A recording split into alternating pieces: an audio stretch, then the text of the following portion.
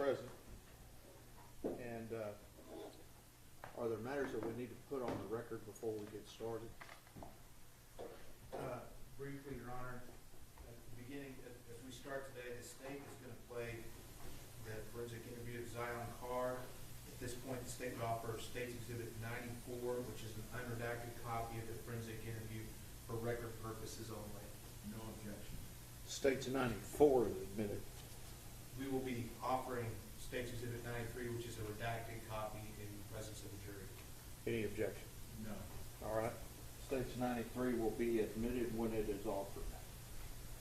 Are there any other matters that we need to take up before we bring in the jury? Nothing from the state, Judge. Let's go.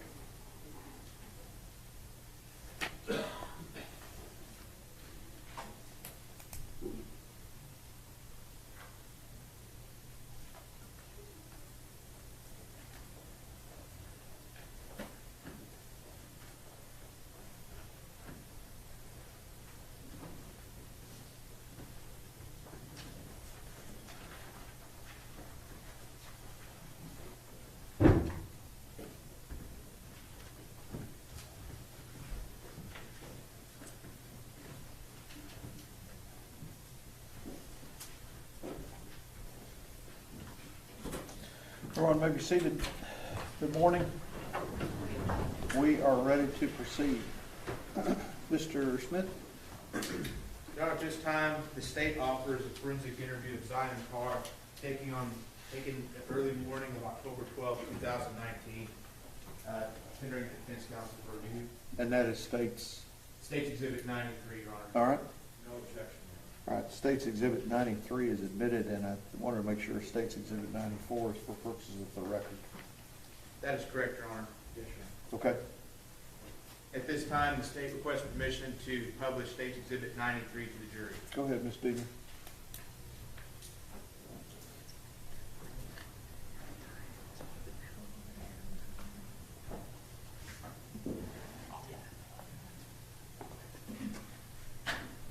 Members of the jury, there is some audio issues with the exhibit, so just kind of bear with us, okay?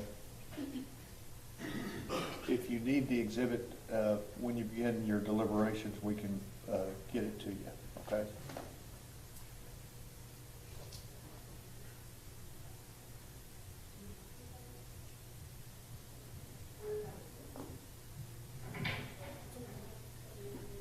It's monster mouth? Oh, it's a monster mouth.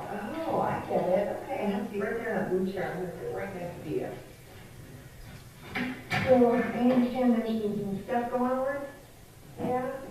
Well, you know what I want to do? I want to get a chance to talk to you a little bit about that. But first, I want to tell you again my name and what I do. And I want to get to know you a little bit better. Is that okay? Okay. Well, like I told you out there, again, my name is Lindsay Dula. And I work at this place called the Alliance for Children. And my job is to talk to boys and girls like you all the time about stuff that goes on at home and at school and things like that, okay? So what I'm going to do is I'm going to get a chance to talk to you today. I'm going to probably ask you a lot of questions just because that's part of my job, but I'm also going to give you a chance to ask me any questions that you want to ask me, okay? So first, tell me your whole entire name. Zion Dwayne Carr. Zion Dwayne Carr? Yes. Did I say that right? Yes. Okay, spell your first name for me. V-I-O-N. Just like it sounds, B-I-O-N. And spell your last name for me. C-A-R-R. C-A-R-R. Okay, and how old are you guys? 8. You're 8? When's your birthday? July 25th, July 25th. And what year were you born? 2011. 2011. So let me think. So you're 8 years old, birthday's in July. Does that mean you're in first grade? No? Okay. Third. Oh, I was really far off. And thank you for correcting me. Brian, while we're talking today, if I say something wrong, I want you to tell me how to say it right, just like you did. So you're in third grade? Yeah. What's really good? Chapel Academy. How was it going to Chapel Academy? Good, but I don't go to the dinner room because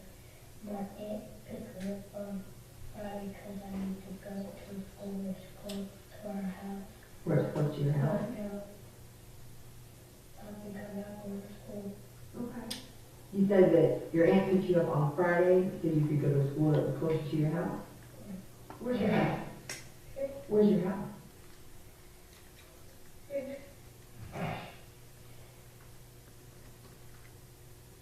Do you know what your address is? Yeah, what's your address?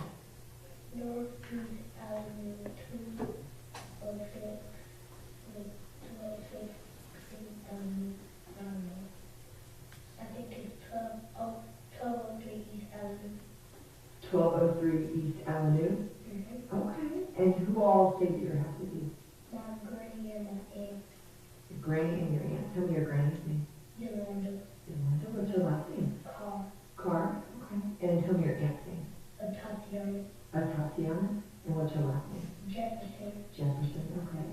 And is Tatiana the aunt that you told me about that picture from school, or was that a different aunt?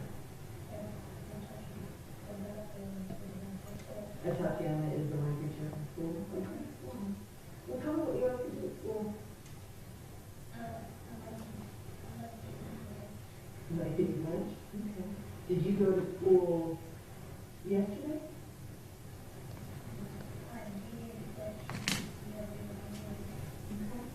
And so when you went to school yesterday, tell me what you did.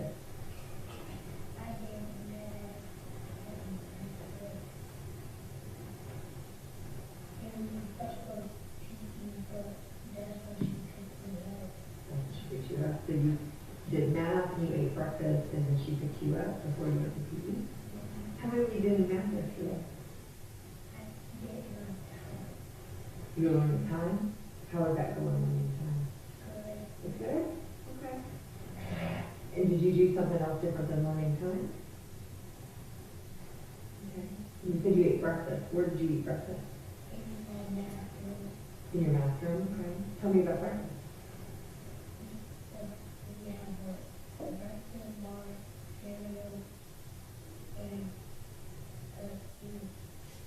You had a breakfast bar cereal and a juice? Okay. Tell me what the breakfast bar cereal tasted like.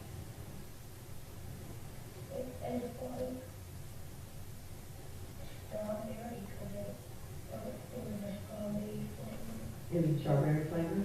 Okay. And then you said your aunt picked you up before you went to PE. Tell me what you did when your aunt picked you up.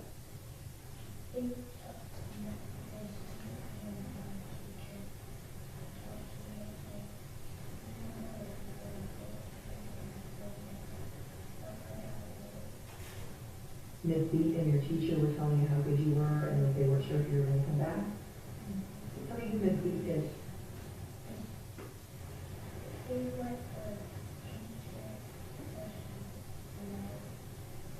So she's like a teacher, but she's not? Okay. So after Miss B and your teacher talked to you, then what did you do?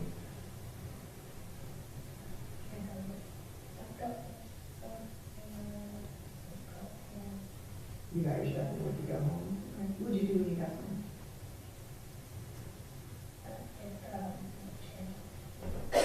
You got any Nintendo Switch? Okay. What were you doing on your Nintendo Switch? Watching YouTube. Okay.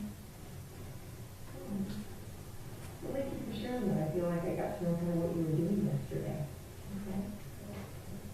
And you know what? Something I have to talk to kids about, I have to know what it means to tell the truth. What does it mean to tell the truth?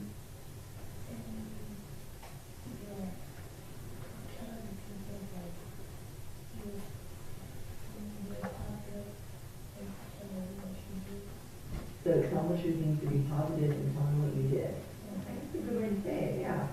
Telling the truth means telling what you did. It means to talk about stuff that really did happen. So, for instance, who brought you today? The police, okay. If somebody said Miss Beat brought you here today, is that a truth or a lie? A lie. Why is that a lie? Because Miss Beat didn't take you here, so the police brought you here. If somebody said that you had shoes on your feet right now, is that a truth or a lie? A lie. Why is that a lie? Because you have shoes on your feet right now. If somebody said that your name was Diane, is that a truth or a lie? A truth. Why is that the truth? Because your name is Diane, yeah. Diane, it's just really important that everything that we talk about today, the things that are true, things that really did happen, okay? That means while we're talking, we're not gonna play or pretend we're not gonna make up stories. We're only gonna talk about stuff that really did happen, okay? So while we're talking, can you promise to talk about true things with me today? Okay, thank you so much. Now, Zion, do you know what day it is today? Are you guessing or do you know?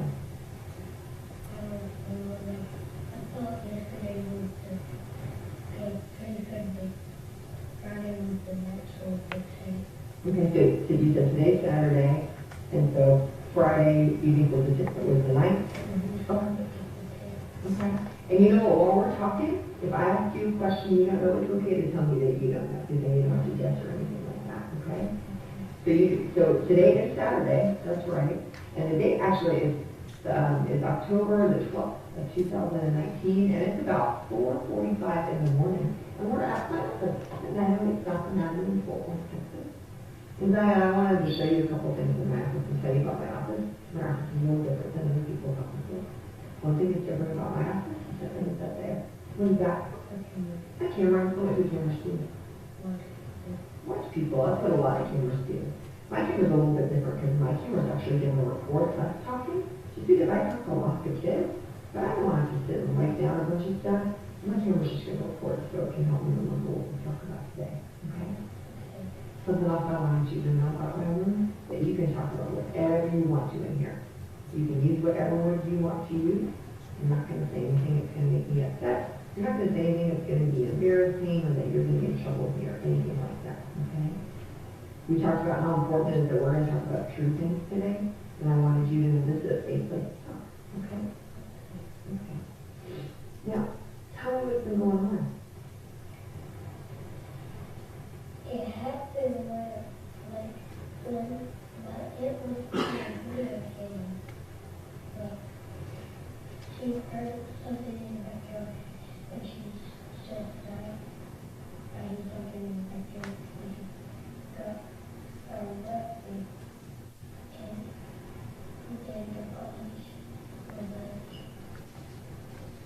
and the police shot her, and then she was on the ground crying, and it got me crying.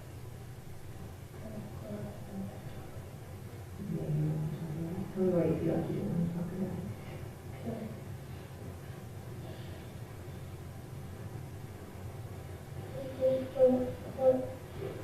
I don't like when people do it. I don't like people that don't feel right. I can understand the sign. It makes me wonder who I'm going to live with them. Okay. Like my mother is my mother in rehab, my papa in rehab, my brother in the hospital, and my aunt in the hospital. Okay. I don't know what I'm going to do. Well, you know, something I want you to know, Zion, is that I told you my job is to talk to kids, make sure kids are okay. You know, I work with some other people whose job is to make sure that kids are safe. And so I'm going to make sure that somebody's going to figure that out where you're going to be safe. Okay? So I don't want you to worry about that. We're going to make sure that you're going to be okay. Okay? If my aunt get out the hospital, I'm going to go back with her. That's a good question. Tell me why you asked that. Because that's our family member. That's your family member? How long have you been staying with your aunt? Like couple months. Couple months? Okay. And is that your aunt Tatiana that you were telling me about? Okay. Okay. Well, you know what? I don't really know that, but I'm going to try to get the answer to you for you. Would that be okay? Okay. You know, you were talking about some stuff that happened, and I'd like to ask you a couple of questions just so I can make sure I understand since I wasn't there. Is that okay? Okay. You talked about some stuff that happened with your aunt. Did you see that happen with your aunt, or did somebody tell you about it, or something? I saw it with my aunt. You saw it with your aunt? Okay. So tell me where you were when that happened with your aunt. I was under the covers in my aunt's bed. You were under the covers in your aunt's bed? Yeah. Okay. And where was your aunt? She was in her bed and she got up and went in her purse and got her. And then this one just shot her. Like, she was like dead. So you said you were under the covers in your aunt's bed. You said your aunt was Was on the bed too? Yes. And what were you guys doing? She was playing her video game that I was watching her. She was playing the video games, you're watching her. What video game was she playing? It's 8 something on the phone there. 8 something? Okay. And so when you were watching her playing video games, was it daytime or nighttime or something else? No, night. Night. Do you know what time it was? I think it was 10 something or 9 something. What made you think it was 10 something or 9 something? Like, couple minutes ago, not in the house. Not like on there, like a couple minutes ago, when I was in the house, it's at 9:08. So, the computers, I thought it was 10:30. And so did you see the time somewhere? No, I was just scared. You were scared? Okay, okay. I was looking at you, I was listening to the police. Okay. So you talked about you were in your aunt's bed, you said you're under the covers, and you're watching your aunt play the 8 game. What was she playing the game on? PlayStation 4 Pro. PlayStation 4 Pro? Okay. And that was in her room, you said? Yes. Okay. And you said that she heard something. In the backyard. Did you hear anything in the backyard? No. Okay.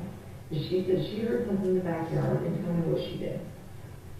She got in her purse and got in her weapon. Where was her purse? By the window. By the window in her room or in a different room? Her room. Her room, okay. And you said she got her weapon. Tell me about her weapon. It was a gun. But she hurried and then the body shot her. And then she got on the gun and she was crying. So you said she got her gun and she pointed. Did you see her point the gun?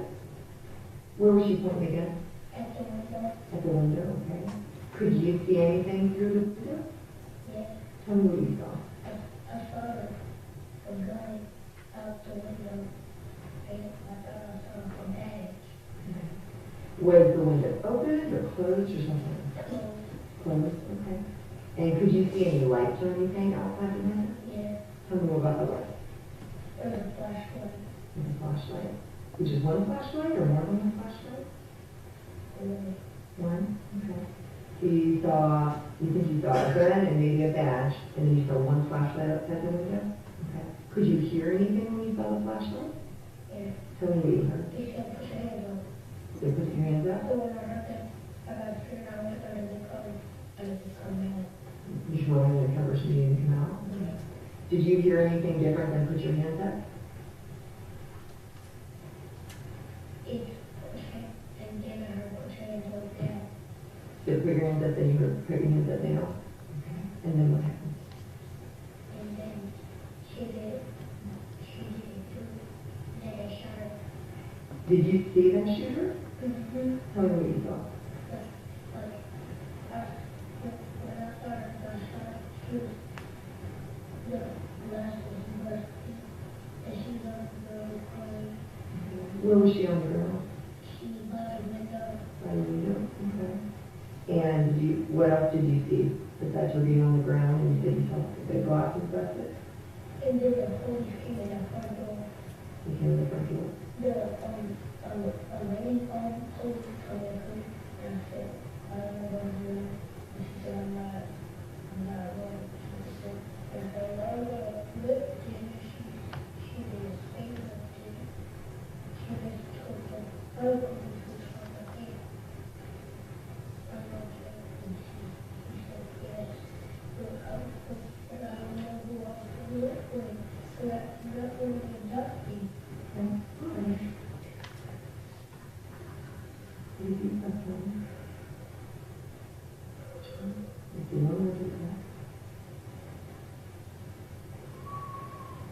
If you want to. Okay, good job. Remember again, I'm gonna work on that. I'm gonna work with the people that help kids too. Like when very little, like, I was probably, but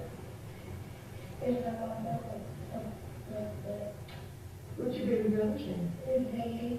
Zayden? Okay, where does Zayden live? Well, my cousin, my cousin, What's your cousin's name? we see, Reese? Okay, what's Reese's last name? get her last name. That's okay, that's okay. I don't know her last name. Okay. So, you said that you saw your aunt on the ground. What do you remember about her being on the ground? I just saw my grandma and some daughter. You didn't see blood or nothing? Okay. You said you heard her crying? Okay. You said that made you cry. And when she was on the ground, where were you? I was in her bed. In the bed, okay. Did you move or change from being in the bed? Yes, I was in the room. You moved around, okay. Did you ever get out the bed, or did somebody get you out the bed? I was in the bed. Who got you out the bed? The police, The police? Which police did? the girl, The girl one? Okay, the one you said came through the front door, or a different one? the girl, came in front of me. When you came in the front door? Okay. All right. And so what happened when she got you out the bed? She said, and she took me to a police car, and then the police started talking to me and said, it's gonna be all right. Then the police guy talked to you and said it would be okay? Okay. Now you said that when this happened, your aunt was there. Was somebody else in the house? No. Who else usually lives there? Not very. Your granny. And tell me your friend's name that lives there. Yolanda, Is Yolanda? Is that Yolanda car that you told me about? Okay. And where's Yolanda now? she's in the hospital. Is that the granny who's in the hospital? Okay. How do you know how long she was in the hospital? I heard, Mm-hmm. I don't know, because I was asleep, and I didn't know what happened. But I know that she, when my dad was talking to her, she said, So you know that your aunt, are you saying your aunt Tatiana? Your aunt Tatiana was talking to your granny and she told your granny, say again, I can't hear you. no, my aunt told my granny something, and my granny said I can't hear you. Okay. How long has your granny been in the hospital? A couple of weeks now. Several weeks now. Okay. You talked about your little brother. Do you have any other brothers? Yeah. But I don't know my dad told me about it, but I don't know his name. Because I didn't know I had a brother. What's your dad's name? His name, I forgot his name. I forgot. That's okay. You don't have his name. Okay. Do you have any other family that you get to see or visit? In Ashland. In Ashland, I think. Cora? Okay. And do you know where Aunt Ashley lives? In California? Okay. And do you have any other family that you get to visit?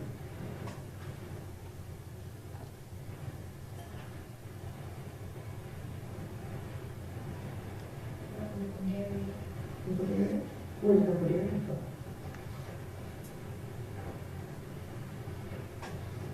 It looked like Hawaiian, but it's not. It looks like Hawaiian, but it's not? Okay. What's Uncle Darius' last name? Cora? Okay. And you said you've been staying with your Aunt Tatiana for a little bit now? Tell me how it is staying with your Aunt Tatiana. It looked okay. Is it okay for you? Where do you usually stay with your Aunt Tatiana?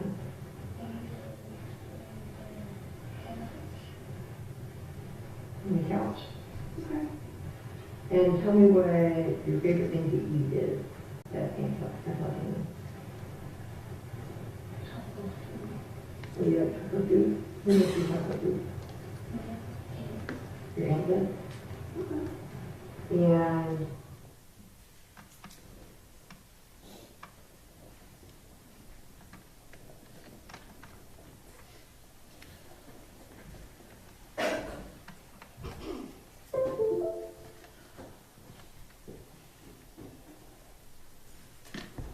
to call your next witness. State calls Fort Worth Police Officer, Officer Darch. Officer Darch.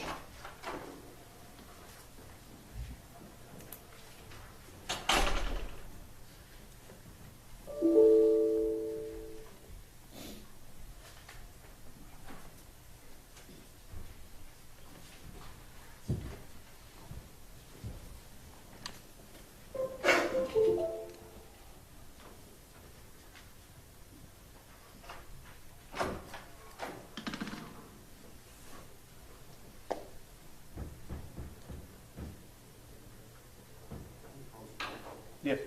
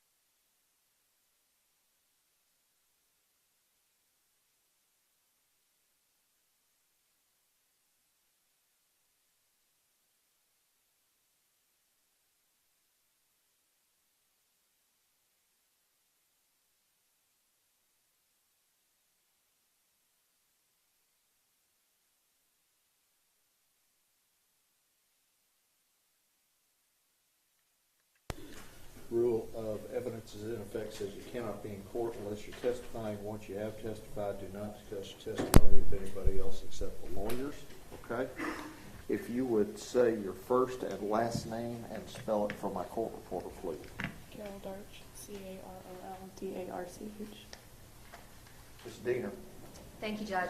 Good morning. Morning. I can already tell you that you're real soft-spoken, so if you'll speak up, these folks want to hear you. Okay? Yes, ma'am. All right. So introduce yourself to them. Tell them who you are. I'm Officer Darch with the Fort Worth Police Department. I shouldn't ask this question, but how old are you? I am 27 years old. All right. When's your date of birth? July 15th, 1995. Where'd you grow up? Glenrose. I'm sorry? Glenrose, Texas. And when did you become a Fort Worth police officer? I started the academy August 21st, 2017. When did you graduate from the academy? April 13th, 2018. What did you do as far as job-wise before you were a Fort Worth police officer? I was a waitress. Okay. And just in the Glenrose area? Yes. What made you want to be a Fort Worth police officer? I just have a knack for helping people. And did you have a particular area that you wanted to work in the area of Fort Worth? East side. Why East Side? It's just busier. You have more calls, more experience over on that side of town. There's a lot more to do. Can you explain to us that doesn't know how the different districts are broken up, where is the East Side start and end? Now East Side starts on Vaughn and I believe ends at DFW Airport. I'm not for sure on that, so don't quote me. And then it goes, yeah, about that area. Okay, all right. Okay, so you graduated in April of 2018. I want to go through the different training that you received to be a police officer. So start at the beginning. You apply to be a police officer. What's the next step? For me, it took about a year. I don't know for other people. You go through your background. You do your initial PAT test, the physical assessment test. Let me stop. What is the physical assessment test composed of? What do you do? So it's 2 minutes and 43 seconds that you have to do it under. It's just you run a lap, you jump a fence, you go up and down 7 flights of stairs. There's a push-pull machine. You run in, you drag a 175-pound dummy, like I can't remember how many yards exactly. And then you go and you shoot 12 times with your good hand, or 13 times with your good hand, 12 times with your offhand. What are you shooting? A laser gun. And you said a what kind of gun? A laser gun. And so are you shooting live bullets? No. Okay, when you say laser gun, explain to us what that means. Every time you click the trigger, just a green laser appears on the wall. All right, and are there any other physical components? During the academy, you run every day, you do push-ups, things like that. Yeah. Okay. All right, so after you have your PAT test, your physical agility test, what's the next thing? You go through backgrounds. Once you're cleared through backgrounds, then you start the academy. And once you start the academy, let's break up the different phases of the academy. In total, about how long is the academy? It's close to 9 months. I know it's pretty lengthy. I can't say exactly how long it is, but it's close to 9 months. How long does the initial application background check process take before you start the academy? It took me approximately a year. So you got that year first, and then you start the actual academy that takes maybe around 9 months or so. Yes, ma'am. All right, so let's break up the academy. Tell me about, do you remember what's the first part of the academy that you did? The first couple weeks you come in, you're in plain clothes, which is just business casual.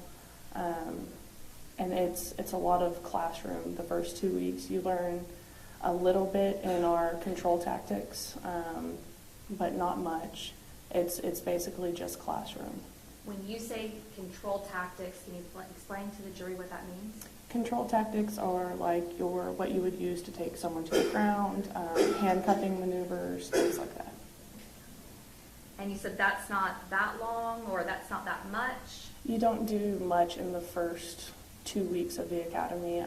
Then they really start bringing you in and getting more involved in that. And so after the first few weeks of classroom, what's the next phase, if you remember? I mean, you do the classroom the entire time. So in the morning when you get there, it's usually your PT or your CT, which CT is control tactics, and going and running, things like that. That differs every day, just depending if the control tactics room was open when you first got there or not. We had a senior class above us, so I believe we started out running and doing our setups, things like that, and then we would go into the control tactics room, and then we would shower and then go to the classroom. And about how many people were in your academy class, would you say? I believe when we started, it was in the 40s. And then what else, or what's some other phases that you go through, some other things? It just gets more involved and progresses as you go further. It's like baby steps, or crawling baby steps, walking, running, full sprint. Okay. Do you learn about the Texas Penal Code? Yes. The basic laws in the state of Texas? Yes, ma'am. All right. Is there what's called a general orders for the Fort Worth Police Department? Yes, ma'am. And tell us what that is. General orders is basically just your standard operating procedures. Any call that you're going to go to, there is a general order on it, on how to handle that call, how to approach the call, things like that. So when were you officially cut loose, or I guess the graduation date, are you then free to go out on the street by yourself? It's not. You have to go through a field training process, and that's a couple months within itself. I didn't initially start the field training process right away. Okay. And why was that? I had a broken foot and had to have surgery. So within that first 8 or 9 months of the academy, are you guys trained about public intoxication? Yes. And in what way? We have a red man scenario, which is where someone gets in a full padded suit, and you go in and you work the call. I think they do 3 different call scenarios, one where they're completely compliant, one where they have passive resistance, and then one where it's like active resistance, where they're just not complying with anything you say, and then you handle the situation appropriately. Why is it called Red Man? Because they put them in a red padded suit, Okay. so that the role players don't get injured. Okay. And so the people that are doing the role playing in that red suit, are those your supervisors or your teachers? It can be instructors. They usually have 1 or 2 instructors in the red man suits, but it can also be other officers. And are all 40 of you guys in that scenario? Are y'all in different roles? No, so they break you up. They'll either, most of the time when you go into red man, you go in alone, and you'll do your scenario alone. They will send in a second partner once you progress further along. Are there also, within the academy, something called patrol procedures? Yes, ma'am. Explain that to us. We did that in the last couple weeks of the academy. It's a week long, and you have other officers that have volunteered to come down to the academy and help you, and you'll run calls like domestics in a controlled environment. You'll run fight scenes, things like that of that nature, and you're just learning how to handle the call, basically. They'll dispatch you over the radio. Once you're dispatched over the radio, you go into the tactical village, and once you're in the tactical village, that's when you'll actually handle the call. Explain to them what the tactical village is. Tactical village is a mock village. I mean, we have a fake school in there. We have a fake apartment upstairs, a fake store. It's a mock village. And may I approach the jury? Yes. And also maybe the gallery as well. Yes.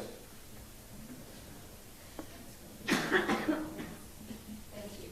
Do you guys need a cough drop? Anybody maybe? I have some. Okay, there you go. All right. Okay. You need a cough drop? I'm okay. You're all right. All right. Okay, so you were talking about the patrol procedures, and you mentioned that somebody will radio in or radio out. What does that mean?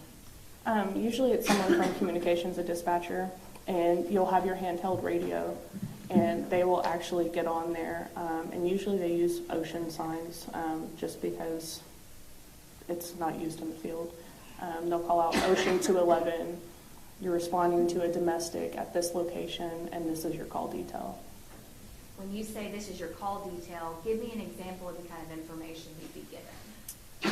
You're responding to a domestic at this address. There's a male and female inside. You can hear screaming and things being thrown around. And then what's the purpose? You then, I guess, are being taken through how you should approach and handle that scene? That type of call, rather? The first day, yes. As the week progresses, you're handling the calls on your own, just to see how you respond to your training that you've received for the last 9 months. And when does the patrol procedures part come within those 8 or 9 months of the academy? We did it the last couple weeks of our academy. I think they've since changed it. I know we did ours right at the end. You said, you gave an example of a domestic. What are the other types of different calls that you are run through in that academy? I believe we do a traffic stop. We do a domestic. We do public intox. I think we do a sexual assault, and I'm not sure what else. I can't remember. Are they trying to expose you to just different types of calls? Yes, ma'am. And how do you know as an officer when you're going through these different exercises if you're doing them correctly or not? You're being evaluated at the end of each call that you go to. So say I responded to the domestic in the apartment A. There are 2 officers there, and they will be evaluating you the entire time you're handling the call. And then when you break down after the call, they'll tell you what you did right, what you did wrong, what you can improve on. What happens if you get, I guess, like a bad grade on a particular type of call or a particular type of procedure? Can you fail this section? Yes. Okay. What happens if you do? I'm not sure. Okay. I didn't fail. All right, you passed. Now tell me, is there a part of the academy that's called officer survival? Yes, it's the week after patrol procedures. So you said they've now moved patrol procedures not to the end anymore. Do you know, is it more towards the middle or the beginning, or do you know? I don't know. I just know that they moved it up earlier. Okay. So tell me about officer survival. Officer survival is you're still responding to calls, you're still being dispatched like in patrol procedures. It's just a heightened and elevated, they're trying to stress you out. They're trying to see how you react under stress. Why is it important to assess how somebody acts under stress as a police officer?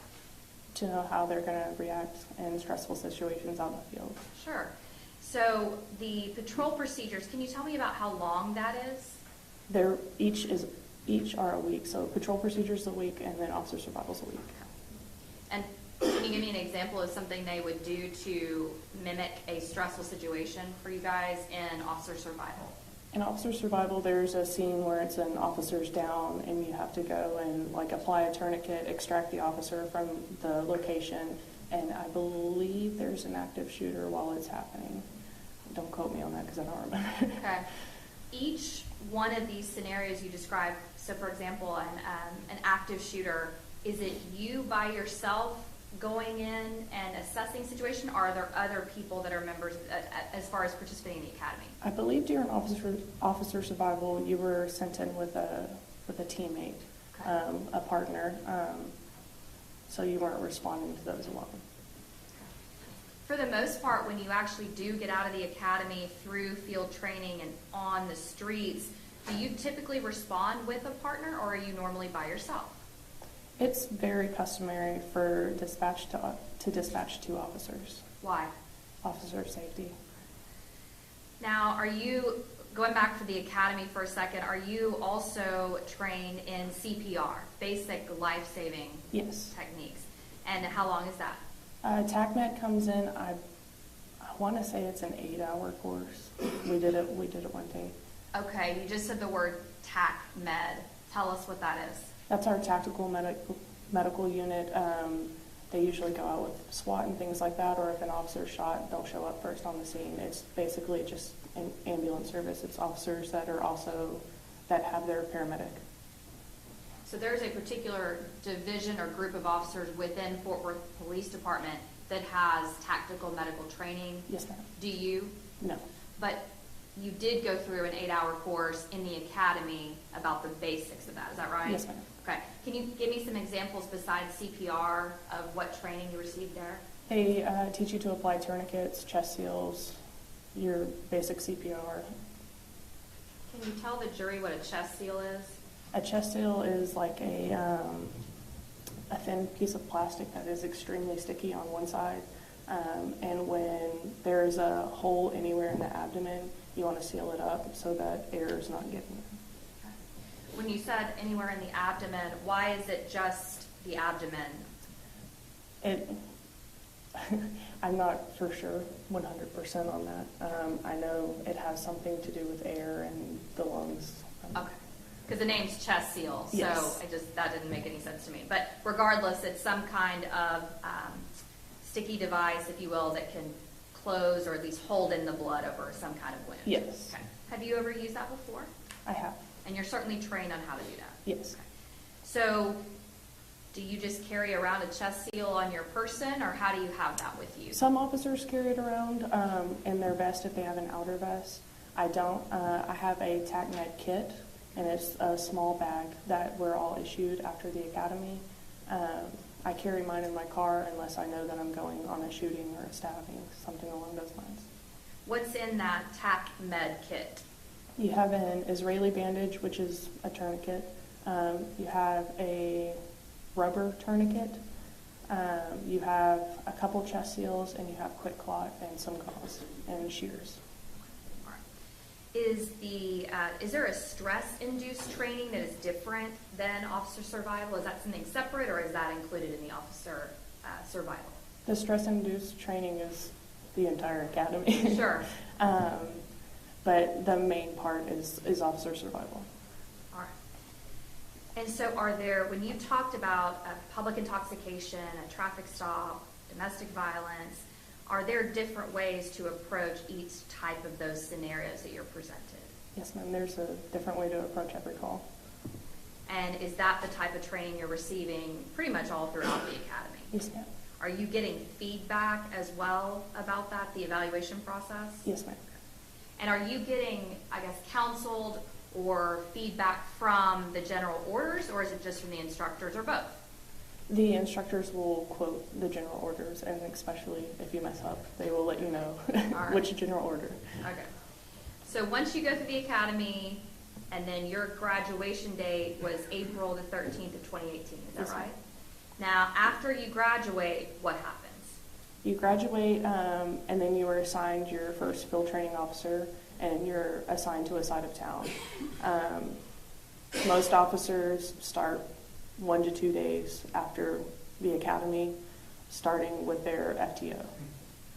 Is there a in-service training that goes on for a couple weeks between those two? Yes, ma'am. Okay, Yes, tell me ma'am. about that.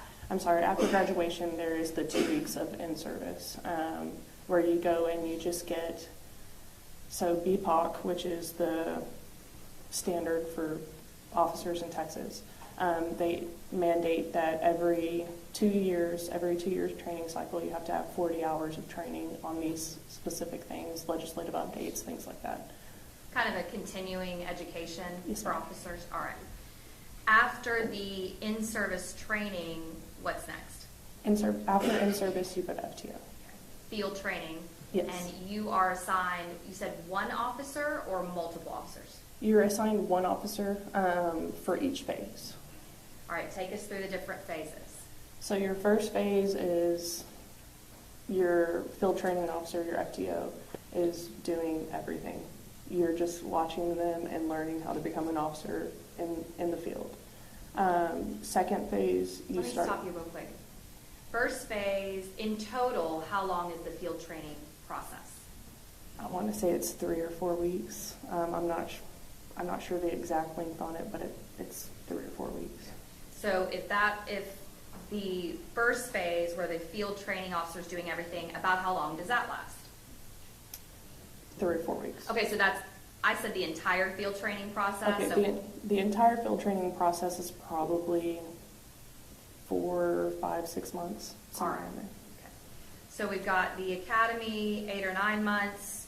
We graduate. We've got 2 weeks of in-service. Then we move on to field training for 4 to 6 months. Yes, ma'am. First phase, 3 to 4 weeks. Yes, ma'am. Field training officers doing everything. Yes. You're watching. You're watching. You're not even driving. Okay. When the field training officer, you say doing everything, are they responding to calls out in the public? They are. What types of calls? Any call that comes in, whether it's shooting, domestic, a stabbing, a robbery, you're responding to whatever is on your side of town. And are you able to ask any questions during that time? Yes, ma'am. You ask all of your questions. That's the purpose, right? Yes, ma'am. All right. After the first phase, what's the next thing? Second phase, that's where you start taking over. You start driving. You're the lead officer. You're figuring out how to respond to calls, and your field training officer is right there next to you, letting you know if you're doing it right. They'll pull you aside, tell you if you mess something up, and then you go from there. After the second phase, is that another 2 or 3, or like I say, you said 3 or 4 weeks? Yes, ma'am. What's the next thing after the second phase? I believe that's when you go into midterm, and that's 2 to 3 weeks And it's just an evaluation of how you're developing as an officer in those first 2 phases. And when you say there's an evaluation, is the field training officer that's been with you, the first and second, the one evaluating you? No, so every phase of FTO, you have a different officer riding with you. So then who's evaluating you at midterm? Those 2 that have ridden with you so far, or someone No, different? someone different. Okay. How is the person during midterm, if there's somebody different than has been riding with you and observing you, how are they able to evaluate you? They have a FTO manual, and it is just basically checking off the boxes. Are they proficient in working a domestic? Do they know how to fill out a packet? Do they know the appropriate questions to ask? So I guess I'm just trying to understand if that person hasn't been with you to answer those questions, to see you do it, are they getting feedback from the other FTOs? No, they're with you in the car. Okay. Yeah, So you're answering calls I together. got you. Okay, so the midterm phase is someone different than the first and second, but they're with you for those, how long, how many weeks? 2-3 weeks. Gotcha, okay. And then what happens after midterm? After midterm, you go into 3rd phase, which is another 3-4 week process. And you are the lead officer. You should be doing everything on your own by now. You should know your area that you're in, how to get to a call quickly. You should know how to process all of your own paperwork, how to do your reports, things like that. And then what's after 3rd phase? That's when you go into ghost phase. Usually the officer that's with you will be in plain clothes. They can wear a uniform, but you are not to ask them questions. They're a ghost. You're answering all your own calls. If you have a question, it's usually another officer that's on the scene with you that you'll answer. You'll ask that question to, and they'll answer you, but you're not allowed to ask your ghost anything. They're just strictly there to evaluate you. When we started talking about field training, you said you get assigned a particular area or district. Yes. Do you stay in that same area or district the entire field training process? For me, I did. I stayed in East Side. I know before that they had switched different sides of town. So you could be in North for one phase, you could be in South for the next. Okay, after field training is complete, the ghost phase is the last phase. What happens after that? You get cut loose. And when you say cut loose, do you have somebody riding in the car with you? You are a solo officer. Is each officer, as far as patrol is concerned, in Fort Worth, are they assigned a particular car? You're not assigned cars. It's you take what you get and you hope you get good one. Okay. So when you show up, I'm sorry, go ahead. That's clean. Okay. All right. So when you show up to a shift, you just go out and hope that there's a car there you can take, and Yes, ma'am. like you said, that it's clean. All right. So when did you actually get, quote, cut loose?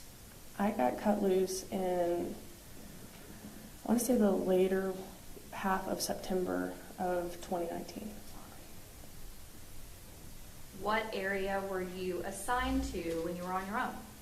I was in the East Division as an overflow spot for a couple, I want to say maybe a week. And then I got assigned to Baker Division, where I had never been. And I was there approximately 2 weeks before the shooting. And where is Baker Division? Baker Division is from 8th Avenue to Vaughn and then Lancaster to Berry. Is that considered East Side or something different? It's Central Division.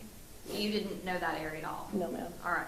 So you were in East Side for about a week as a floater, then you were in Central or Baker District. Yes, ma'am. You said how many weeks before the shooting? Approximately 2 weeks.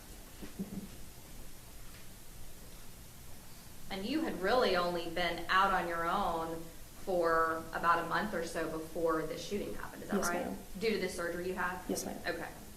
Now, when you went to the academy and you graduated in April of 2018, did Aaron Dean also graduate with your academy class? He did. So he would have graduated on the same day. Yes, ma'am. Do you know if he went through the same type of training that we just all talked about? It was pretty standardized training, yes, ma'am. Do you know what day he would have been cut loose? I don't. Would it have been different than you because of your surgery? Yes, ma'am. All right. And tell me about the east side of Fort Worth. Describe that area to us, those of us that have never been there. What's it like? It's high crime. There's a lot of drugs, a lot of property crime, a lot. If you're thinking about it, East Side's got it. Okay. Are there other parts of town that have the same type of reputation? Yes, South Side and Baker Division. So Central, East Side, and South Side. Yes, ma'am. All right. So West Side and North Side, do they have that kind of reputation? West Side has its own crime off of Las Vegas Trail. North Side, not so much. Okay. And give me some examples. Would Joe T. Garcia's be in North Side? I believe that's Northwest. Northwest. All right. Okay. So you had ended up at that time, you had worked in the Baker district for maybe about 2 weeks or so. So had you actually worked East Allen area before the shooting had occurred? I may have answered calls there. It's been so long ago, I can't tell you for sure that I had. I'd been in the area though.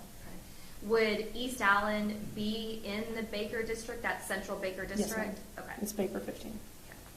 And what does that mean, Baker 15? It's the beat, they're broken up. So Baker Division is broke up into different beats, and every officer is responsible for a different beat. Give us an idea as far as a beat is concerned. How big is a beat? They're not very big. I don't know the exact dimensions on one. I mean, are we talking about 50 miles or are we talking about a couple blocks? No, usually just a couple blocks. Okay. And so when you get to October of 2019, had you responded on your own to, if you're cut loose on September of 2019, you're maybe out for about a month or so, month and change, had you responded to different types of calls at that point on your own?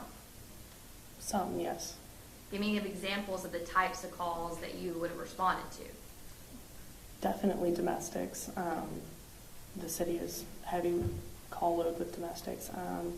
I don't know exactly what I had responded to on my own, but in field training, you respond to just about everything. I mean, my second day of first phase, I was responding to a shooting. So, Right. Just so the jury knows, just a normal, let's say, week for you now, out on your own, cut loose. You've been out now for 3 years or more. Yes. So, what are the types of calls that you're responding to? Give us some examples. domestic shootings, stabbings, open structures, burglaries, welfare checks, things of those nature. And you said shootings and stabbings. We know what that is. Domestics. We know what that is. Tell me what an open structure type of call would be. An open structure is you're driving down the road in the middle of the night and you see a door open on a business, right? The door's not supposed to be open. You know it's not supposed to be open, so you go and check it out. What about welfare check? Can you tell us what that is? A welfare check is usually for someone that's in bad health. Through my training and experience, what I've dealt with, it'll be a family member, a neighbor, a concerned friend calling in, just saying, hey, I haven't heard from Joe in a couple days. Can you swing by and check on it? Okay. All right. And so is a welfare check different than an open structure? Yes, ma'am, vastly. Okay. One is the circumstance we're talking about, maybe a door or window being open. Another, meaning the welfare check, would be, I haven't heard from my dad. Exactly. I haven't heard from my grandmother. Exactly. Okay. All right. Had you at that time, I know you don't know exactly, and if you don't know, that's okay. Had you worked open structure calls up to that point? Can you remember? I'm not 100% certain on that, no, ma'am. Have you now? Yes, ma'am. And the same for welfare check calls. Do you know whether you had done any of those back in those 3 or I guess month or so? I'm not sure. Have you now? Yes, ma'am. All right. Okay. And had you also, maybe you don't remember about at that point, but up until now, you worked burglary calls before. Yes, ma'am. Have you ever worked a burglary where it's in progress? Yes, ma'am. Meaning when you get out there, the suspect's in the house and or in the business running away? Yes, ma'am. Okay. And when you, as far as burglary calls are concerned, well, I'm going to ask you each one. Welfare checks, how common are those? Welfare checks, you get those. On night shift, they're not too common. On day shift, you're getting them left and right. What about burglary calls? How common are those? Very common. And what about open structure calls? Very common. So you don't know if you had necessarily responded to that. Let's talk about narrowing it in now, the 1200 block of East Allen. Do you know whether you'd ever responded to that particular intersection and area? I can't tell you with exact certainty. Besides the shooting that occurred on October the 12th, have you, in 2019, have you responded to any calls over the last 3 years in the 1200 block of East Allen? Yes, ma'am, multiple. Okay. So let's talk, do you know who James Smith is, by the way? I don't. I've never met him. All right. Did you were not a part of the investigation out there at the scene when this happened, correct? Meaning you were not a part of the major case investigation, interviewing people? No. You were getting interviewed? Yes, ma'am. All right. Okay. May I approach the witness, Your Honor? Yes, ma'am. And you and I have met before, is that right? Yes, ma'am. And you've met with Dale as well? Yes, ma'am. And Mo, who I don't know if he's in here, but our investigator? Yes, ma'am. All right. And we've met how many times, do you think? 3 or 4. Okay.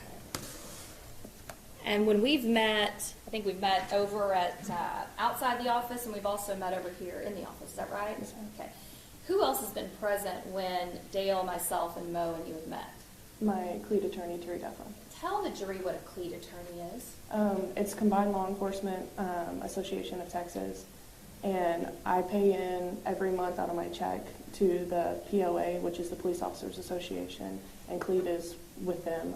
It's legal advice, legal attorneys for whatever you need, and it's very standard after a shooting to have your cleat attorney right there with you. So tell them about that. So after a shooting happens, how does that cleat attorney get notified? Do you know about a shooting? You can call them, your sergeant can call them. Really, anyone that hears the shooting goes out can call an attorney and have them present at the scene. Who, let's say you're going to make the call. Who do you call? How do you know who to call? So Terry came and talked to our class, and she gave us her phone number during that class while we were still in the academy, and we're instructed to call that number. And is Terry here in the courtroom today? Yes, ma'am. All right. So she talked to y'all's class, gave you guys her card. Are there other cleat attorneys? Yes, ma'am. All right. So a shooting happens, she gets called. Is she showing up pretty quick after the shooting happens? It was fairly quick, yes, ma'am. And so is Terry the one that actually showed up in this case? Yes, ma'am. All right. And so when she shows up, what happens? Do you go talk to her? Does she come talk to you? So for me, I was in a patrol vehicle in the passenger seat, and she came and sat in the driver's seat, I believe. I'm not 100% certain. I don't remember a whole lot. I guess what I meant is she's there for the purpose of being there with you, correct? Yes, ma'am. Not the other officers that are there at the scene Yes, ma'am. at that moment. Okay. So you guys talk, and then is there anything else that happens out there at the scene as far as does Terry then go inside the house and the scene? What happens? I'm not for certain on that. I was sitting in the car. Okay. And I guess I met with you. Oh, with me? I know she did my walkthrough with me with a major case. Okay. Tell the jury what a walkthrough is. Major case, just ask you a question. You don't say yes or no, you just point. They'll ask you, where were you standing when the shot went out? Do you know where Officer Dean was standing when the shot went out? Do you know why you don't say actual words, you just point? I'm not for certain on that. Okay. And so you said it's major case division. Can you tell the jury generally what major case is? Major case investigates any officer-involved shooting, in custody deaths. They're there for the what we call CPIs, the critical police incidents. Anything that's big, a death, uses of force, things like that. As far as the scene was concerned, were there multiple members of the major case division out at the scene, or do you know? I'm not I'm not for certain on that. I know Detective Romshius is out there. All right, so I'm going to show you State's Exhibit 1 and ask you, what is that? This is the body cam from Officer Dean. Did you have an opportunity before you testified today to review that? Yes, ma'am. Were you actually here yesterday? Yes, ma'am. Okay. And then State's Exhibit 4, 5, 6, 7, 8, 9. I'm going to ask you to look at those, if you will. Okay. And just kind of without showing the jury, just because they're not in evidence yet, if you'll look through those.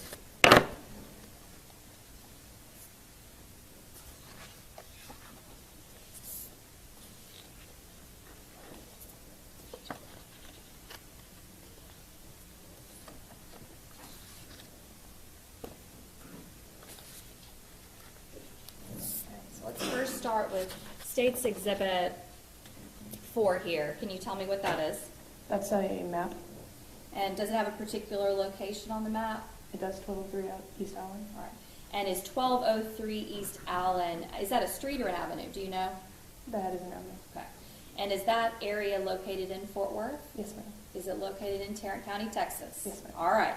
And so this map, does that appear to be a fair and accurate depiction of that particular location? Yes, ma'am. All right.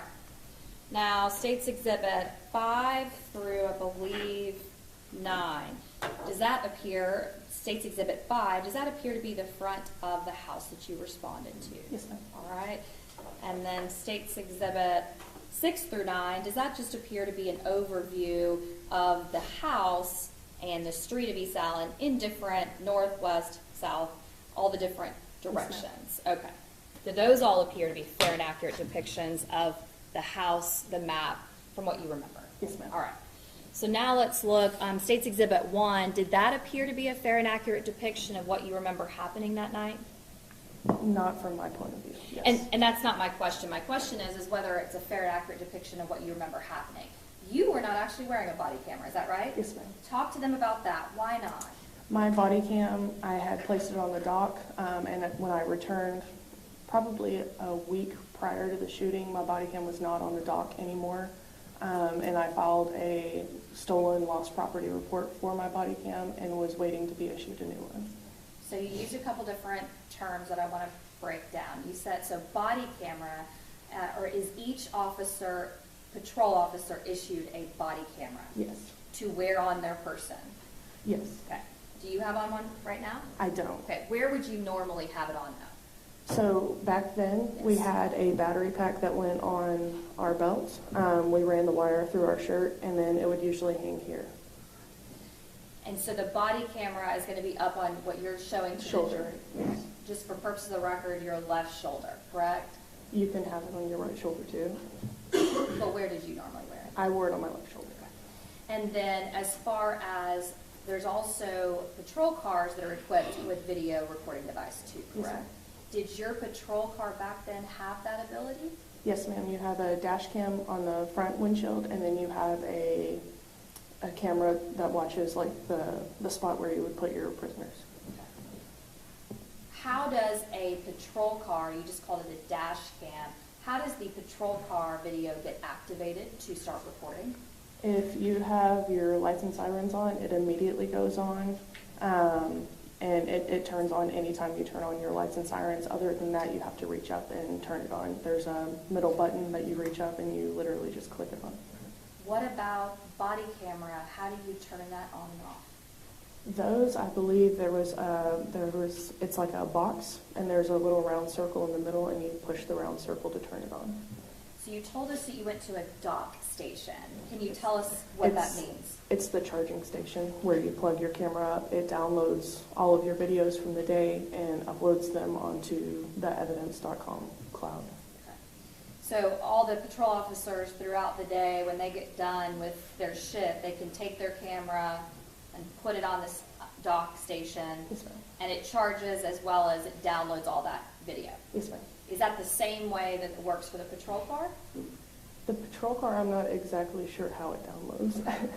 But you don't have to take anything out of the car to charge? No, ma'am. All right. And so on State's Exhibit 1, yes. So my question was, you didn't have a body camera. You mentioned why you didn't have one. Did your patrol car, was it working and have a video recording device at that time? Did you have it on when you responded to this scene? No, ma'am. Tell us why not. You don't turn them on for every call. You mainly turn them on for traffic stops or anything that you're going to be doing right in front of your car. So if you're searching someone in handcuffs, you can put them in the front of your car and then it just has a different angle. If you're doing traffic stops or if you're running code somewhere, it's going to have your video on. The body camera footage that you reviewed from former Officer Dean's body camera, did you remember him wearing a body camera that night? Yes, ma'am. Okay. And do you remember which shoulder he was wearing the body camera on? I'm not certain. That's okay. Do you know if he was wearing it on his shoulder or not? I can't tell you That's for fine. sure. And so when you reviewed State's Exhibit 1, did that appear to be a fair and accurate depiction of what you remember when you approached the house and where he was in relation to the house and when y'all went into the backyard? Yes, ma'am. Okay. Not your perspective. Not my perspective. You didn't have it on, No. right? Okay. And now State's Exhibit 10 and 11, I want to ask you to look at those. And can you tell me what I'm looking at there? This is actually my patrol car where I parked that night. When you say this, are you pointing to State's Exhibit 11? Yes. Okay. And I believe that's just the scene that night. Okay. And when you say I believe that's just the scene on State's Exhibit 10, is that you're referring to? Yes. Okay. Now, State's Exhibit 12, 13, 14, does State's Exhibit 12 and 13 appear to be photographs of the defendant, Aaron Dean, and his, I'm going to call it a duty belt. What Yes, do you call it? Duty belt. Okay, all right. Top half of the defendant and the duty belt. Yes, ma'am. State's Exhibit 14, does that appear to be the back of the duty belt? Yes, ma'am. State's Exhibit 15, 16, 17, 18. Does that appear to be, and you can look at that, does that appear to be the defendant's gun that was used and issued by the Fort Worth Police Department? Yes. So tell us how do you get a gun from the Fort Worth Police Department? When you go through your weapons section of the academy, I believe it's halfway through, they issue you your duty weapon then. You'll do all of your shooting down at the range with that weapon, and then it is locked up until the day that you graduate and you get it back. And State's Exhibit 19, does that appear to be your gun? Yes, Okay. And do you actually have a gun on today? I do. Do you know if that one that you had on that night and that one you're wearing right now is the same? They're not. Okay. And were they exchanged and you were given a different one, or do you know? That night, they gave me a different one. Then I left the department and I was issued a new one when I came back. Got it. Okay. And State's Exhibit 24 through 27, do those appear to be, if you look at those, there's just a few.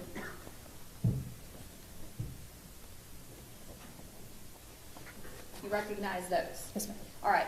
So do all of those photographs that you've looked at, do those all appear to be fair and accurate depictions of the scene that night, and as well as where you parked outside of the scene off East Allen? Yes, ma'am. And do those also appear to be fair and accurate depictions of your gun as well as Officer Dean's gun? Yes, ma'am. Your Honor, permission to publish State's Exhibit 4 through, I believe it was 27, Your Honor? Need to offer, I'm sorry? even not offered them. And that's what I'm doing right now. The state would offer State's Exhibit 4 through 27. Any objection? I'd like to see them. I would also offer State's Exhibit 1, which is the dash cam video. This has been previously provided. And I believe State's Exhibit...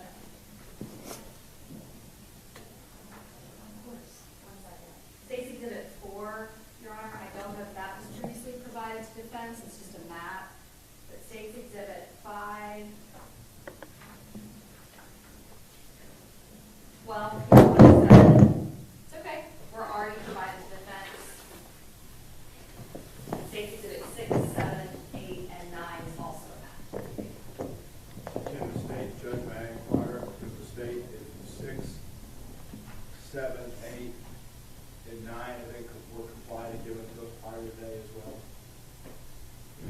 said that the map wasn't, these are aerials. I'm just curious if these are given to us as well. Yeah, the state did not previously provide the Google Maps or Google Street View to the defense, because that's readily available, and we did not provide that to the defense. It's a north, south, east, and west view of So, East Allen. Under 3914 states 4, 6, 7, 8, and 9, which defense is seeing for the first time. Am I understanding that correctly? And Judge, can I have a moment? Because we actually might have provided them with the map. We don't normally, but can I have just a moment? Yes, ma'am. Or maybe approach. Huh?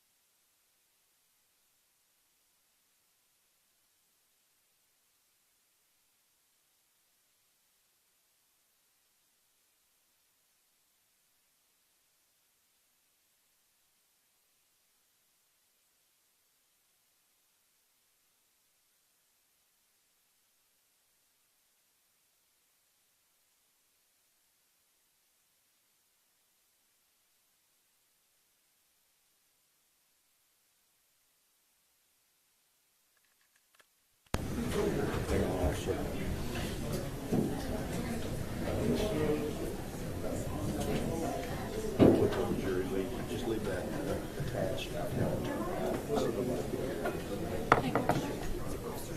I'm sorry. Terry Daffron. TERR. Just the map stuff is not. Talk to you some more. You're welcome to step down. You're welcome to stay here if you want to. Less nervous if I could stay here. I understand. Do you need any water? Oh, you got it. Okay. Thank you. I'm heading back that way. More water. Do you need a cough drop or anything?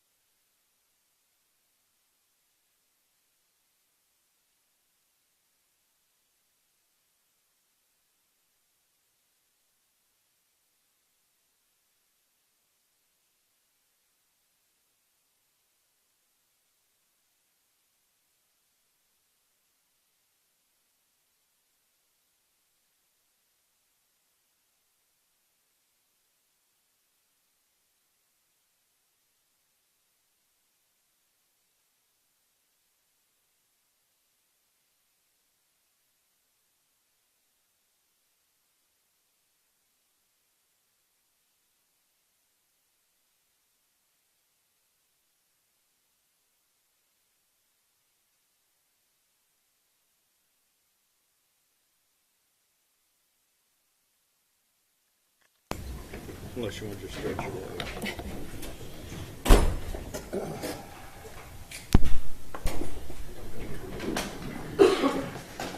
Hey, did you guys want these to look at too?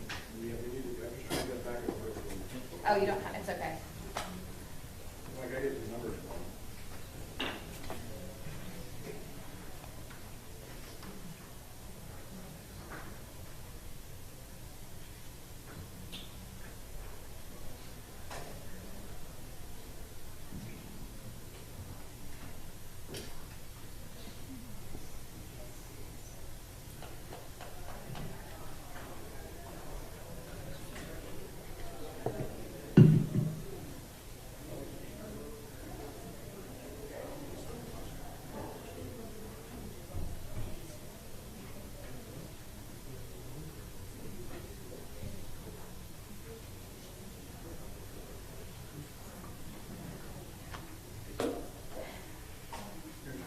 I think it's over there. I think it's 4 through, and like,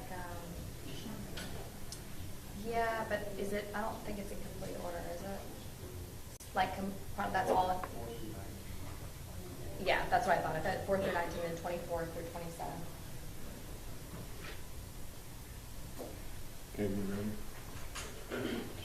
All right, will there be any objections to states 1 and then states 4 through 19 and 24 through 27?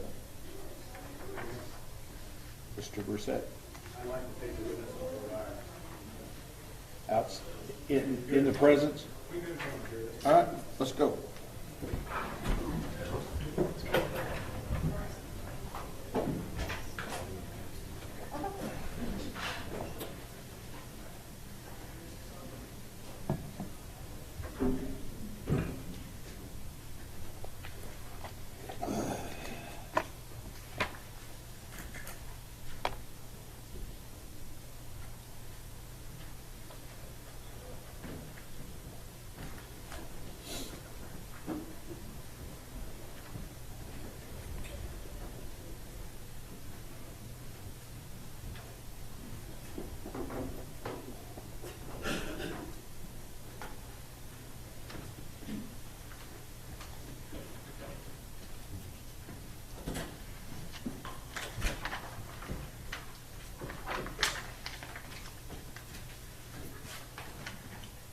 All right, everyone may be seated. Mr. Brissett, are there any objections to States Exhibits 1, 4 through 19, and 24 to 27? May I take the witness on the brief word item? Yes, sir. May I approach? Yes, sir.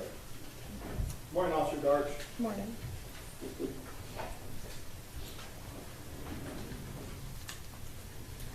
The state tendered you what's been marked and identified as states 15, 16, 17, 18, and 19, correct? Yes, As you sit here today, do you know for certain, you didn't take those photos, did you? I did not.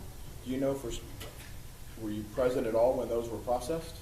I was when mine was, when my card was taken. Do you know what your serial number of your weapon was? I don't. So can you tell me by looking at any one of those photos, which one is yours for absolute certainty? This one, How do you know that? because I don't have a weapon mounted light. Okay. A weapon mounted light. Somebody had to purport to you that that was a gun from this case then, correct? Yes, Because the Fort Worth Police Department follows the same policies and procedures when they take apart a weapon on every case, correct? yes, Would you look at the one that you think is yours? Can you see a serial number that's visible and legible? yes. Can you read it? Baker, David Baker, 6305. And is that yours? I'm not sure. With respect to State's Exhibit number 1, the DVD, it's not of the dash cam, which I think was the last words when it was offered. It's of what's purported to be your partner's body camera. Is that correct? Yes, Did you make the DVD? I did not. Did you download Aaron's DVD that night? I did not. Bad question. Did you download Aaron's body cam that night? I did not. Is there a chain of custody with body cameras? I mean, you're responsible for your own. when the evidence goes to evidence.com, is there a trail or an audit trail of how the verification process starts from the cradle to the download to the disk? I believe so. Have you seen that to see if it was accurate? I haven't. Your Honor, with respect to State's Exhibit number 1, the defense doesn't have any issue if the state wants to conditionally offer it at this point. They don't believe the predicate's been met for its full admission unconditionally. With respect to 15, 16, and 17, and 18, we don't believe the proper predicate's been met for that. For all the other numbers mentioned, we have no further objections. All right. Court will overrule your objections to 15, 16, 17, and 18. They are admitted. And the rest of the exhibits, now with the exception of States 1, I believe there was a proffer or a proposal from the defense. What says the state? Well, it's not required, and for authentication purposes, it's fair and accurate depiction of what occurred that night, and I made it very clear on the record that it was not from her body camera, but she was right there with this defendant. She is able to authenticate and say that that's a fair and accurate depiction of the approach of the house and what that video shows. Response. We'll stand on our objection. The objection is overruled. State's Exhibit number 1 is admitted. May we have a learning objection? You may. To all of our objections. Yes, absolutely. Thank you. Ms. Steiner. Permission to publish States Exhibit 4, 5, 6, 7, 8, 9 at this time. Yes, but I can wake up this morning. Is it hidden? Oh, okay, I'm sorry. And Okay. Judge, just so I can make sure, States Exhibit 1, 4 through 19, and States Exhibit 24, 25, 26, and 27, those are all admitted, correct? Correct. Thank you, Judge. And may I publish those exhibits? Yes, ma'am.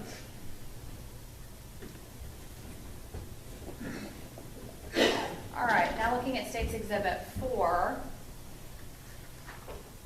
Can you see that? Yes. Okay. May I have a moment, Your Honor? Yes, ma'am. Does anyone else need one? Anyone? Okay. Are you guys good? Okay. States Exhibit 4, we can see 1203 East Allen. Can you show me, and Your Honor, do you have a pointer at all in here? Yes, ma'am. May I approach the bench?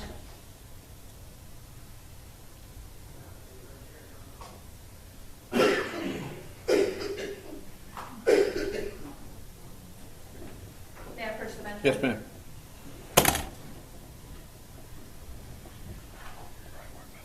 Okay, perfect, thanks. Okay. Can you see it if I'm out of the way here? I have it on this computer. Oh, okay, perfect. Well, for the jury's purposes, I'm just going to go over here to the far left-hand side. It appears to say over here, IH 35 West. Do you see that road that's running north and south? Yes, ma'am. Okay. And then we can also see this road running east and west that's Allen. Do you see that? Yes, ma'am. All right. So orient us here for the jury. 35, is that 35 highway in Fort Worth? Yes. Always has traffic? Yes, ma'am. All right. And then East Allen, is that on the east side of 35? Yes, ma'am. All right. So now looking at next slide, which is going to be States Exhibit 5. What are we looking at here? That is 1203 East Allen. And is that the residence where Tatiana Jefferson was living? Yes, ma'am. States Exhibit 5 to the left, there appears to be some sort of structure or building. Yes. What is that? I believe it to be an apartment, like an old apartment that's empty. I'm not sure.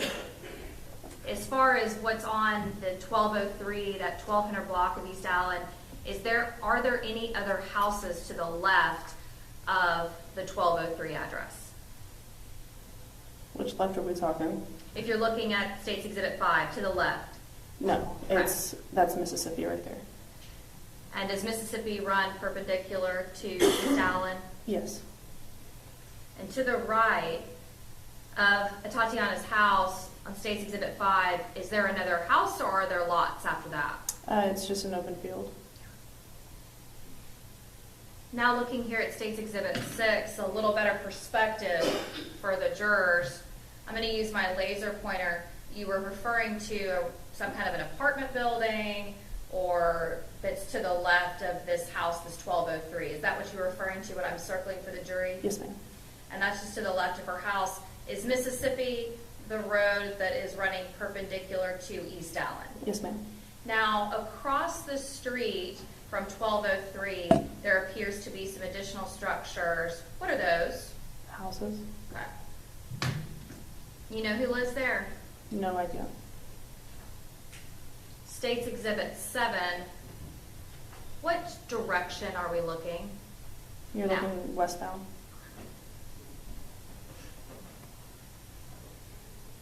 State's Exhibit 8. Which direction are we looking? South.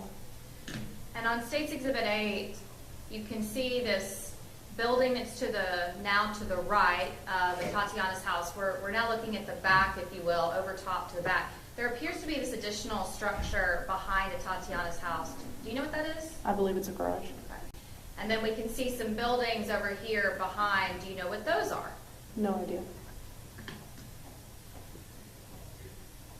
State's Exhibit 9, which direction are we looking? That would be eastbound. And now State's Exhibit 10. Let me back up for just a second here. State's Exhibit, let's go to State's Exhibit 7. State's Exhibit 7, is there a house? So we have Mississippi, East Allen, and then a Tatiana's house. This house right here that's on the corner, sitting on Mississippi and East Allen, do you know the address of that particular house? It's 1120, I believe. That's the first house we walked up to. Okay. All right, so let's talk about that. When you were called out to the scene, do you know about what time it was? 2:30, 3 o'clock in the morning. And can I inquire to the court how to get rid of that box? I can walk up to it, Judge. Okay. Or do you know how to get rid of it?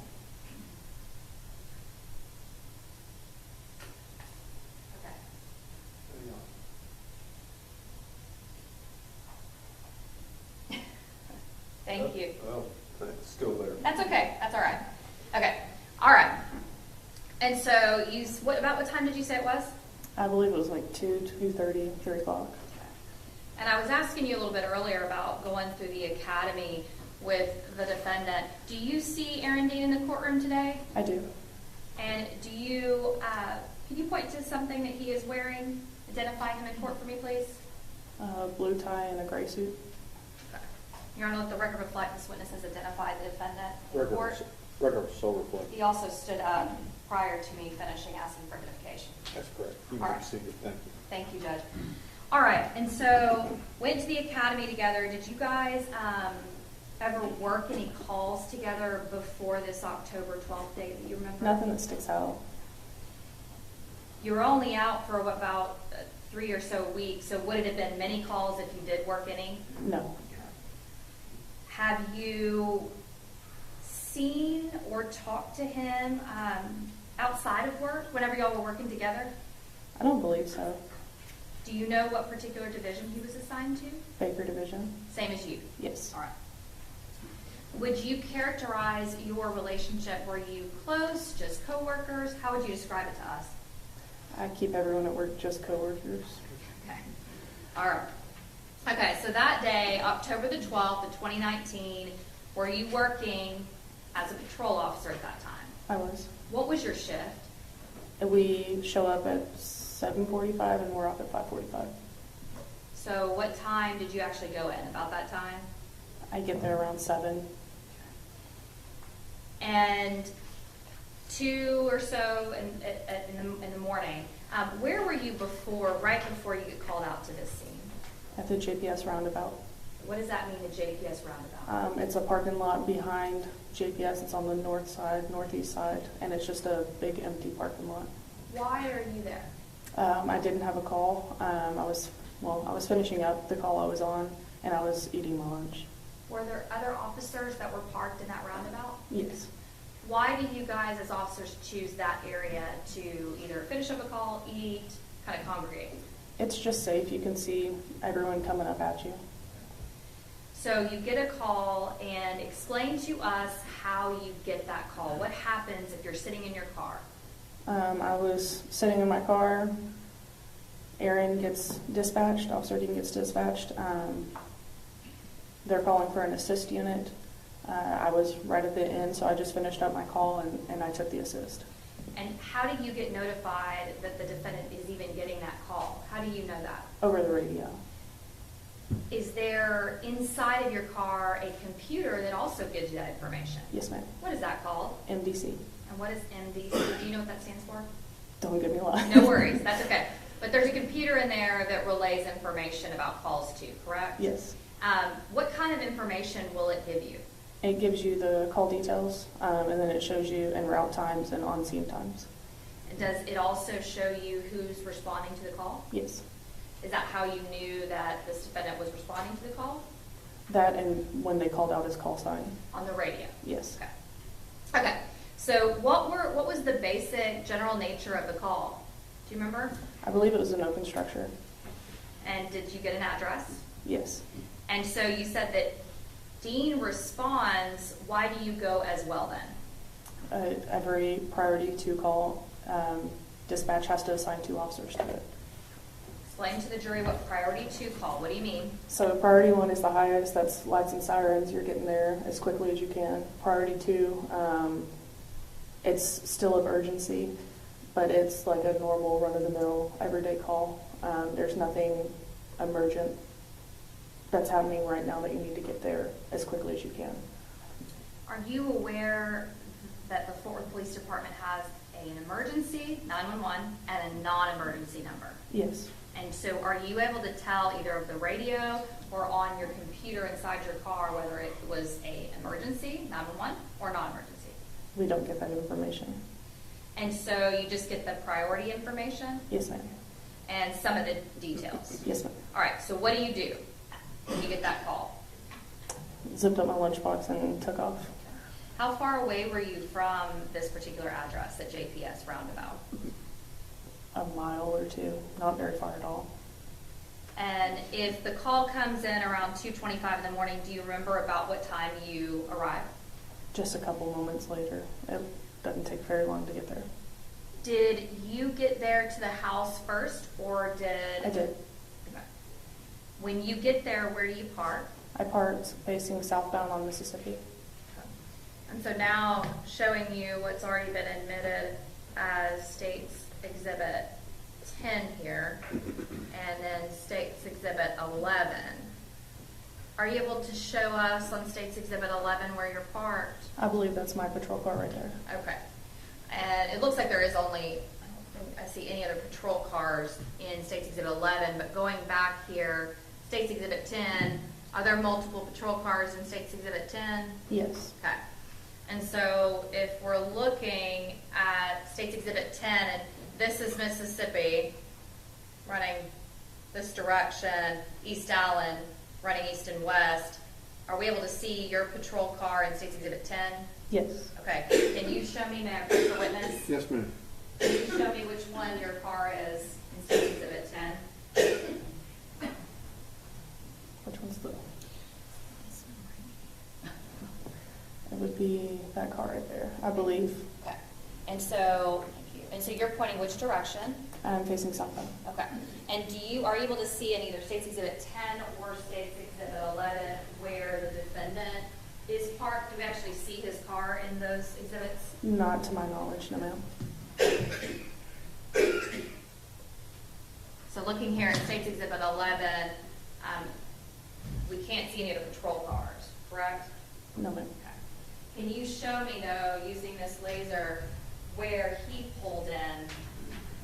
Did he come in front of you, behind you, or somewhere else? It'd be like right in this area.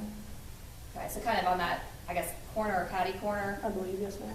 Tell me the address again of that. Is that a residence or a business? It's a residence, I believe. I believe it's 1120 something. So when you guys get out there, you said you get there first, he parks kind of catty corner or behind you at least. Yes, ma'am. What do y'all do? We get out of our patrol cars and we walk to that first house. And it ended up being the wrong house? Yes, ma'am. How did you know that? By the numbers on the front of the house. And the Did- door was closed. Okay. So the call is, door's open, and you walk up, the door's closed, and the numbers are not matching. Yes, ma'am. So what do you do? I believe we went back to the car and checked. We either checked on the MDC or we radioed out asking what the numbers were. So when you say we, do you guys talk about that and you both do it? You just kind of know to do it? How does that work? I can't remember if we talked about it, but I mean, it's just commonplace. Do you remember whether or not you both went to your separate patrol cars to check, or? No, ma'am, I don't. Don't remember. All right. Regardless, you figure out wrong house. Yes, ma'am. So where do you go? We walk across the crosswalk here and then up, like catty corner, corner to corner across the street. All right, so let's go over State's Exhibit 9. And may I push what? Yes, ma'am. You show me the route that you take from that address that was wrong. I believe that we walked like right through this way, just like diagonally across. And when you go diagonally across, so you would have been passing just right in front of this building. Yes. Once you get over here to the street, and then some go in this direction before you approach her house. Yes, ma'am. All right. Do you have your flashlights out? I don't recall at that time. Do you remember whether it was a pretty lit area or a dark area? It's darker in that area. And when you go to approach the house, show you, leave. Let's go back for just a second. When you approach the house in State's Exhibit 5, you said you kind of walked in front of it. Did you notice whether or not there was a fence between those two buildings No, that night? no, ma'am. Okay. So you go up to the front door of State's Exhibit 5, that house, and what do you do?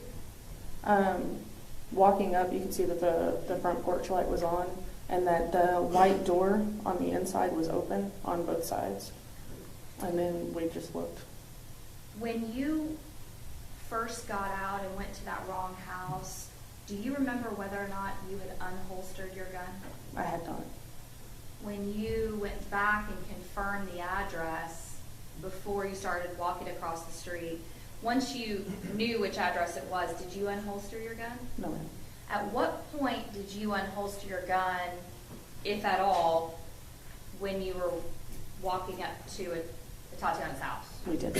I didn't. Okay. When I say unholster, tell us what that means.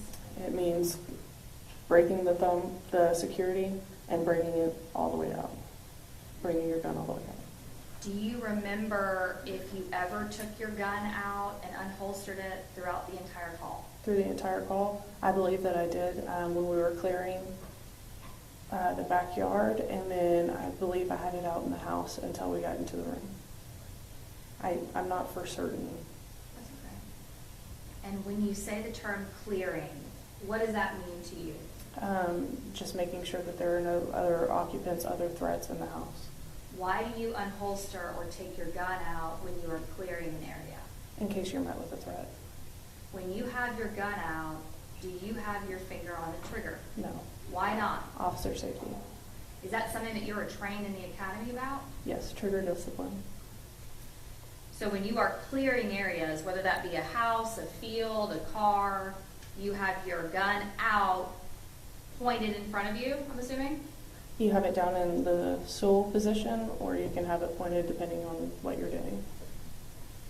When you have it down or pointed, do you have your gun on the trigger? Do you have your finger on the trigger? No. Okay. So you approach the front. You said the front and the side door, the doors were open, and we can actually see they're calling it a storm door, kind of a storm or screen door. Did those appear to be closed? Those were. So when you are driving out to 1203 East Allen, and hearing that it's an open structure, what thoughts are in your mind, if any? I honestly can't tell you what I was thinking that day. Other open structures, you go to burglary, thinking what you're going to encounter on the call. Are you thinking to yourself, east side, high crime area? Or are you just thinking, I just got done eating, I'm going to go to this call? I just got done eating, I'm going to this call. Okay, all right. You show up, and when you're walking up to the house and you see those two doors, the front and the side door that are open, storm door shut, what are you thinking? When I see the inside, or Just when you're walking up and you see those doors open. that it's odd for it to be open that time of night. And do you and the defendant talk about anything as you're walking up? I don't remember if we did. And so you look inside, what do you see? The cabinets are standing wide open. There are things just thrown about. It looked like the house had been burglarized from the living room, kitchen area. I want to show you a couple other exhibits that have been offered and admitted. State's Exhibit 12. Are we able to see on State's Exhibit 12 this shoulder-worn body camera Yes, that is on Officer Dean at that time? Okay. And then there's also, can I have the lights? Or I can, crap. Thank you. You can see it a little better now. On State's Exhibit 12, there is this black device that's on his chest. What is that? it's a handheld mic A for hand- a handheld mic for your radio. Now looking at State's Exhibit 13, will you take me through and explain what all this is? So let's start on the far left-hand side for the jury. What is this right here? That's his gun, Glock 17. And what is this? Pepper spray. So we have the gun, Glock 17 for purposes of the record, and then immediately to the right, there's a leather object holding something, and you said that's what? Pepper spray. Okay, and then we have some sort of other black device that's to the right of the pepper spray. What's that? That's the battery box for the camera. And then to the right of the battery box for the camera is what? A cat T tourniquet. I'm sorry, what? A cat T tourniquet. And then you mentioned an Israeli bandage, which was a tourniquet, and now you said cat T. Yes. What are those different things? Yes. This one has Velcro and like a torque kind of on it.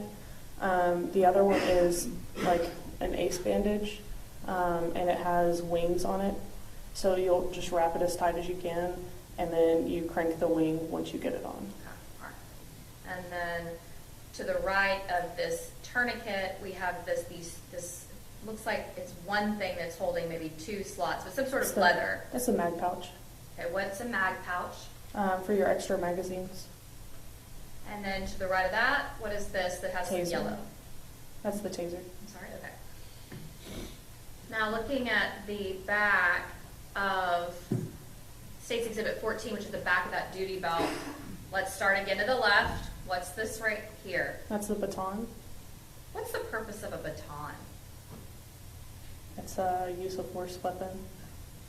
You guys are issued other objects besides a gun that are less deadly, is that right? Yes, they're less lethal. I'm sorry? Less lethal. So the taser, baton, and then we have the gun. And pepper spray. And the pepper spray, okay. And then to the right of the baton is what? Radio. Okay, and then to the right of the radio is what? That appears to be his flashlight. And then there appears to be some small leather. It's called a bell keeper. Okay. Keeps your then- belt up. Okay. A lot of stuff on the belt, right? Yes. All right, and then to the right of the belt keeper, there's two pouches. What is that? Handcuff case. I'm sorry? Handcuff case. Okay.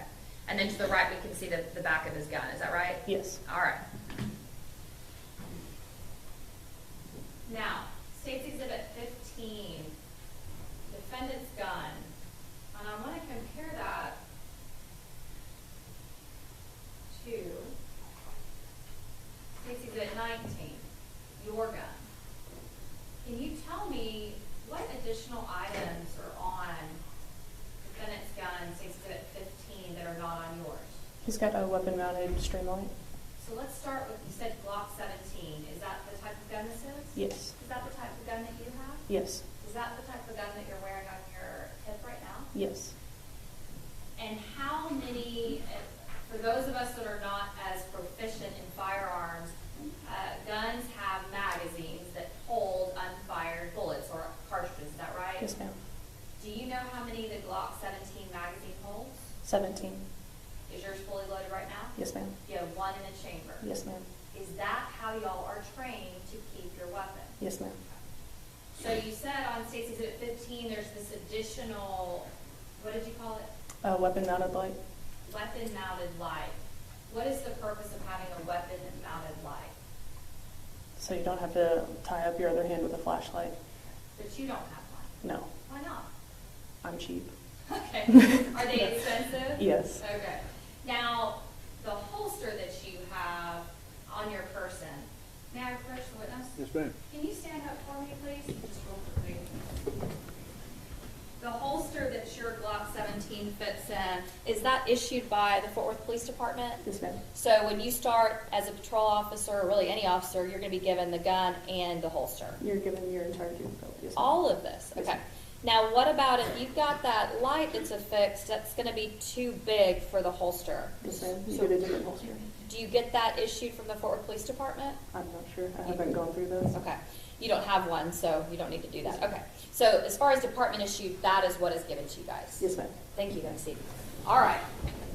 So you said that you guys were approaching the house, and when you look inside, you said it looked, I don't want to use different words than you. You told me the words that you used to describe this house. It looked like it had just been burglarized. Okay. So State's Exhibit 24, we're walking up to 1203 East Allen. And now at this point, there's crime scene tape there. That was not there. Yes, ma'am. All right. And you can see now that the storm door is a bit open. Obviously, other people have been in and out of this house. Was that door completely flush and closed? Yes, ma'am. As I recall. Now, I see, if you can see it, there's a little yellow, what appears to be a cord. Do you see that? Yes, ma'am. Was that there that night? I believe so. I don't know for sure, though. Okay. Now, continuing on to State's Exhibit 25, you said it was, I guess, messy or tossed. It appeared to have been burglarized. Is that Yes, right? ma'am.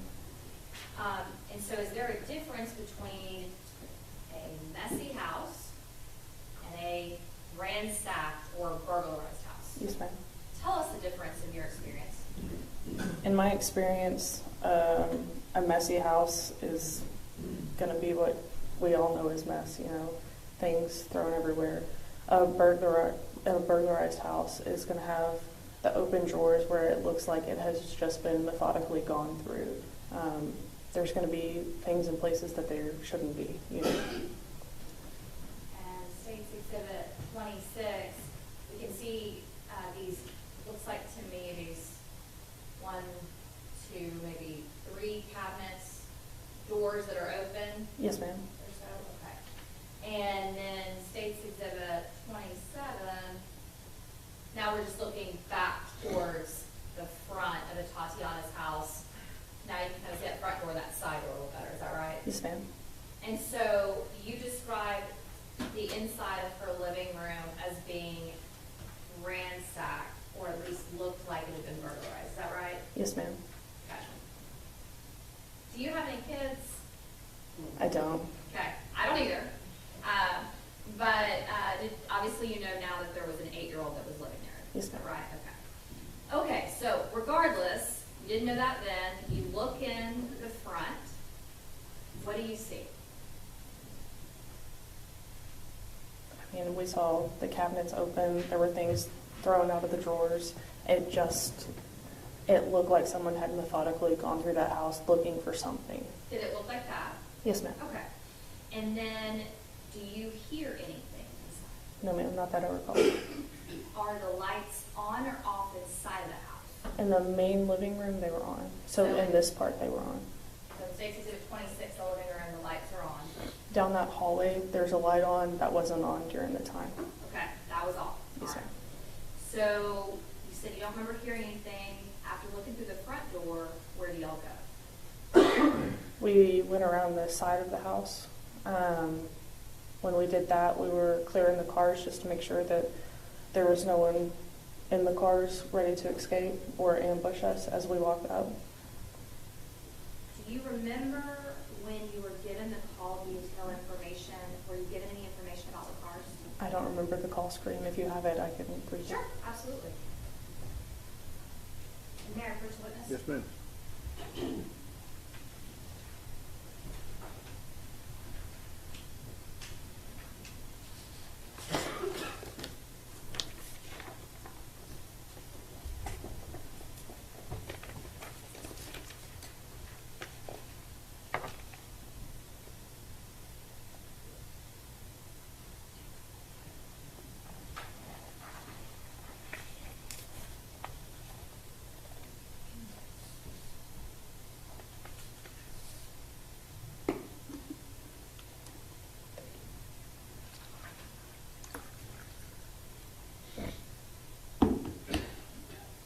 State's Exhibit 95. I'll give you an opportunity to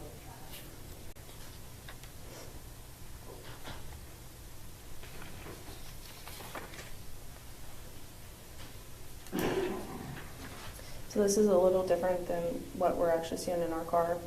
It's got, you know, all of the other officers that were involved that wasn't on our call screen. So it would just be like, And so, just for purposes of the record, on State's Exhibit 95, there are multiple pages, correct? And you just made a gesture at the top of the second page that the information you guys are given is more just kind of at the top, I would say maybe the top third, maybe top fourth of that page. yes, ma'am. It would be like through until where it says Baker 310 dispatch. So the information that you're really focusing in on is going to be Just the first couple lines. First couple lines, okay. And so by looking at State's Exhibit, you're fine. Do you need a cough drop? No. You got a bunch, okay.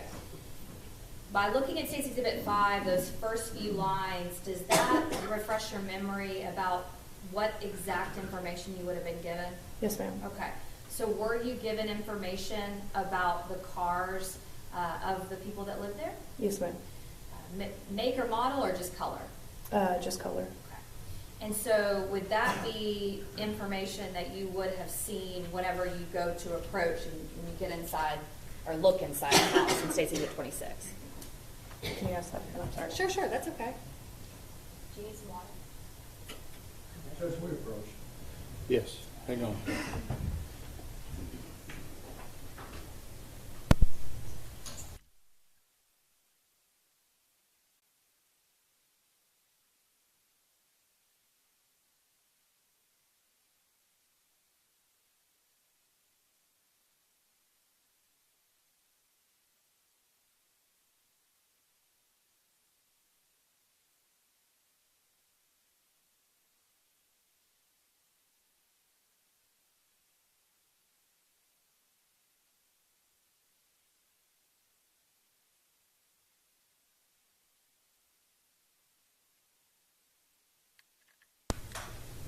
You good?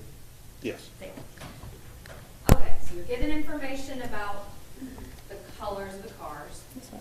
And what other information are you given, just generally speaking? Open structure, there's 2 cars in the driveway. Anything else? Can I read it? Figure? You can certainly read it to refresh your memory. It says that the neighbors are usually home. Okay. And were you given information about who called the Fort Worth Police Department? Do you know if you would have been given that information inside of your car or over the radio? We would have gotten it both places. Both. And are you given the information about, so would it have the name of the person that called, and then does it also have a phone number? It does. Okay. And just looking at State's Exhibit 95, are you able to tell who the caller name was and the phone number? You don't have to say it and you don't have to read it out. I just want to know if that's on the call. It is on here. On our MDCs, there's different tabs where if you don't have that tab clicked, you're not going to see who the caller is. But you have the ability inside your car to do so. Yes, ma'am. All right. Okay, so you get out there, you look inside, you go to the side door. Now where do you go? The side door, we started making our way, which would be northbound down the side of the house. Do you hear anything like that? Not that I remember. After you get to the side of the house, where do you go? That's when we go into the backyard. You said that you guys cleared, or I think you said y'all or you cleared both cars. Yes, sir. Do you guys talk about who's going to clear what or how you're going to do it? Not that I remember. I don't remember a whole lot of communication from them. Before you walk up to the house, do you guys discuss who's going to take lead or call the shots, if you will? It was his beat, so it was his sheet. Okay. Now you said that to me before. It was his beat, it's his sheet. What does that mean to us? If you're responsible for that area, most officers take pride in their areas and they try to take the sheet on it, just so that people get to know their face, get to know their names, things like that. So naturally, are you going to kind of take a back seat to what he's kind of telling you to do or directing you to do, or y'all going to do it together? My primary mission at that point is to be an assist officer. All right. And so who makes the decision, or do y'all discuss who's going to go into the backyard? I don't think we did. Who opens the gate? I believe it was Officer Dean. Now, I want to ask you, do you have some trouble with your memory? Yes, ma'am. Can you tell us why? I've had 2 TIAs, 2 trans-ischemic attack strokes. So as far as your memory is concerned, and just generally speaking, when have those occurred? The first one occurred February of 2020, and then the second one the following March, so March of 2020. So did you also give interviews to the major case department back in October of 2019, right after this happened? The night of, yes, ma'am. So if there's any questions that you're unable to remember, would that be the most accurate and the best from what happened that night? Yes, ma'am. And then, of course, we have the body camera footage. Yes, ma'am. Okay. All right. And so you're not quite sure who opened the gate, but do y'all go in the backyard? Yes, ma'am. When you go in the backyard, do you remember who went in first? I believe it was Officer Dean. Do y'all talk about who's going to go left, right, straight, what you're going to do? No, you're trained in the academy, and it's just muscle memory at that point. What do you train in the academy to do when you enter a backyard? You do what they call, I don't know the exact terminology for it, but it's basically you perform an X. Whoever's on this side goes in this way, and whoever's on this side goes in this way. Okay. Why? Just so that you're facing what you see. And is there a particular way that you are taught to clear a backyard or clear a space? You do what you call a pie, and you just break it up into small sections, what you can see first, and then you go into the corner that's unknown. And so did you guys personally do that when you went into the backyard? Yes, ma'am. Is it something that you can visibly see that another officer is doing, or are they able to do it just with their eyes only? It depends on how big the area is that you're clearing. Could you tell whether the defendant was slicing the pie or cutting it up in these pie sections? I had my back to him. Okay, so let's talk about that. You've got your back to him when you go in the backyard. About how far away were you guys from each other? We were very close. Were the backs of you, were y'all touching? If we weren't, we were close. I know that. Very close. Yes, ma'am. And which direction is he facing? He would be facing southbound, which would be toward the house, and I was facing northbound toward the backyard. And when y'all get in the backyard, and so you're actually looking at, I guess, the fence, if you will. Yes, ma'am. Okay. And so after you get back there, you're back to back, he's looking at the house, you're looking away. What's the next thing that happens? I'm clearing the backyard. As I get a quarter halfway into it, I hear him start giving out commands, so I drop my gun into the stool position, and I go to turn around, and about halfway through my turn is when I hear a shot ring out, and I turn around, and that's when I can see her. So when did you pull out your Glock 17? I'm not sure the exact time, but I believe it was when we were going into the backyard. So you pull it out, you think you pulled it out, and are you using it to clear and slice the pie, if you will? Yes, ma'am. So would it have been pointed At the fence, at the fence? You said you put it down in stool position? which would just be pointing at my feet so that I don't turn around and have the barrel of my gun in his back. Do you know whether or not the defendant had his gun out while y'all were approaching the front or side doors of the house? I don't remember him having it out when we were approaching the front or the side. Do you know whether he had it out? Do you know when he had it out? When he pulled it out? No, ma'am. Okay. When you guys were, after you were walking by the cars that we were talking about in the driveway, do you remember seeing any type of lawn equipment or electronics of any sort outside? I know from the video, I don't remember firsthand if there was. I know from the video, though, that there was a lawnmower and a weed eater. What about when you get to the car, the second car, do you remember having, there was a bicycle of some sort? I tripped on a bike. Yeah. Okay. Do you say something about that in the video, or do you remember? I don't remember, but I'm sure I did. And then, do you remember whether that was a bigger bike, small bike, or do you remember? I don't remember. Okay. And so you were on the inside of that car, between the house and the car, there's a bike, and you kind of run into that. Where is the defendant? He is on the east side of the car. Other side? Yes. Okay. And at any point before y'all get into the backyard, have you called for backup? No, ma'am. Okay. Would you know if backup had been called by the defendant?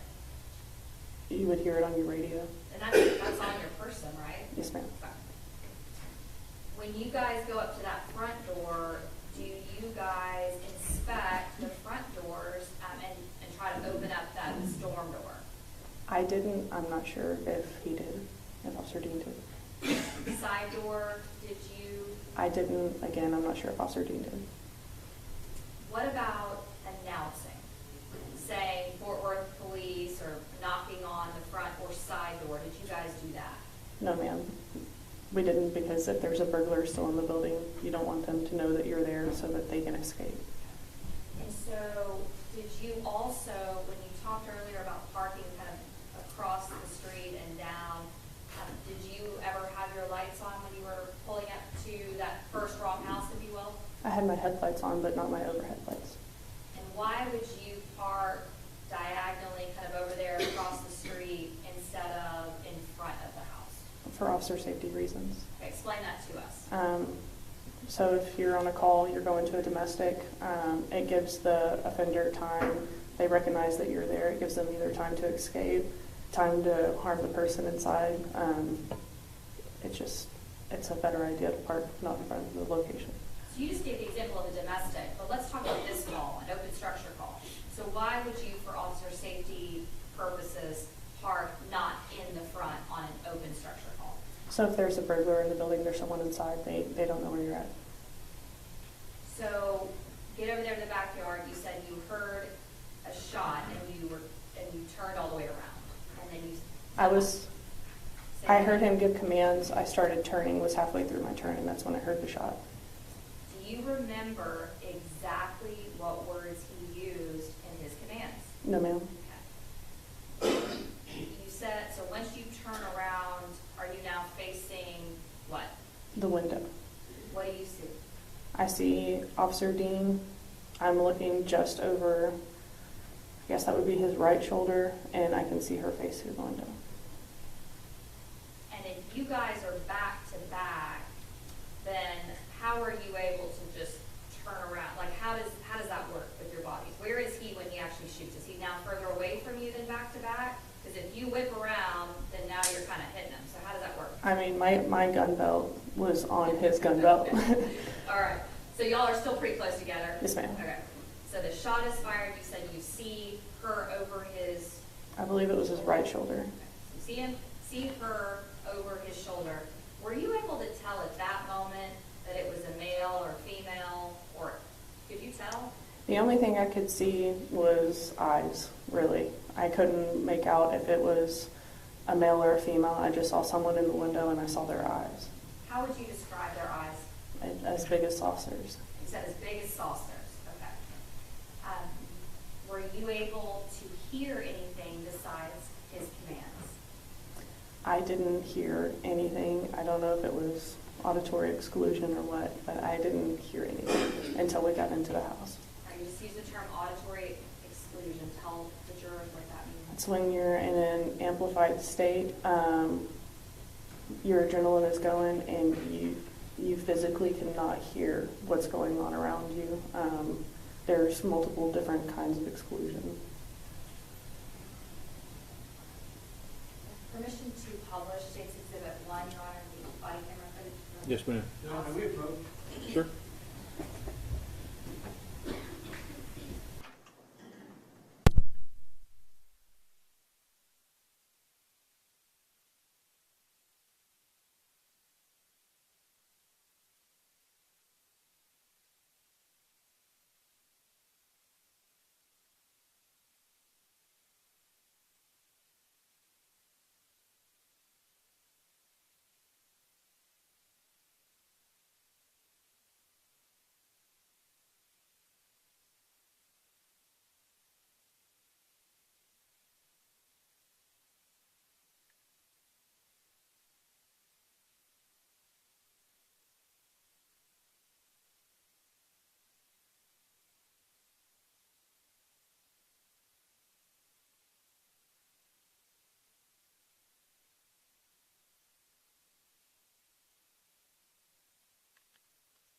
Hang on just a minute, waiting on Mr. Smith.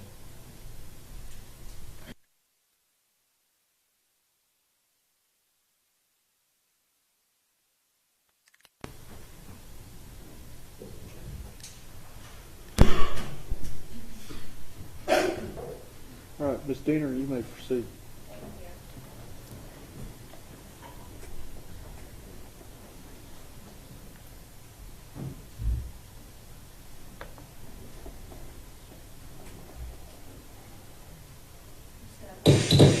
Start at the beginning.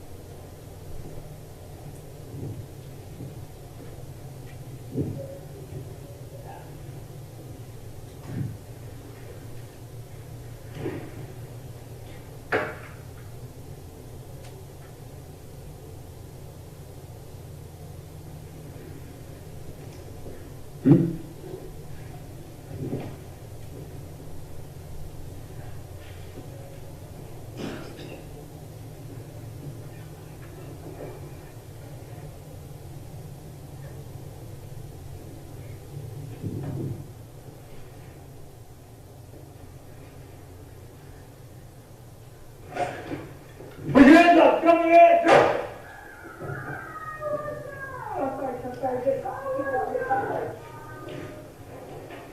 Breaking 325, shots fired, start supervisor, and then start code. We need to get in there. We need to get in there. Yeah, you guys your TACMAN kit?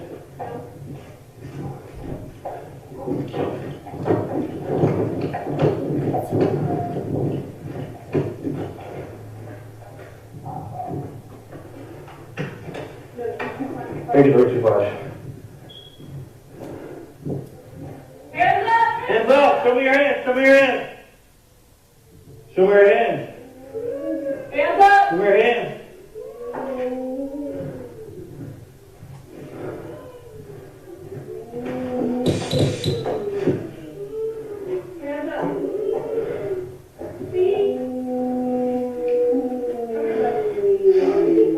see what looks like what in here.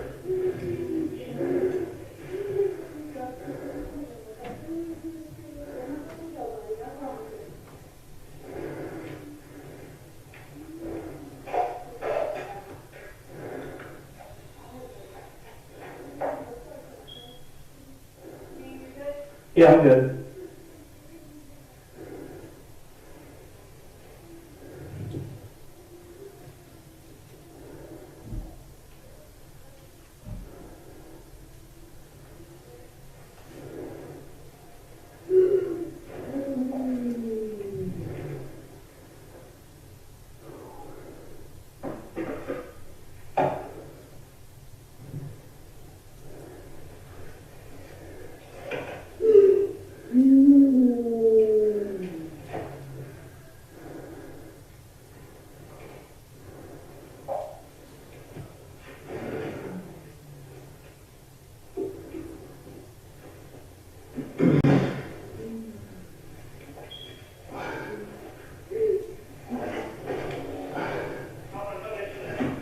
Come on in, come on in. It's clear, it's clear, it's clear. Can that pull?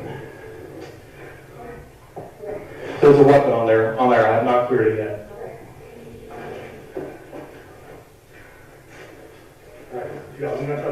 Yeah, one got shot into the chest. Step back, one step back.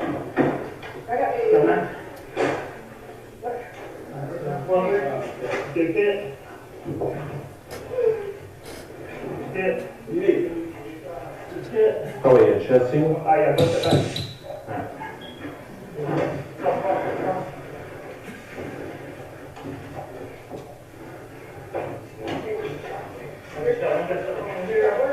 Yeah. All right, so hold. Move just airway. Just airway. Yeah, stop. Okay. Yeah. Yeah, we still do. Let's do chest seal.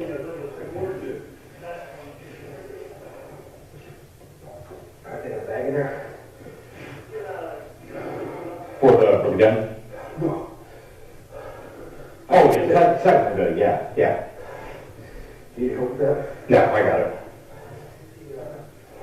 Gonna shut it off, show off the laser. Can we take that door?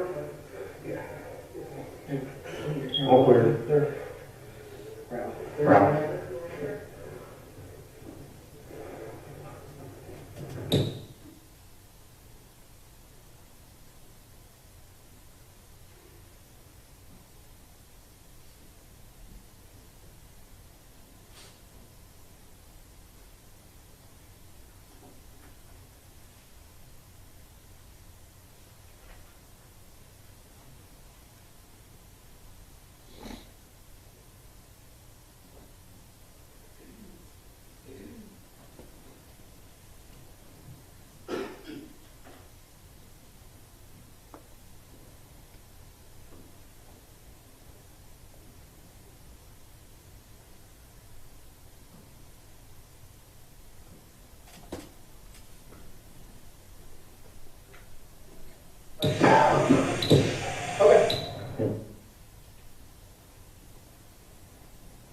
Okay. I'm gonna ask you some questions about what we just saw at State's Exhibit 1, and if we need to go back and rewatch it, that's fine. Yes, Okay? sir. So, when you guys walk up to the front door or the side door, do you or Officer Dean at that time, the defendant, try to use the actual handle to see if it's locked or unlocked? Not to my knowledge, no. When you go into, now looking at that video, going into the back gate, it looks like to me, and we can go back if we need to, that the defendant opens the gate and looks, like flashes a flashlight in the backyard. Do you see that? Yes. Before, y'all both go in there. Do you see that? Yes, ma'am. Okay. And did he say anything at that point to you after putting that flashlight and looking in the backyard? No, ma'am. Okay. When you watch that video back and you see the commands and then the shot, do you now know what he said? And I can think he said, hands up, show me your hands. You hear him ask about a TACMed kit. We've already explained that to the jury. Is that what you're referring to? Yes, Why were you wanting to get a TACMed kit? for life-saving procedures. Someone is in the house that's shot now. Is that when you could have applied, that TACMed shows up, but a halo seal or a chest seal, Yes, if there's a shot, or anything else you need in there? All right. So y'all go around and go into the front, and then you go inside, and I hear your voice before his making some announcements of some sort. yes, ma'am. Do you remember what you said? From the video, I said hands up. Okay. And why are you saying hands up? I can't tell you exactly why I said hands up. I don't know if I was in a heightened state of adrenaline, and that's the last thing I heard, so I said it too. But I wanted to announce that we were coming in the house. And why would you want to announce that you're coming into the house? So anyone else that's in the house knows that we're coming in. When we see you guys, well, specifically, we can see the defendant going and pointing into some of the other rooms before we actually go to that back bedroom. What is that called, and why is he doing it? It's clearing, and he's doing it to make sure that there is no one hiding with a gun, waiting in a room to shoot us or to get one of us, you know. Get back into the back bedroom. What is your priority when you get back there? What do you do? As soon as I came through the door, I heard the baby, and that became my sole focus. What did you do with him, the child? I got him to come to me. We went down the hallway. I remembered that it was cold outside because I had my jacket on, and there was a blanket on the back of the couch, so I wrapped him up and I went and stood on the curb with him so that he didn't have to see what was going on in there. So whatever happened inside of the room after you took him outside, you don't know. No, Was the child you're talking to, Zion Carr, you know his name now, was he emotional? yes ma'am, And we can hear him on video. yes ma'am. And so how long did you wait out there? Do you remember? It felt like 30 minutes, but I know it was not long. By the time that we see the defendant's body camera come out to the front, we already see some police personnel that's already there. Is Yes, that ma'am. right? Do you recognize anybody on that video? Yes ma'am, I Good. recognize all of them. I work very closely with them. Okay, who are they? Tell me their names. Officer Vitek, Officer Cotton, Officer Fuller, Officer Gilbert, and then Sergeant Horner at the door, and then Officer Hoffman in the room. Okay, and VTech and Cotton, were they part of the TACMed team, those first two officers at the scene, or do you know? They're not, they're assigned to Baker Division as well. And the first few officers that we see that come into the room and tell the defendant to get back, who are who's that? That's Officer Cotton and Officer Vitek. Did they then perform some type of life-saving measure? They did. Were you able to perform any life-saving measures on Tatiana? I was not. Your focus was on that little boy. Yes ma'am. From what we see in the video on State's Exhibit 1, did the defendant perform any CPR life-saving No ma'am. measures? Okay. VTech and Cotton show up, they do. When you're still there at the scene, about, I didn't have it marked, but I know it was in the last maybe minute or so, maybe 2 minutes of the video, the sound goes off. Yes ma'am. Do you know why? That would be muting your body cam. Do you know why he would have muted his body cam? No ma'am. Do you know whether he did that on his own, or maybe somebody told him to do that? I'm not sure. You don't know. Okay. And you go to, when you're outside, does another officer come and relieve you, or where do you go after you're out there with Zion? I'm outside with Zion standing on the curb, and Officer Ray pulls up, and we get him into the back of a patrol car and turn the heat on just because it was so cold outside. And then where do you go? I went back in through the front door to see if there was anything I could do to help. Was there? No. So where do you go? What do you do?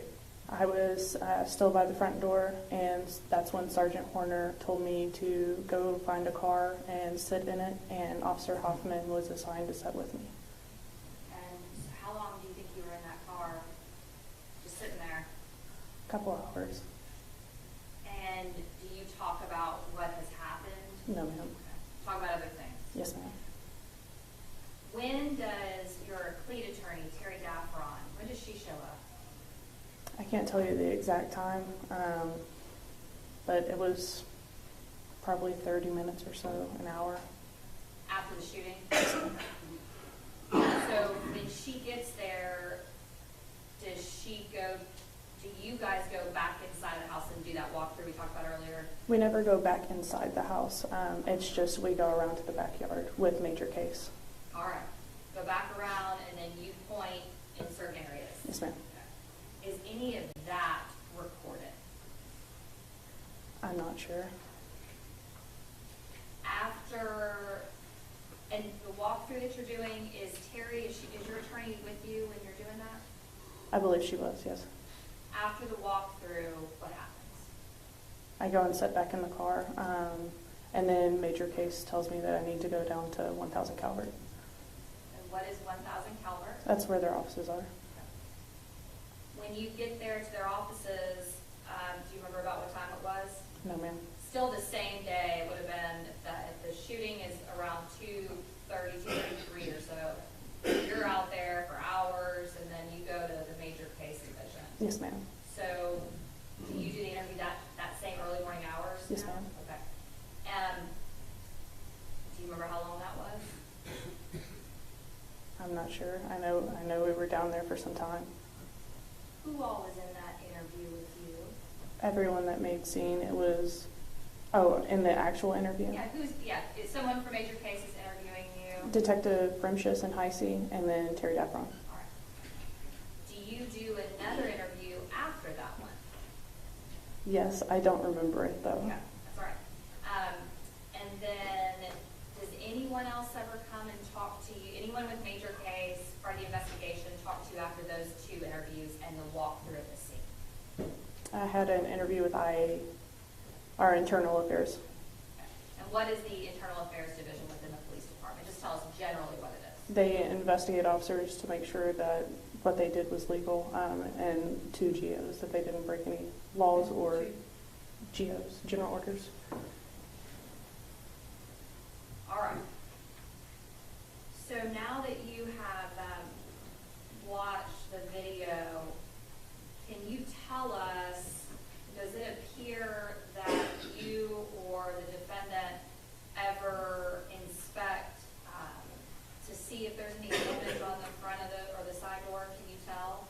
You can tell when you're walking up if there's forced entry. Was that Was there on those doors? right? No. Was and we know because you guys go in that front storm door, but did you guys check to see whether that was locked or unlocked on your first approach? I don't believe we did that. But now we know it was unlocked because Yes, ma'am. we go through it. All right. Did y'all, when you are clearing the cars that are in the driveway, do you remember which direction those cars are pointed? I don't. Do you remember whether or not those cars have license plates? No, ma'am. No, you don't remember, or no, they did not? No, I don't remember. Okay. If they had license plate, is that something that you could do, is to run license plates Yes, on ma'am. cars to see who the owners are? Yes, ma'am. Okay. In this case, though, you guys were clearing the cars. Did y'all run the license plates to see who the owners of the cars were? I did not. Did you need to do that with the information that you had from the 911 call details? With my experience then, I wouldn't have thought about it. Okay. Wouldn't have thought about who owns that car. Did you think at all about that those cars were the neighbor's cars, as it says in the call details, or didn't even think about it? No, ma'am. Okay, that's fine. 3 weeks you were cut loose, right? Yes, ma'am. All right. Okay.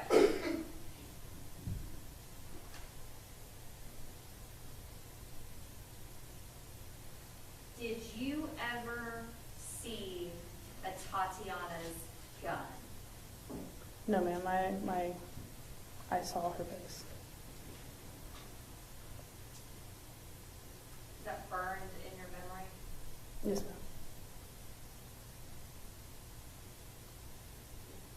Did you ever hear the defendant say gun?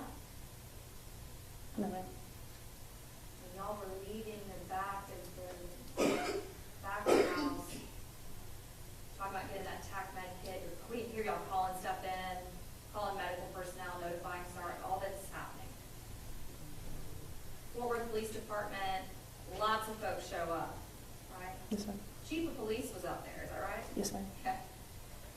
At any point from the time that you're in the backyard and you go to the side, all the way to the front, does the defendant tell you gun? Not to my knowledge. She had a gun. What about as you guys run inside that house? Does he ever warn you that she has a gun? Not that I can remember, no. Now, when you come out of the house and when Officer, I believe, did you say which officer it was that showed up to kind of relieve you with Zion? Officer Ray. Officer Ray. And when you come out of the house and he finally relieves you and gets Zion in the back of his car, kind of have a minute to think what's going through your mind. That there's someone down inside the house.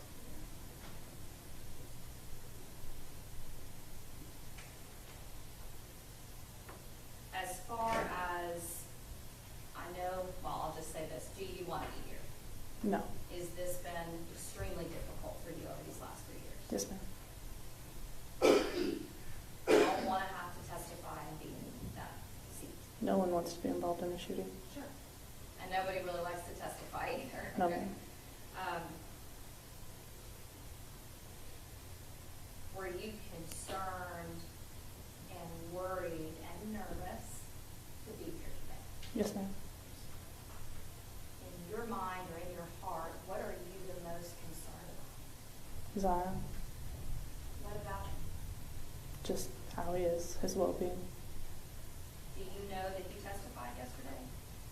Yes, ma'am. Can I have a minute? I'm going to pass the winch on. Can I take a minute? Yes, let's take a break, so let's take a short break. If you'll retire to your jury room, hang on just a minute. You retire to your jury room, okay?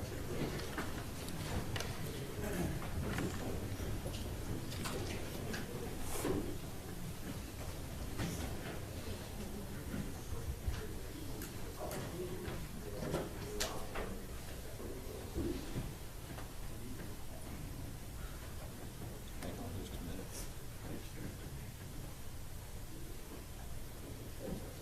Get the jury.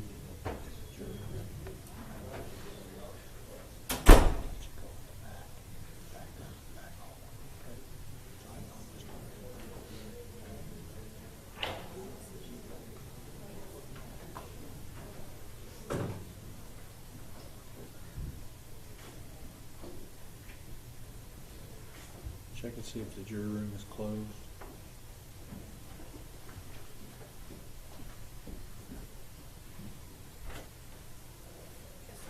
Okay, Alan, let her walk down the back hallway.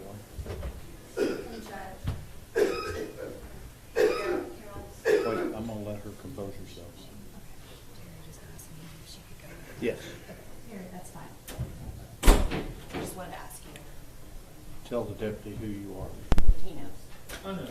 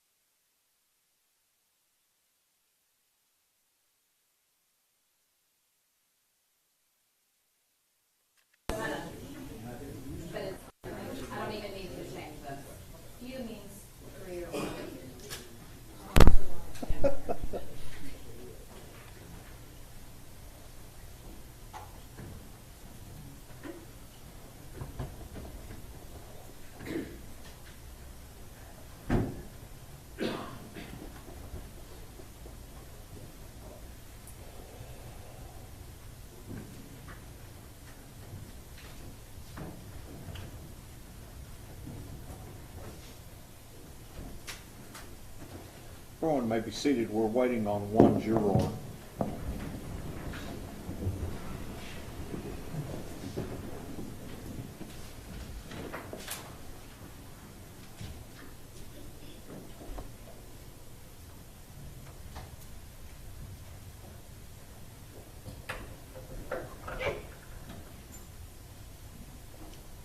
Ms. Diener, does the state wish to reopen it?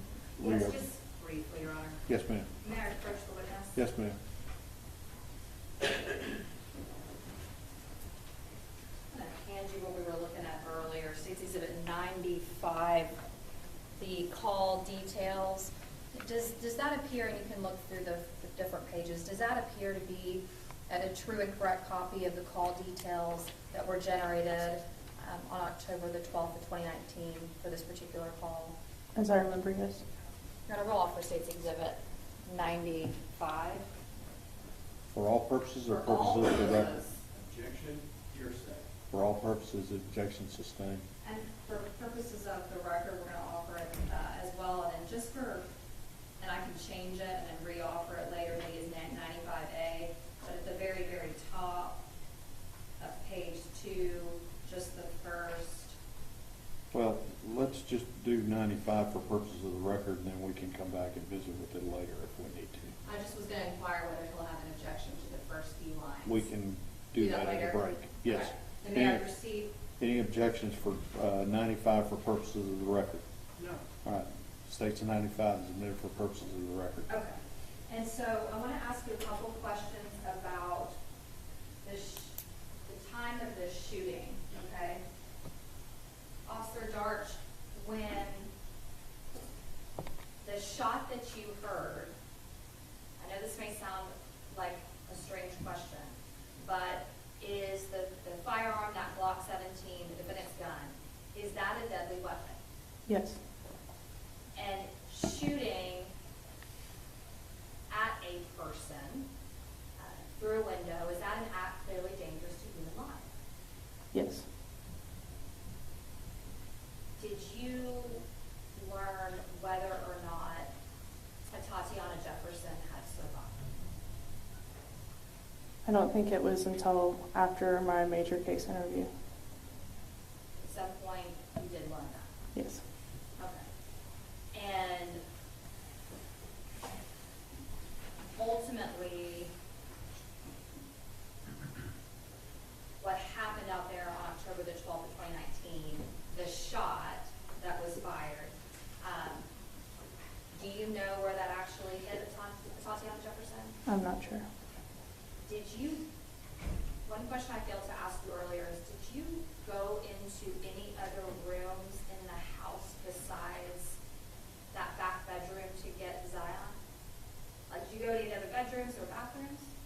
When I was clearing, I went into a few rooms just to make sure that there was no one in there, and then I was met with a big dog that was running at me, so I put him into a bathroom.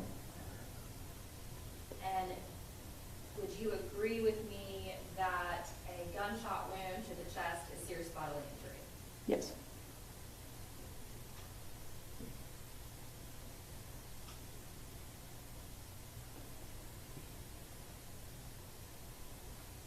I'm going to pass it in, Trey. All right. Cross-examination.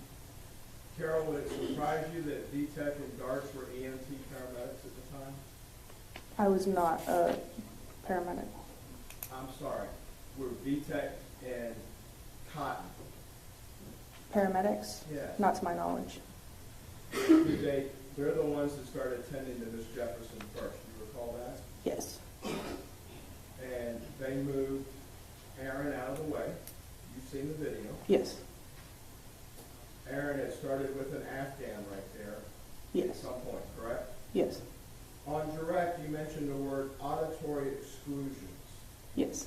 Is one of the events that takes place with the human psyche or body under a traumatic event, like a police shooting, correct? Yes. Are you trained on some of the events that take place in critical incidents? Yes. What happens to your vision during a critical incident? You get tunnel vision, What's that mean? where everything around you just encloses and your primary focus is what's in front of you. as part of your training that the state went through for a significant amount of time, did you review critical incidents of other officers both in Fort Worth and around the country as Yes. part of your training? Yes, sir. Did you learn that your tunnel vision focuses usually on the threat that's going to harm the officer? Yes. What harms an officer usually on a person? Like hands. What are the where's the gun held on a person? Hands. In your training experience at the academy, did you learn that though you may have the best commands in the world, when that stress environment of the vision that's here goes to tunnel, that commands usually change to what they're seeing as opposed to what they are trained to say? Yes. Would it surprise you that in your major case interview before 7 o'clock that morning that you said that he had called out Fort Worth police? It would. I don't remember. But that's how you're trained and that's what you're used to hearing, correct? Yes. Would it also surprise you that Aaron's call out for the commands was like what you saw in training from other critical incidents? He's vocalizing what he's visualizing. He's seeing the weapon and yelling, "Show me your hands," because that's where the danger is coming from. Yes. Is there a term in your field of training for critical incidents called lizard brain? I don't know. You had a pretty good adrenaline rush as well when this critical incident, fight or flight, correct? Yes, sir. If a weapon were pointed at the direction of your partner that night, that weapon, if it had a green laser on it, the weapon with the green laser pointed at your partner's chest, it would be pointed at your back as well if he were to move out of the way, correct? Yes, sir. Let's break for lunch. Okay? Be back at 1 o'clock. We have your lunch ready. Okay? So if you go with Deputy Nicholson.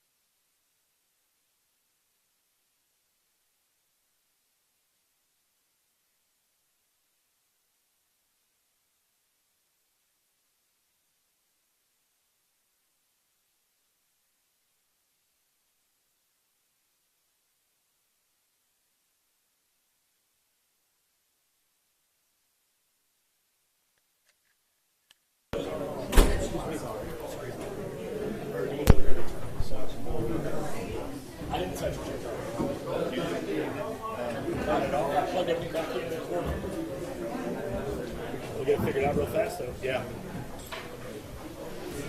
Make sure it's not unplugged over there.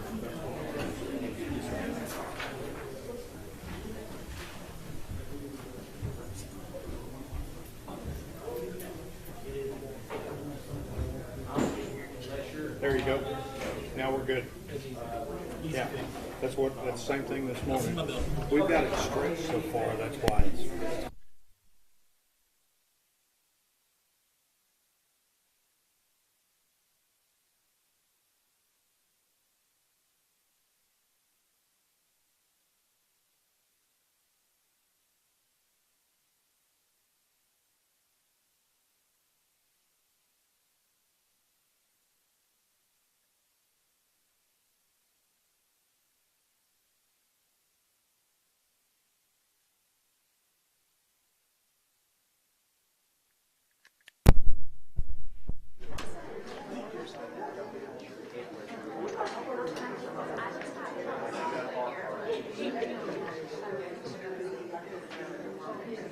If not, we have the video room. They say they've got it.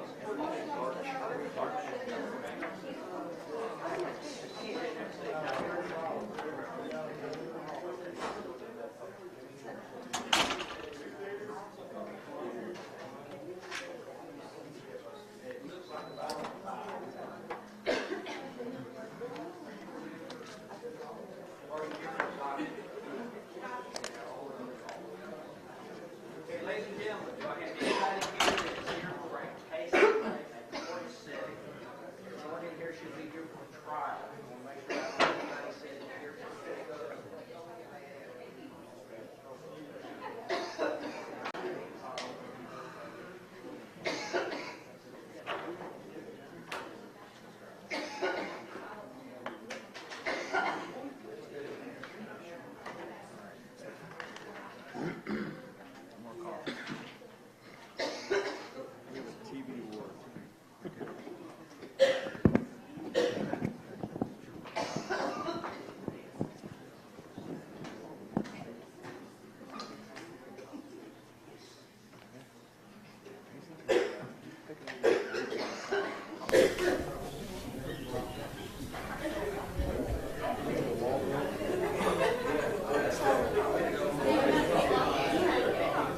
Are both sides ready for the jury? Huh? Is she gonna be okay? We have a cough break, let everybody get their coughing out for a few minutes before we start. All right, let's go. I need quiet in the courtroom, please.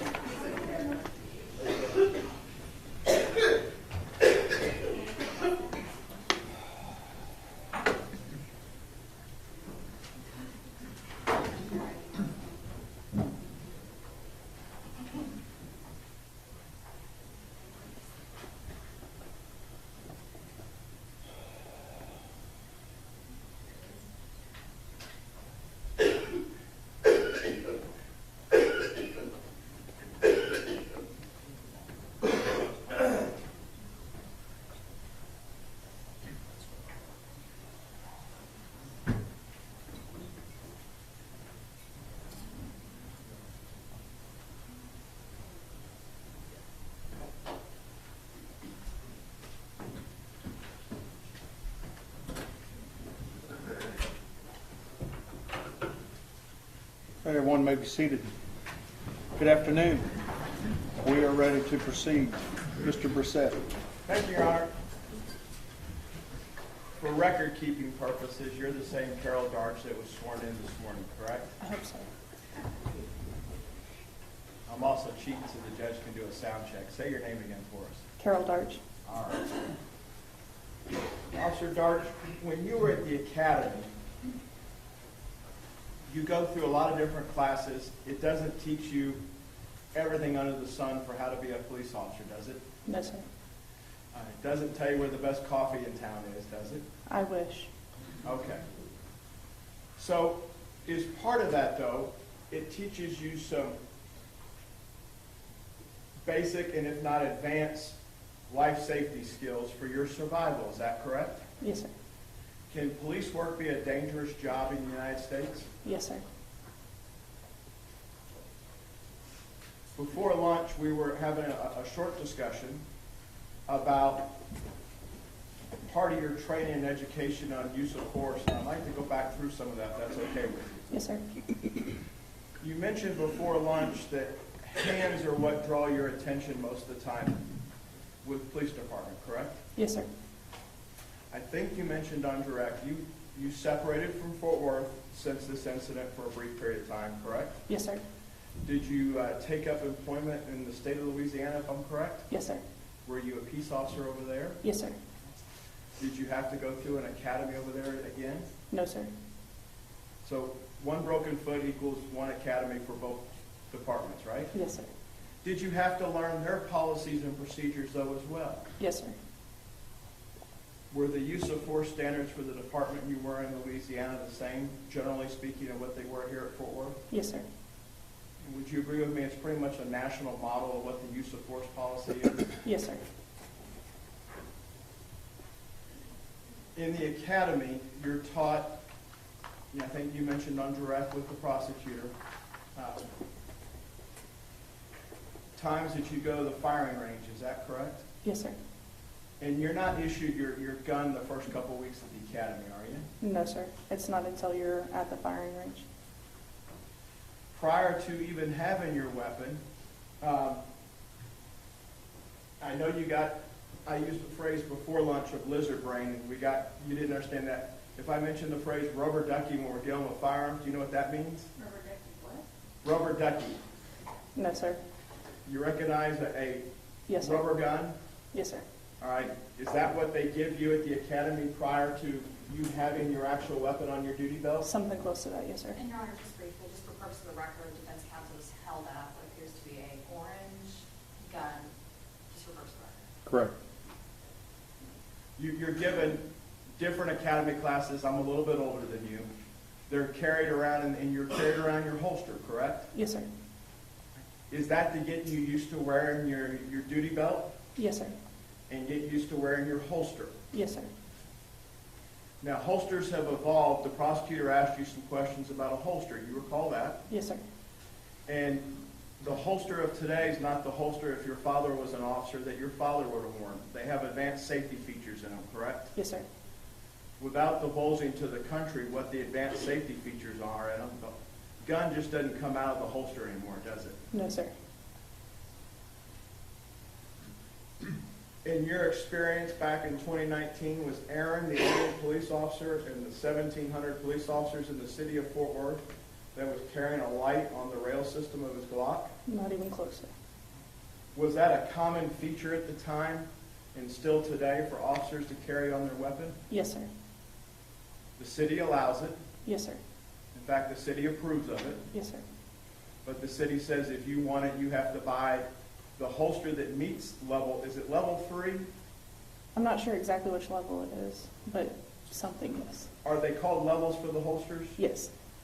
It has to meet the appropriate level of holster, and it can be adapted to have a rail system that has a light on it, correct? Yes, sir. And you can't carry anything that's not approved by the department. No, sir. Any issue with what you saw from the exhibit and the photos of Aaron's weapon up there that he would have had a light rail from, I think, a string light on his gun? No, sir. Did they talk to you about having that ability to have those lights at the academy? They did when we were at the weapons range. Was it recommended? Loosely, yes. And they are expensive. They're a couple $100, aren't they? Yes, sir. And police officers aren't flowing with cash, are they? No, sir. Let's talk about other parts of the uniform. The prosecutor on direct showed you some pictures of Aaron, at least, right? Yes. And y'all went over on the screen about Aaron's duty belt. Yes, sir. And there were some questions asked about lethal and less than lethal options that you carry as a peace officer in the city of Fort Worth. Do you recall that? Yes, sir. May I approach the witness, Your Honor? Yes, sir. Yes, sir.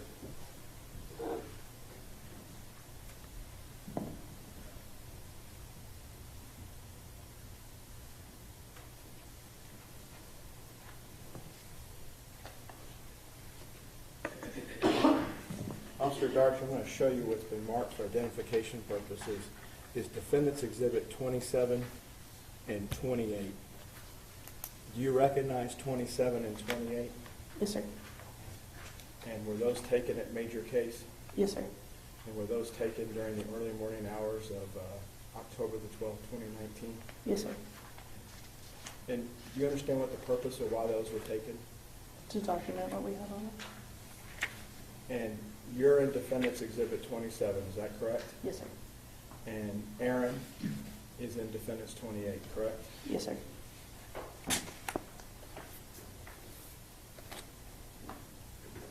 Aaron, at this time, the defense would tend to the state defendants 27 and 28 offered it for all purposes. Council approach, just a minute.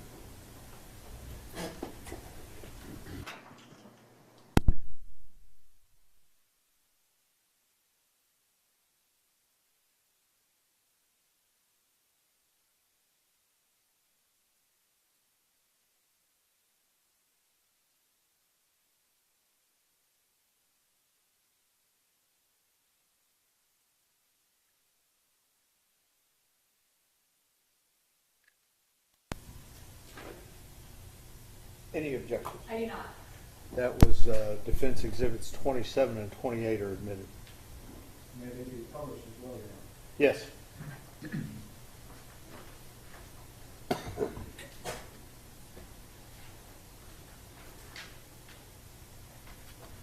Let's start with Defendants 28. You recognize the guy in 28, right? Yes, sir. In 28, let's show the first 7 in the jury, then I'll show the second 7. In that night, was it cool out? Yes, sir.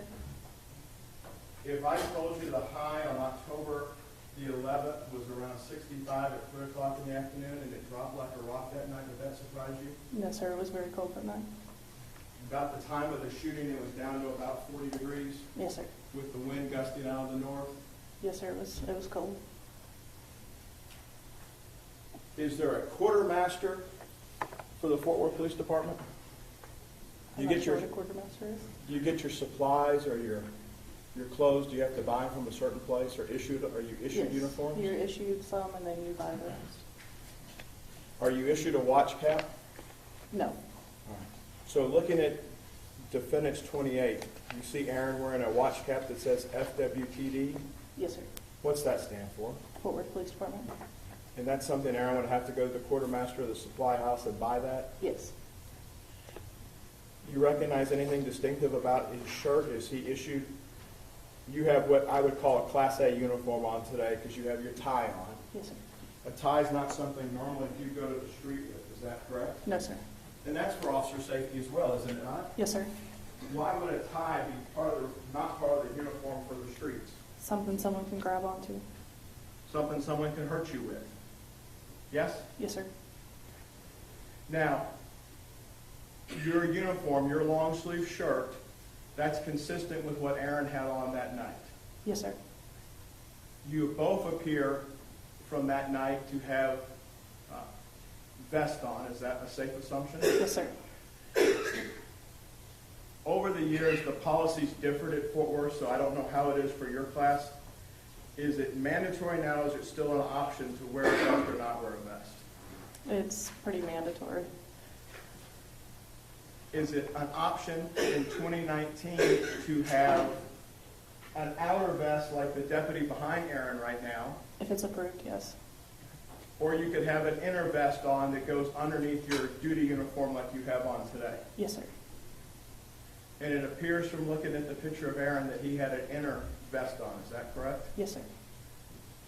Your formal dress shirt, the dress shirt that you're wearing here, you're issued at least one badge when you graduate the academy. Is that correct? Yes, sir. Now, those badges are individualized to some extent, are they not? Yes, sir. How are they individualized? I have a number right here. All right, you're assigned a badge number. Is that correct? Yes, sir. And as long as you're at the department, that's your badge number. Yes, sir. Did you get a new badge number when you came back? Yes, sir. So it's during that stint, that's your badge number. Yes, sir. Because what Ms. Morton's typing on can't visualize the badge, the badge for a patrol officer without rank, line officer, is silver, is it not? Yes, sir. And it's a shiny silver. Would you agree with me? Yes, sir. The exhibit you have in front of you, I think defendant's 28, 27. 27. That's what you're wearing that night, correct? Yes, sir. You have on an outer fleece jacket, would you agree with me, or something similar to that? Yes, sir. And it has two distinctive Fort Worth patches like your uniform shirt on the sides of it, correct? Yes, sir. So if you know that is it Officer Ray, who you gave Zion care, Yes, sir. custody, and control of? Yes, sir. He took great care of Zion, did he not? Yes, sir. And you know Zion, while you went to major case, Zion went back to y'all's substation. I'm not sure where he went. Where's the sergeant office? Your sergeant that separated y'all, where's she office at? 1289 Hemp Hill. 1289 Hemphill, is that where your office was? Yes. If it was told that they took Zion there first to get him some clothes and to let him have something to drink and lay down and try to go to sleep as best he could, and if it was out of the sergeant's supplies of her stuff, that's where it would be? Yes, sir. That's where her personal vehicle would have been? Yes, sir. So if the sergeant sent somebody back to get stuff out of her vehicle to set up a crate or a cot for Zion, that's where it would have been? Yes, sir. If Zion says he saw a badge through the window with what you're wearing that night and what Dean was wearing, whose badge would he have seen? Officer Dean's. When light bounces off of your badge, is it reflective? Yes, sir. It's shiny.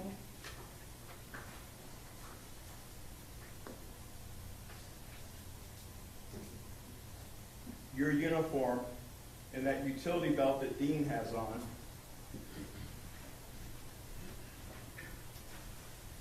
the prosecutor broke down Dean's uniform, but you carried the same utility belt, correct? Yes, sir. You may have had stuff placed in a little bit different area. They asked about less than lethal items. You recall that? Yes, sir. You were trained at the Fort Worth Academy under a time period that's and if I'm wrong, correct me, the use of force, it's not the continuum, it's a use of force wheel now, is it not? I believe it was still a continuum. We had the pyramid. Okay, can you explain a pyramid to the jury? So the bottom level is completely compliant. I'm talking with you. Words are working. The next level would be hands-on. So I'm going to arrest you. We get into a fist fight, an altercation. When hands are no longer working, then it goes up to the next level. And that would be your taser, your baton, your pepper spray. And then the last level is lethal, which would be your weapon. Is your mere presence in uniform sufficient for Fort Worth and their general orders you said compliant, you're there? Yes. It's understood as a peace officer, if you're there in uniform. That's a level of presence, yes.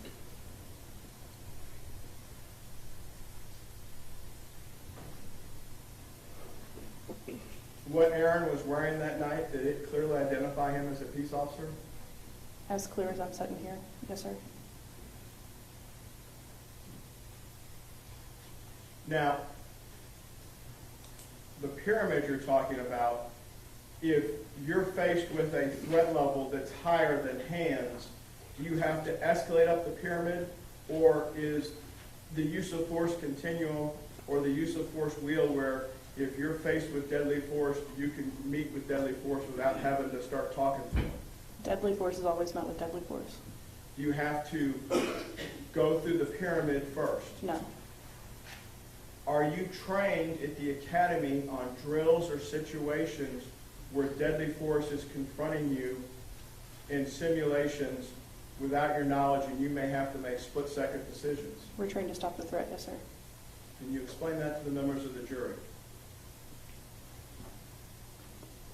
You have to stop the threat. I'm not sure exactly what you're asking. Poor question on my part. Are there drills at the firing range where you have a silhouette that's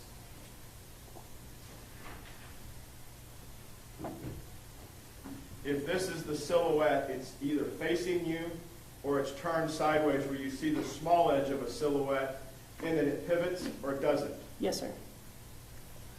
What is the purpose, if you understand it, for that type of drill? To identify the threat. Is it become a shoot, don't shoot scenario? It does. And when you are doing that type of drill, is your weapon out on a counter? Is it in your hand already?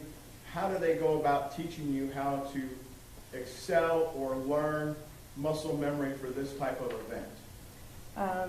Some of the times when we're at the range, we'll be in the sole position or the ready position, as they call it, and then we'll go to fire. Other times, it's a quick draw from your holster. You just motioned on the stand and said quick draw. What does that mean? It means you're getting your weapon out as fast as you can because there's a threat in front of you.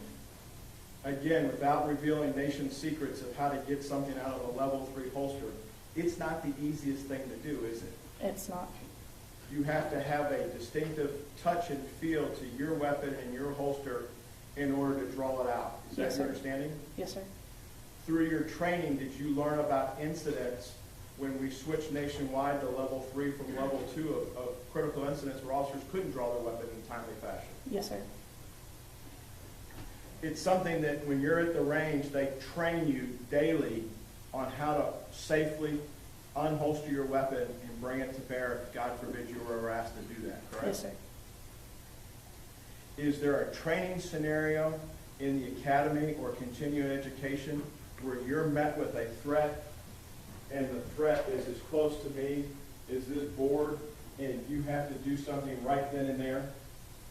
Only when we're shooting from the 3-yard line at the range. What does it mean to shoot from the 3-yard line at the range? There are different yardage at the range. It goes from 3, 5, 7, 10, 15, 25, I believe. And you're trained to shoot from each range. Do you recall any close quarter drills where you're taught if you have somebody not through glass, but you're standing next to somebody, you're talking to them, and all of a sudden it goes south? And by south, I mean it disintegrates whatever's going on, and you're met with a weapon of some kind, and you have to take a defensive position. Yes, sir. All right? Can you take the members of the jury through what you would do in that situation? Like if the person had a gun in their hand? Yes, ma'am. Okay.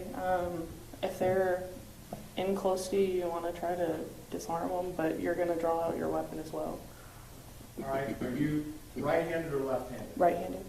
Are you taught as part of that training, if I understand your training, that you're going to try to give distance and drop to your gun leg to gather more distance as you unholster? Yes, sir.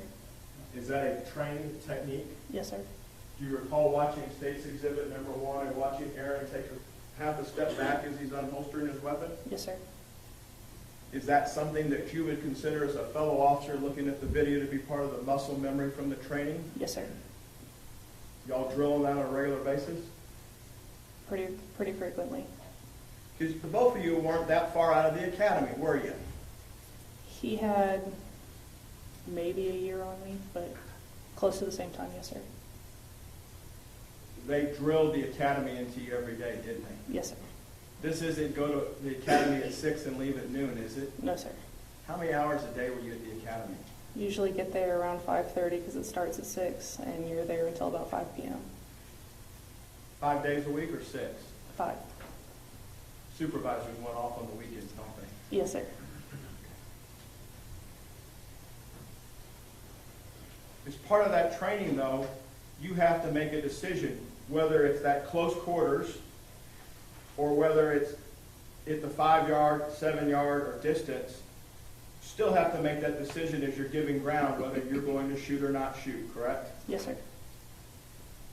And we talked briefly before lunch. You've seen the studies and seen the film of how vision starts here, and on a stressful event it becomes here, correct? Yes, sir. And what they're visualizing, they're vocalizing into what the threat is. Yes, sir. Having now watched Aaron's video from his body worn, any surprise that he doesn't carry on a conversation with you while you're running back to the house? No, sir. Given the adrenaline and what just went on, would you expect the two of you to have a conversation as you're going through? No, sir. My primary focus was to get in there. You both started calling out, Yes, sir. yes? And you got the young Zion and you got him out of there. Yes, sir.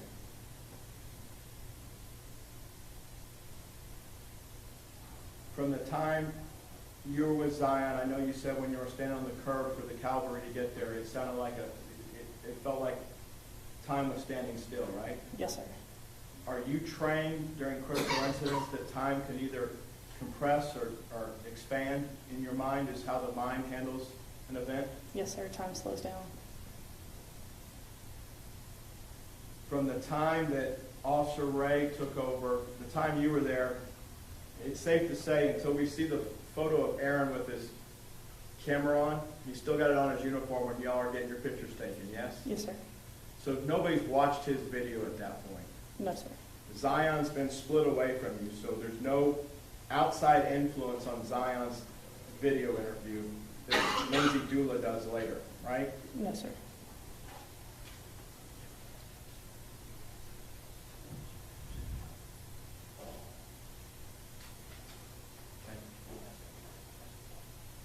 All right, let me go back through this. I asked another bad question after lunch.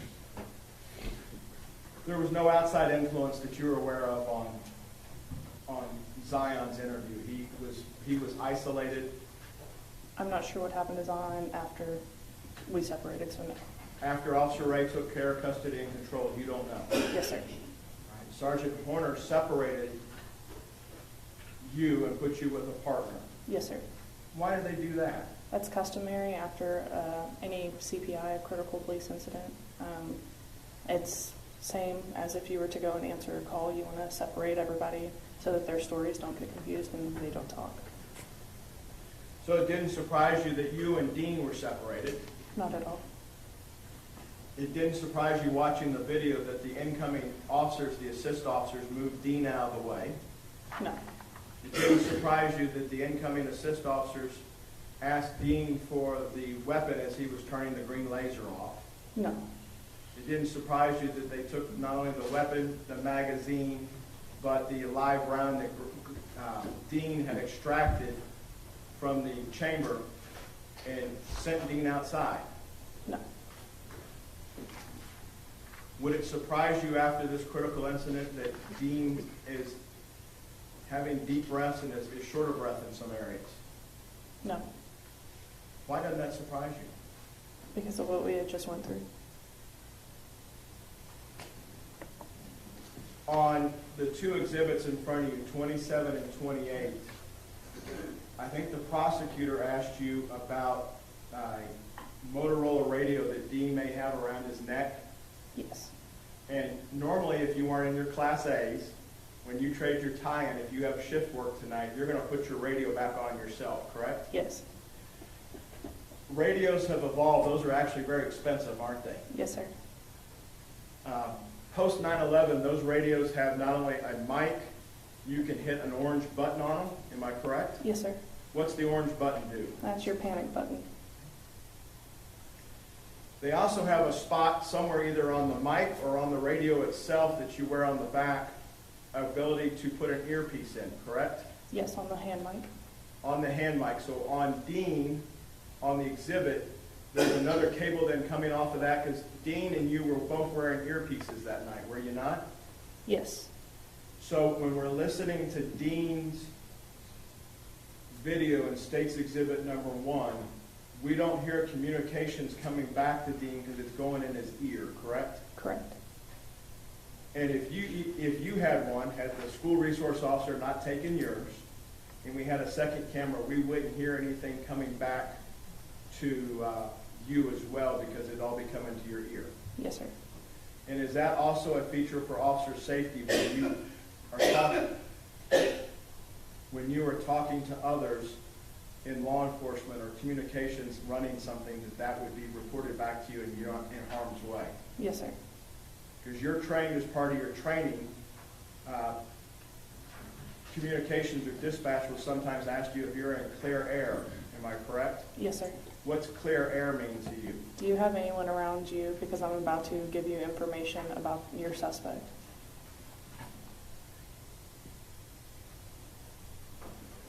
On direct, you were asked when you're sitting at JPS of how you got on this call. The sheet goes to the primary beat. That's Yes. Dean in this case, yes? Yes, sir. And it's a priority 2 call because it's an open structure call. The call taker's already made that decision. Dispatch, if dispatch disagrees, it takes a supervisor, so it goes out as an open structure call. Yes, sir. And you put yourself on the call, or how do you put yourself on the call if you did? I believe that I put myself on the call. I'm not sure exactly how it was. I was on a sheet, I cleared, and then I would have radioed out asking whatever my call sign was that night to be put on the sheet. You have the ability to, even though you're in a squad car, you could key up you motioned here on the stand, keying up like you had your Motorola strapped to you. Yes. You also have a police car is really, you get to sit in it, but there's a lot of equipment sitting right next to you, correct? Yes, sir. There's a radio and light controls right next to your right, am I correct? Yes, sir. And then there's the MDC or mobile data computer. Okay, remember that term now from school? All right. So you can put yourself on the call via the radio, yes? Yes. You could also put yourself on the call via the MDC. Yes. And you don't know exactly where Aaron was coming from, but you got from Peter Smith to 35. Did you go down 35, or did you just go down Hemp Hill and cut over? You just go Main to Allen and then you're there. Main to Allen, come across, there's a bridge right there, isn't there? Yes, sir. It goes over 35. And this sits just, 30 seconds if it's no traffic at that time of night? Once you get off of 35, you're there? Yes. Do I have it right that you actually got out first and you walked up to the house maybe by yourself, the wrong house to begin with, or you don't remember? I think we walked up together, but I'm not sure. When you went back to the squad, you looked at the call detail record or a record of information that they give you? I don't know if I looked at the MDC or if I called out on the radio. Have you had a chance to listen to any of the radio traffic that was preserved based on the critical incident? No, sir. And the state showed you a little while ago the full 8-page printout of from the start of service to the end of service when the last crime scene officer left, correct? Yes, sir. But as part of this, you're given some visual text to read as you're going to a call, correct? Yes, sir. Does the MDC always let you activate it while you're driving, or is it like a modern car that shuts off when you get to a certain speed? Oh, no, it's always on. And you're trained how to be careful and not get distracted by it, correct? Yes, sir. Do they write in full sentences when they're dispatching you on the MDC? No, sir. They usually write in shorthand. And does it take somebody to understand what the shorthand means to read it? Depending on the dispatcher, yes, sir. Can I have Coach witness, Sean? Yes, sir.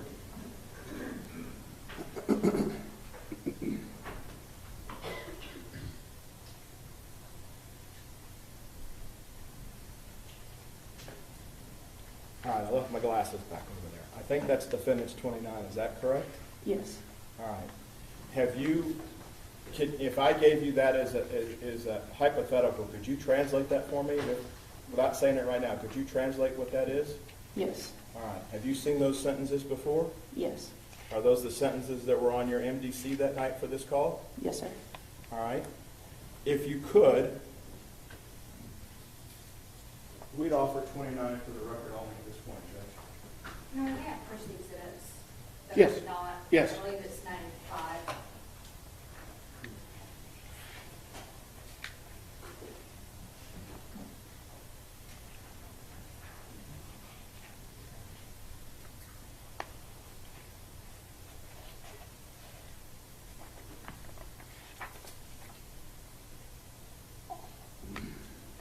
I don't have any objection to 60 to 29. Excuse me, defense exhibit 29. For all purposes, or you only offered it for the record?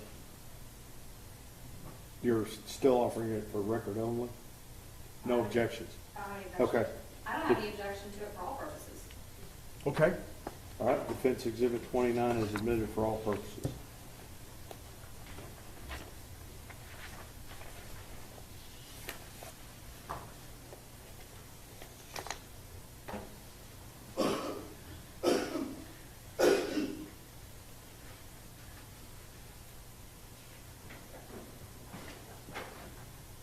Officer Darch, let's go through the first sentence here. What's CP stand for? Complainant, Complainant. What's ADV stand for? advised, All right. Complainant advised front doors to address yes. is open. Should be are open, but it is, right? Yes, sir. See, my mom said TCU would pay off after all, right? Both of the neighbors' vehicles are in the driveway. What's WHI? White sedan, And DRK? dark colored, Sedan? yes, sir. Neighbors are usually home but never has door open.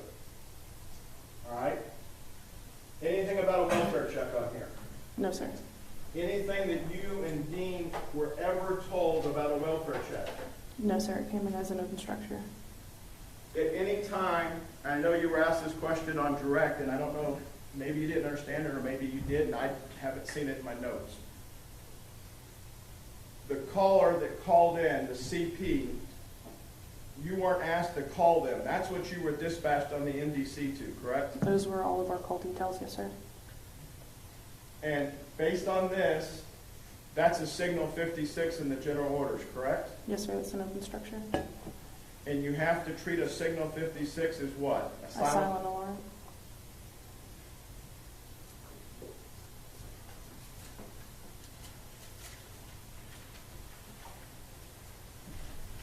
You get there on Mississippi, you park, you get out, you and Dean go to the wrong residence, correct?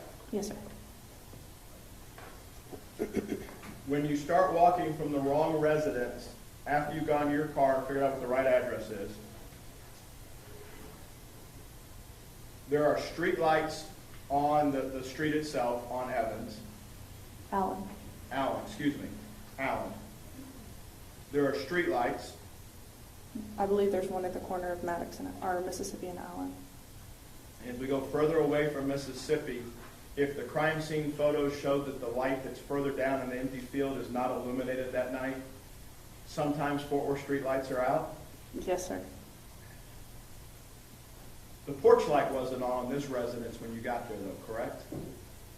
The address in question, you recall the porch light being out?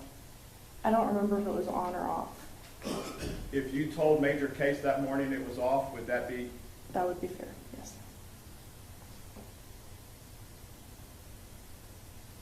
When you see these doors on an open structure, and I want to make sure I understood it correct when you were going over this with the prosecutor. With an open structure, are you supposed to try the doors? I'm not entirely sure, sir. Okay, so we got two doors, right?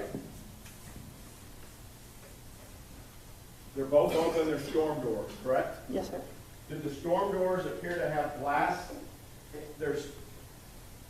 Okay, you're from Glen Rose, I'm from the Deep South.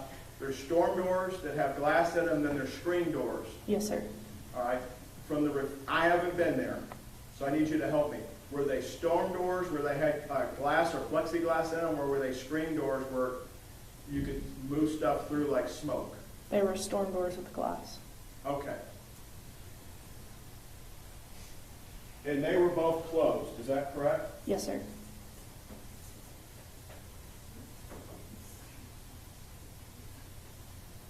When you looked in, you've seen Stage 1, the video from Dean's camera.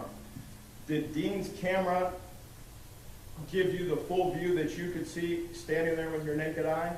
Your body camera rarely catches what your eyes can see. It gets a view, but it's not the entire view. And I believe you told Major Case and you told this jury that the place looked ransacked. Is that correct? Yes, sir. You started your career on the east side. You moved to the Central District you've been helping the residents of these areas fight the crime that's in their neighborhood, correct? Yes, sir. Would it catch you by surprise to see lawn and garden and bike equipment out in the middle of the night with open doors? Is that something that you take into consideration? I'd say it's pretty common for the area. Pretty common that stuff's just laying about, or pretty common if it's out, it might get stolen? If it's out, it might get stolen. So if people are lifelong residents of the neighborhood, it's safe to say you put it up or you lose it? Yes, sir. So do you recall walking across a weed eater? Yes, sir. Do you recall walking past a lawnmower? Yes, sir, from the video. And then we have a BMX bike that we know your knee came in contact with, right? Yes, sir. As part of your training in the village and at the academy, where have you been taught that open structures or burglary in progress sometimes find stuff moved outside so it's easier to get away with it? Yes, sir. Are those data elements that you have to take into consideration when you're evaluating the scene? Yes, sir.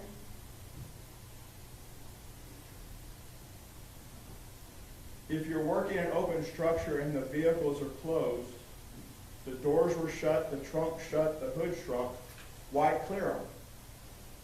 To make sure that there's not someone in there trying to escape.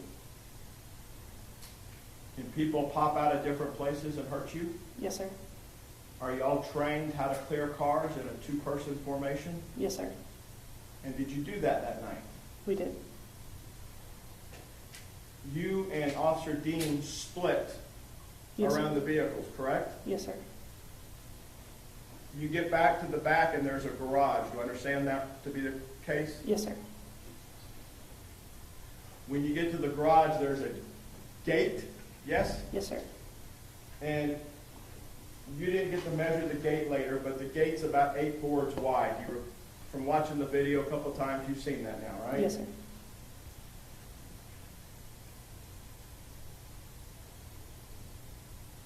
If I understood your testimony on direct, the decision for who went to the window was based really on where you were standing. Yes, sir. Had you been the one that opened the gate, you would have been the one confronted with what Dean saw, correct? Yes, sir. And Dean would have been working the backyard. Yes, sir.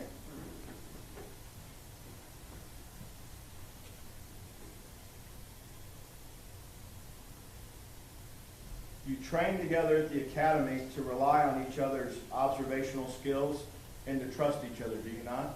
Yes, sir.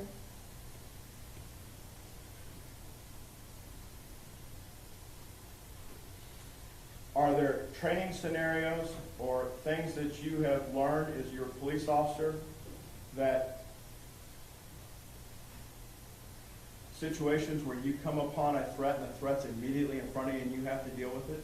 Yes, sir. How are those taught? It was a long time ago, but you meet deadly force with deadly force, and you're trained to stop the threat. Your general orders speak to the fact that, God forbid, any officer in any department has to use deadly force, but specifically Fort Worth, if you're faced with the threat of deadly force or the perceived threat of deadly force, you're allowed to use any means necessary, any weapon necessary to stop the threat, correct? Yes, sir. The prosecutor asked you on direct about the less than lethal that you and Dean had on your utility belt that night. Do you recall that? Yes, sir. Would OC spray work through a closed window? No, sir. Would a baton through a screen-covered window work? No, sir. Would a taser work? No, sir. Are those acceptable forces against deadly force if deadly force is upon you immediately? No, sir. Deadly force is always met with deadly force.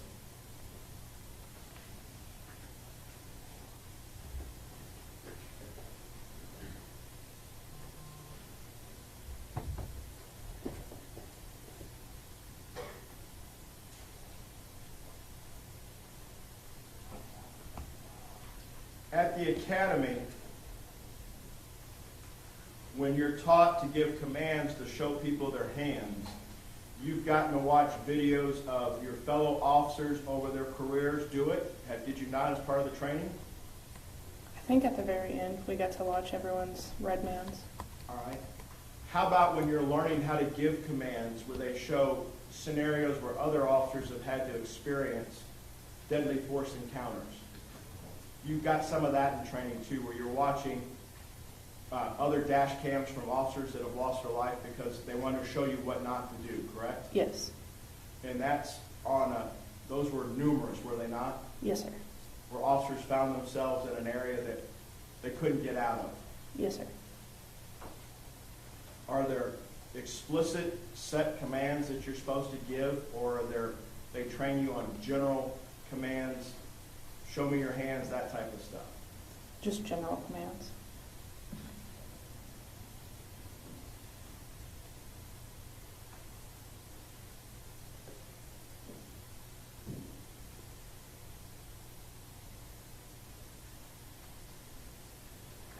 May I approach the witness, Your Honor? Yes, sir.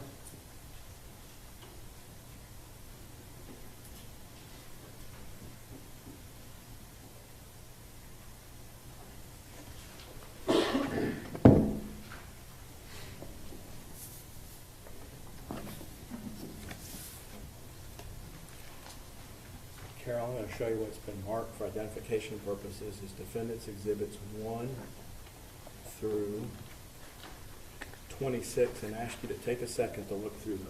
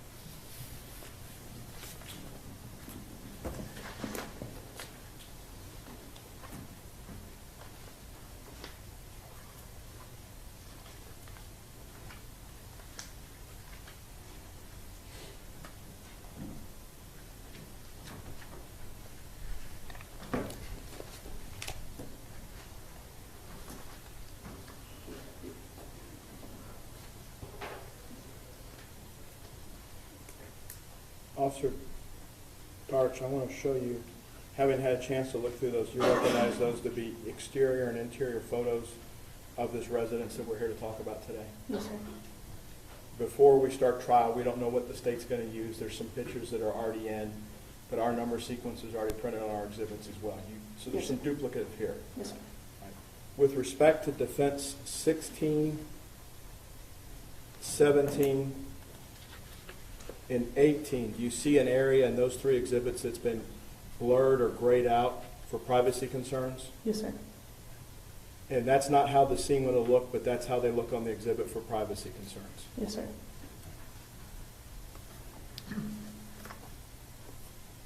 Here, at this time, the defense would send it to the state. State 1 through 26, noting those the blur out marks in those exhibits we just talked about.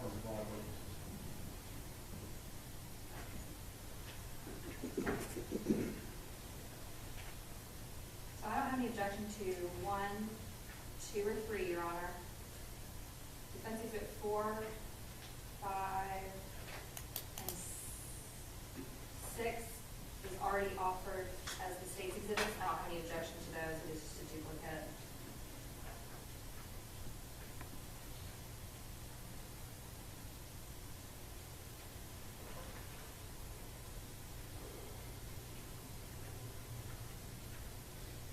No objection to 7 through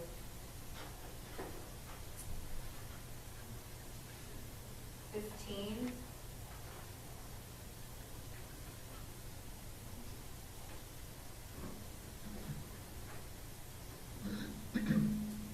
No objection to 16, 17.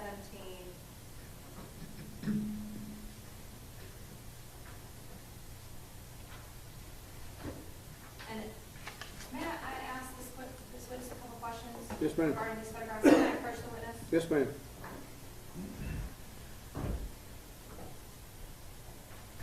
Officer Darch, Defendant's Exhibit 18. You're fine. The bedroom that is to the left of Tatiana's bedroom, did you go inside this room? I'm not sure. Okay. I can't remember which room I went in. Well, did you go inside of Tatiana's bedroom? I did. Okay. Can you tell me, Defense Exhibit 19, can you tell me whose bedroom this is? I'm not sure. Or, I guess, better question, did you go inside this bedroom? Not that I can remember. Okay. Defense Exhibit 20, can you tell me whether or not you went inside this particular bedroom? I don't remember which rooms I went in other than hers. Okay. And same question for Defendant's Exhibit 21.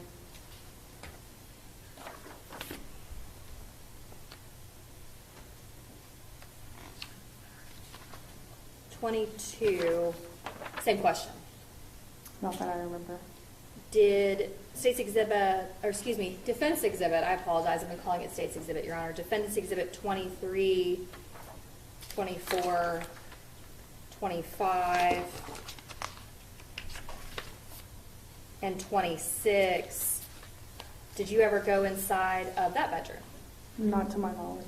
Your Honor, we would just object for that purpose as well as relevance to 18 through Defense Exhibit 18 through 26, I believe. But I don't have any objection to the other exhibits, Your Honor.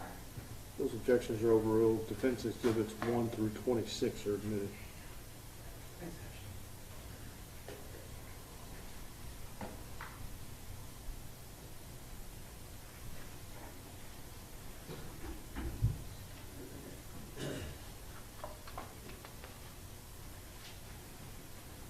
Is part of your academy training, when you finally get to the point in your training that you're given a weapon, they start everybody out on the same level and teach you the basics of a firearm, correct? Yes, sir. You have to carry a particular style of weapon for any department, you have to be certified to whatever their magic training is, to be certified to carry a Glock or a Beretta or a Smith & Wesson, whatever it is, you have to pass the proficiency test with the department if they allow that type to be used, correct? Yes, sir. Even if you want to carry an off-duty weapon, something a little bit smaller than your full-frame Glock, you have to be certified on that as well, correct? Yes, sir. I assume that you in your academy class that included Aaron were certified on shotguns as well. Yes, sir.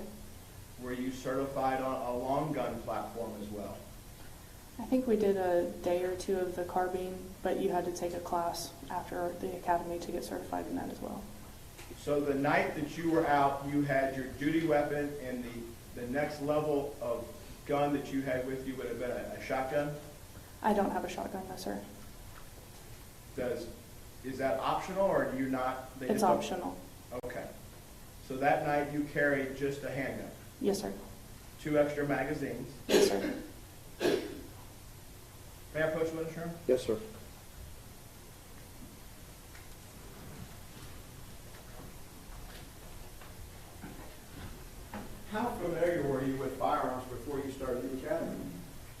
Pretty familiar. Pretty familiar. Okay. Well, for the members of the jury, this is a rubber gun, correct? Yes, sir. All right. If it were a true firearm, this is what would be classified as a semi-automatic weapon, correct? Yes, sir. What does it mean to be semi-automatic? It means you can pull the trigger multiple times without having to reload.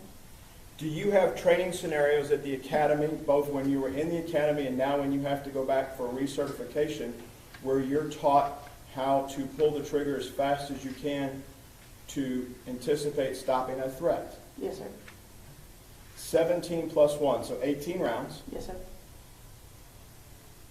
You can empty a magazine such as that pretty quickly, can you not? Yes, sir. We're talking single-digit seconds. Yes, sir. We're really talking below 5 seconds. If you're good, yes, sir. All right, probably 3 or 4. Yes, sir. So there has to be some discretion involved in a critical incident just to fire one round then as well, correct? Yes, sir. You're supposed to evaluate after every shot. If one, assuming this were a functional firearm, if one wanted to clear a round like we saw on States 1 when Aaron took a round out of the chamber on a semi-automatic weapon, can you show the members of the jury with that how you would do that? You would take your magazine out. Once your magazine was out, you'd grab your slide and rack it back, and then the ammo would come from there. Okay. I brought something else up here. I brought an empty magazine. You agree with me this magazine's empty? Yes, sir. All right. And it's a smaller magazine than what would traditionally fit probably in that mock of a Beretta 92. Yes, sir. But for purposes of demonstration, bullets go inside a magazine and you can either use a loader or if you got a strong thumb, you can push the rounds down in here, correct? Yes, sir. And there's a place on the back to count the rounds. Yes, sir.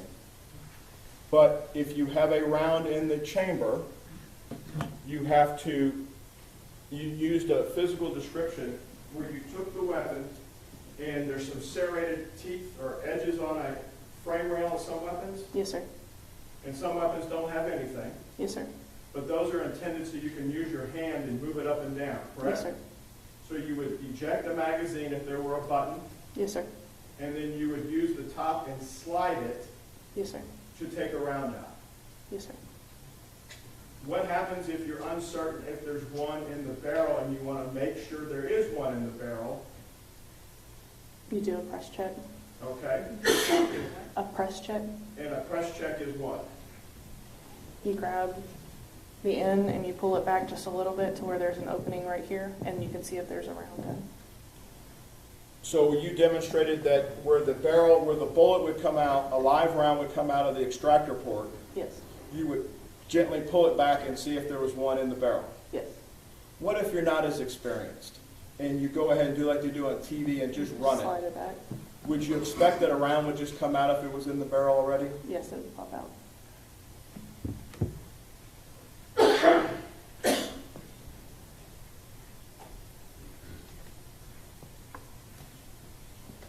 You saw on the video, State's Exhibit number 1, your partner that night, Aaron Dean, hand off the weapon that was found at Miss Jefferson's feet, correct? Yes, sir. You saw your partner, Aaron Dean, turn off the green laser that was emitting from the front of the gun, correct? Yes, sir. It appeared that he did. It also appeared that the weapon was emitting a green laser when he picked it up, did he not? Yes, sir. Because today's not the first day you've looked at the video, correct? Yes, sir. You and I met one time. I think you said you met with the state 4 times, Yes, sir. and they had you look at the video. Yes, sir. It troubled you then like it troubled you today. Yes, sir. It's not easy to look at. No, sir. Would you consider a green laser a stimulant if it was placed at you as an officer? Yes, sir. And if it's placed at your chest on the frame rail of a gun, is that an indication that trouble's bearing on you? Yes, sir.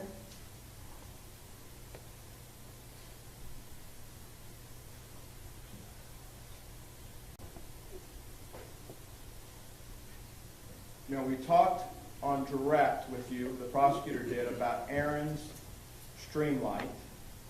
Okay? Yes, sir. You recall that before lunch? Yes, sir. If I gave you a hypothetical that the stream light that was on Miss Jefferson's gun that we saw in State's Exhibit 1 was a stream light that had a light laser combo on it. Have you had a chance to see that type of light laser combo on a frame rail system before? I haven't seen hers, but I've seen, yes. Streamlight's a well-known brand, correct? Yes, sir. Probably the industry leader for frame rail lights. Yes, sir. Your flashlight on your duty belt's probably a Streamlight. Yes, sir. They have an optic that has a flashlight and a laser as part of a combo, correct? Yes, sir. And there's ways, whether you're left-handed or right-handed, there's ways to turn on the light, the laser, or both. Yes, sir. And from what you observed in State's Exhibit 1, the laser was illuminated at the time that Officer Dean picked it up. Yes, sir. Do you recall looking at State's 1 as to when Officer Dean cleared the weapon in the hallway as opposed to the bedroom? I am not sure if it was in the bedroom or the hallway.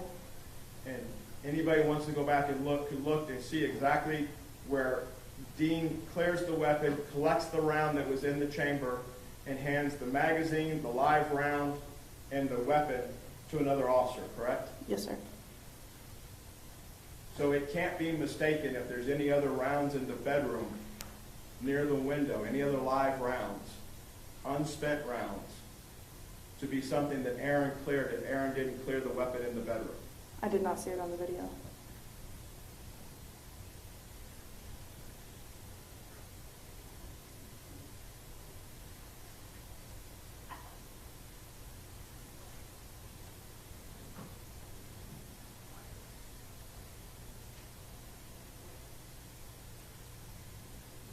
This Streamlight or any of the rail systems that use a laser, some guns come from the factory with a laser mounted in as part of the grip system nowadays, correct? Yes, sir.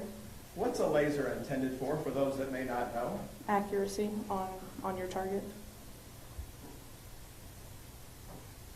Whether that's a target at a range or a target of a person, it shows you where the barrel's pointed, correct? Yes, sir.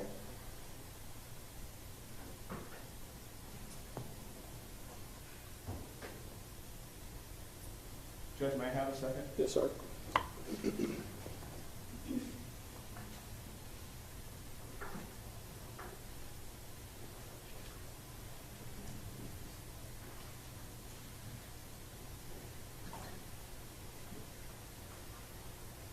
Officer Darch, when you were talking to Major Case early on, and then as part of your experience that you had on the east side leading up to this and your short 2 weeks in Central before this, had you gained experience or knowledge as to common tactics of burglars and how they plan their ingress and egress from the structure? Yes, sir. Can you explain that to the members of the jury? They're usually going to go in whatever they can find that's open and go out the easiest way where they can be undetected. The street that this is on, that would be more visible than going out the back, correct? What would be more visible? The residence. If I'm going to walk out with a bunch of stuff, if we have an open structure, you have two doors with glass that are open. The interior, the regular entry doors are open. It's what time? About 2:30 in the morning? Yes, sir. Is it unusual to see any doors open in that peak at 2:30 in the morning? Yes, sir. You see a weed eater, you see a lawnmower, you see a BMX bike, you see the inside of the house. I think you said it was what? Ransacked. What's that mean? It's methodically gone through. Things are out of place. And the body-worn camera really can't pick up what you could see around the sectional sofa and everything else. Yes, sir. You've had a chance to look at the photos here. You could look further into the house than just what Dean could see with his camera, correct? Yes, sir. Down that hallway, it doesn't get much better, does it? It's pretty dark down there, if I recall, but no, sir. There's still debris on the floor. Yes, sir. Consistent in your mind with what structures, when you've gone in to work a burglary after the fact, you've seen. Yes, sir. That's an imprint in your mind as another data element of what y'all are facing when you're out there, correct? Yes, sir.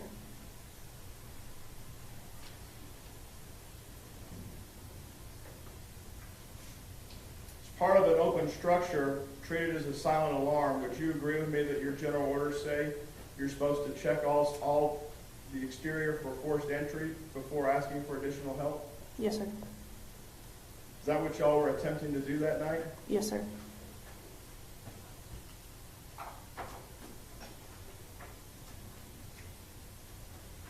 In your training at the academy, were you ever presented with a phrase called the fatal funnel? Yes, sir. Can you explain to the members of the jury what a fatal funnel is? Standing in front of a window or a door, you don't know what's on the other side. As you entered the backyard, you were providing cover for Dean as you were slicing the pie to the back threats, if any, correct? Yes, sir.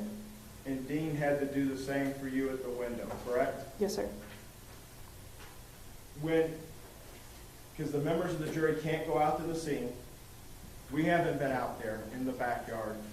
That AC system to the gate, if I said it was 4 feet 2 inches in a crime scene measurement, would that make some sense from where those poles are that are holding the fence up to the AC unit? If I step through the gate, and when I step through, I've got an AC unit 4 feet 2 over here to this. So 4 feet 2 inches, I'm in an area. Yes, sir. And you step through this same opening off the concrete, and you're right behind me. If I'm Dean, you're right behind me. Yes, sir. You're looking that way, and I'm looking this way if I'm Dean, correct? Yes, sir. One protecting each other. Yes, sir.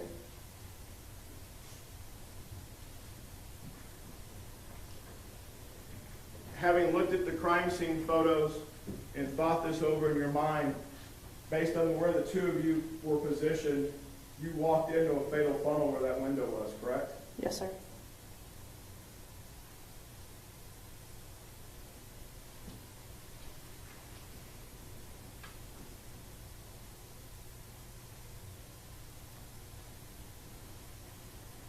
Thank you, Your Honor. Pass the witness. Redirect. One second.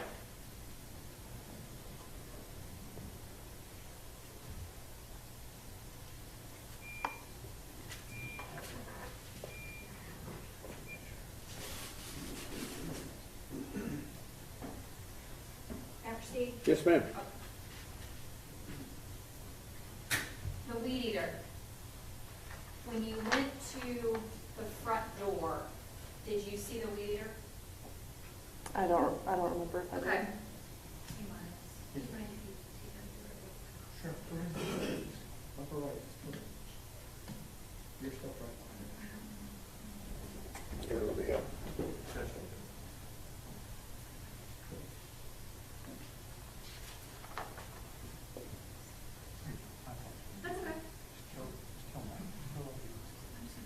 No, did you just minimize that, Judge? you. Yep. Thank you. Now, there you go. You're moving fast. Sorry about that. No, you're fine. Can you just open D-No-4, please, for me? Thank you. Right here? That's fine. Oh, That oh, one. over No, actually, here. not a 4, 03 is fine. Okay.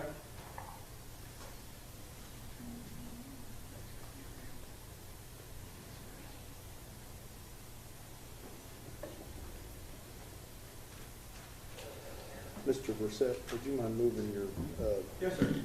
easel so the members of the jury can see the board? Thank you. Okay. May I approach the board? Yes, ma'am.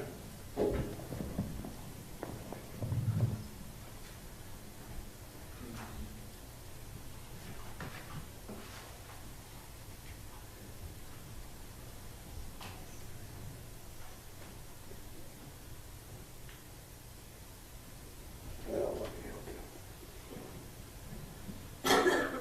What number do you need? You're down to,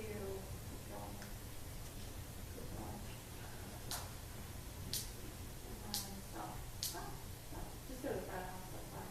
I'm sorry? Just go to this, like, 24? the exhibit, that's fine. 23? 23? 24. 23. That's fine, okay. And can you just put it in presentation? Yes.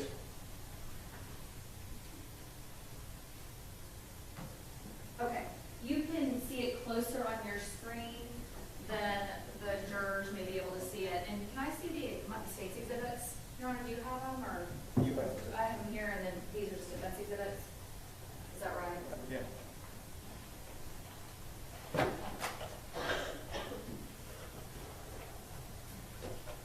Okay, I just want to verify a couple things with you, okay? State's Exhibit 95, it's not been admitted by the court, but on the second page, is that the same text that was just shown to the jury as far as the information, the call details? The top couple lines, yes. And that's what I'm asking you about, is the same? Yes. Okay.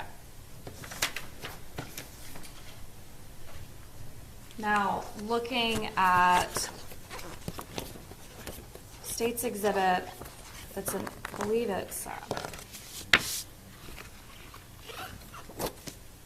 24, 25, and 26. So right now, we're looking at 23.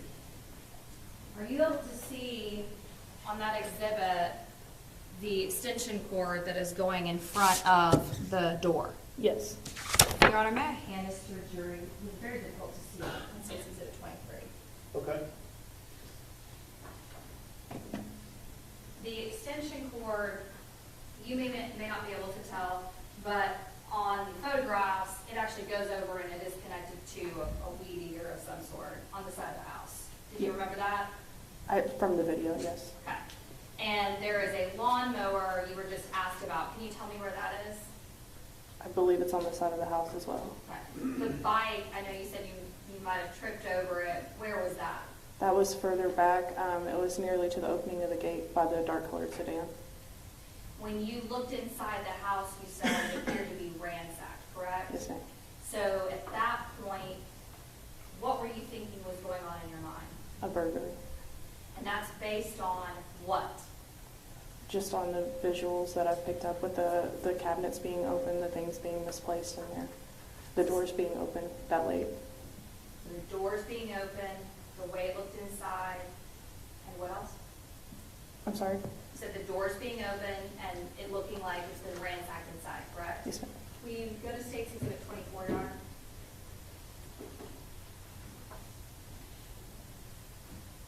May I approach the Yes.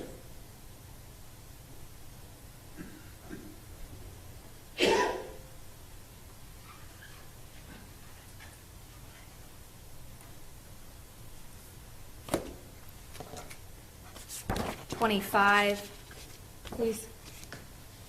25, Your Honor. Okay. Will you just mute that?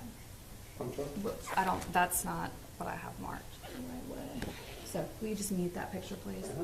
So let me show you State's Exhibit 25, 26, and 27. Those have already been previously admitted. Does that appear to be the kitchen? Yes. That jury already saw that earlier, and I believe it's State's Exhibit 26 that we talked about earlier with those cabinets being open. Is that right? Yes. Okay.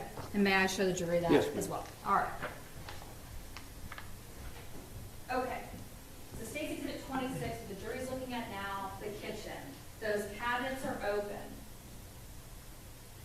You said that it's very easy to tell whether or not it's a kitchen is messy or a house is messy versus being ransacked, correct? Yes, sir. Yes, And ma'am. you're basing that on the experience that you had through the academy, training, and out in the field. Is that right? Yes, ma'am. It is fair to say you were a newer officer, right? Yes, ma'am. You've been doing it for a little bit longer now, though? Yes. Okay. Even though you said that earlier, as far as there is a very big difference between a ransacked house and a messy house, you certainly would agree that you guys were wrong. It was not a ransacked house. Would you agree with me about that? I wouldn't necessarily agree. No, ma'am. And so there was a burglary in the house that night? No, ma'am. Okay. There had been an intruder that had gone through and ransacked Tatiana's house? No, ma'am. Okay. So, may not be the way you or I keep our house, but that is how that Jefferson family kept their home. Yes, ma'am. Okay. There had not been an intruder or an offense that had been committed inside of that house, in that kitchen, by somebody before you guys arrived, correct? No. Okay. So you guys were wrong in that it actually had not been ransacked. Would Yes, that ma'am. be Yes, right? Okay. And then you were asked a bunch of questions about this list of things. I don't think it's marked as anything, but the defense attorney written 230 2 doors with glass, and then those following items. The weed eater, the lawnmower, and the BMX bike, all of those items were on the side of the house or between the car, kind of further down that driveway. Is that right? Yes, ma'am. So none of those things factored into whether you thought there was a burglary that had either just happened or in the process of happening, or did it? You tell me. Objection leading, it's her witness. I'll let her answer the question. Go ahead. I had gathered that just from looking in the front and the doors being open, yes, ma'am. So those things on the list, what do those 3 things have to do with your assessment of it being a burglary? Once I got around to the side and saw them, I thought maybe that it had something to do with it, but I was more focused on how the main part of the house looked. The initial looking inside? Yes, ma'am. Okay. You were asked a lot of questions about general orders. Okay? I want to ask you, do you have those memorized? No. Of course you don't, right? But as far as a silent alarm is concerned, you are to treat an open structure as what type of call? A silent alarm. And when you then, as far as a silent alarm is concerned, what is the very first thing that you do? You look for signs of forced entry. Okay. And that's the first thing that you do? Yes. Okay. Is that according to your general orders? I believe that's how it's listed. All right. All right, approach the witness. Yes, ma'am.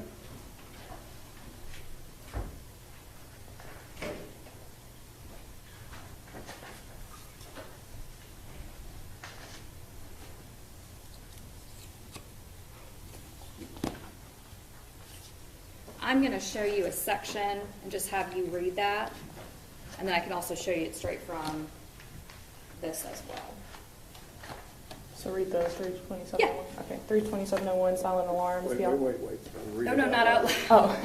Read it to I'm sorry. yourself. Just to yourself, please.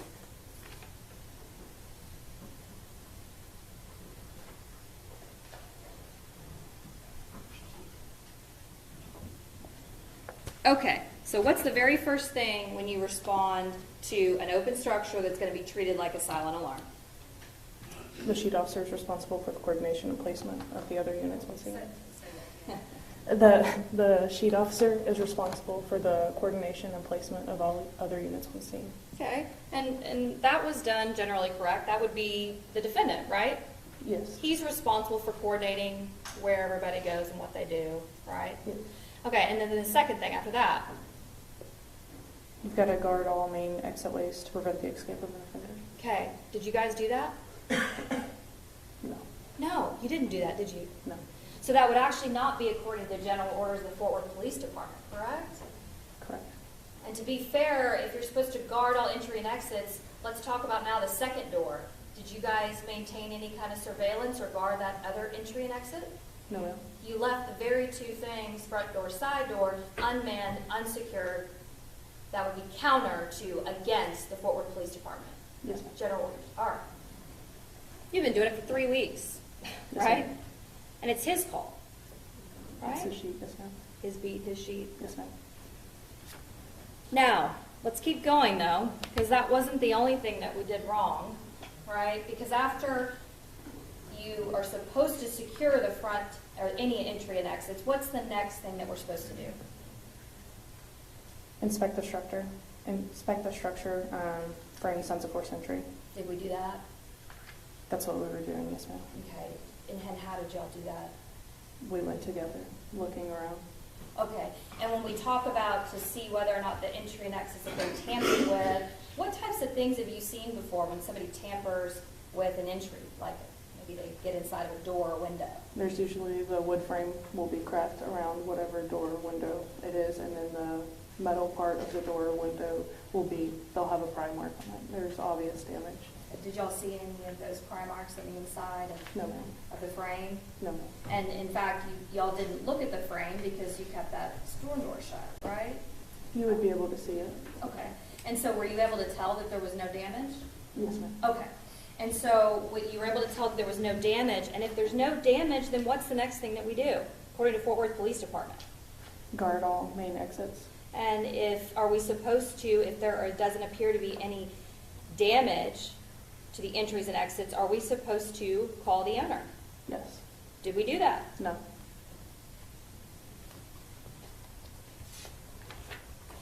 Tell me about your training regarding deadly force and de-escalation. First, let's educate the jury on what de-escalation is. De-escalation is trying to get a subject from being volatile just to talk them down, see if you can't relate to them as a person.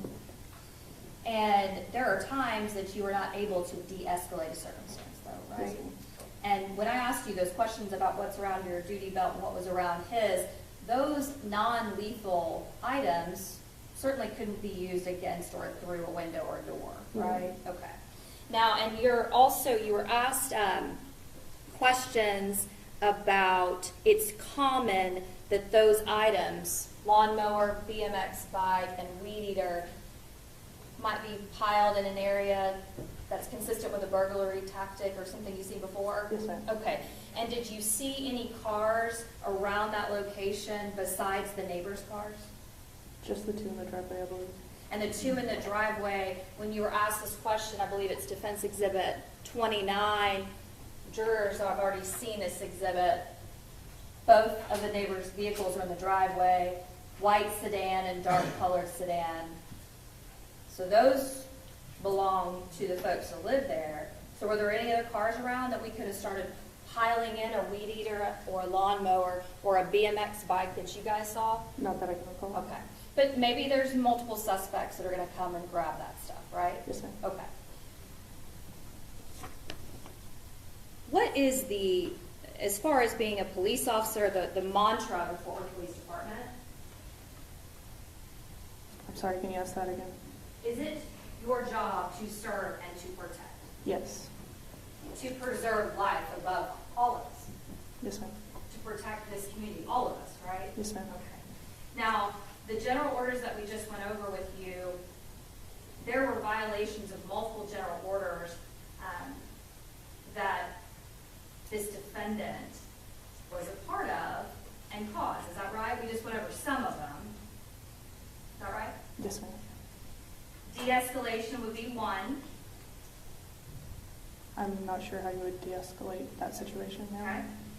Well, in a circumstance where there are other options, for example, when you're trained in the academy about when you see a gun, you were trained in the academy about if you see a gun and someone's held hand, is that right? Yes, ma'am. And you're trained to notify the other officers and give some indication that somebody has a gun, is that right? You're trained to give verbal commands, yes. Right. And one of the verbal commands that is taught often is to say, gun, right? In a high-stress situation, it's not.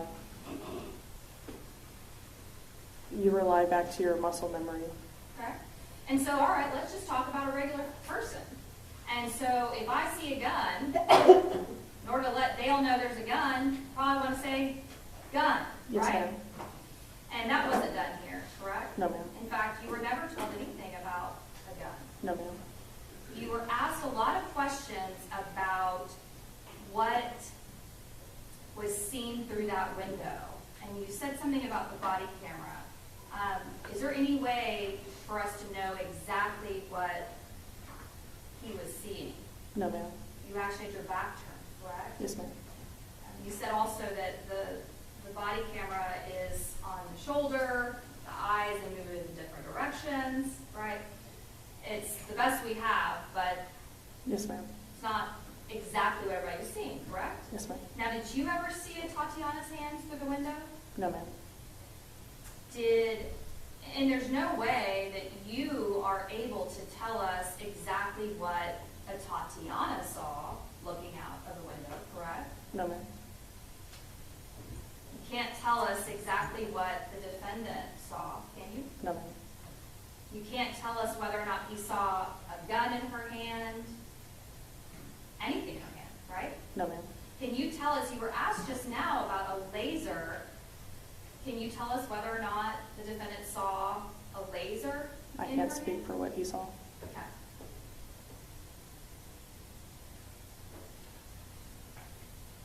And walking in front of a fatal funnel, that is also something that is taught in the academy, that is not a good thing to do, to walk in front of a fatal funnel, correct? It's not, but sometimes that's your only option. Absolutely. Sometimes that's all you got. But it is certainly called fatal funnel for a reason, right? Yes, ma'am.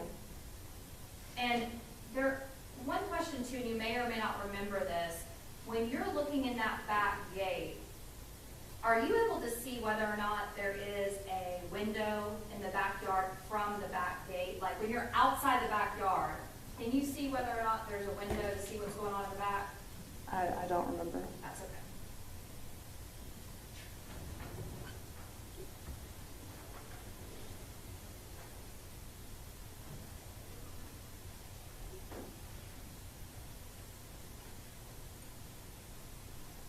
Can I have one moment? Yes, ma'am.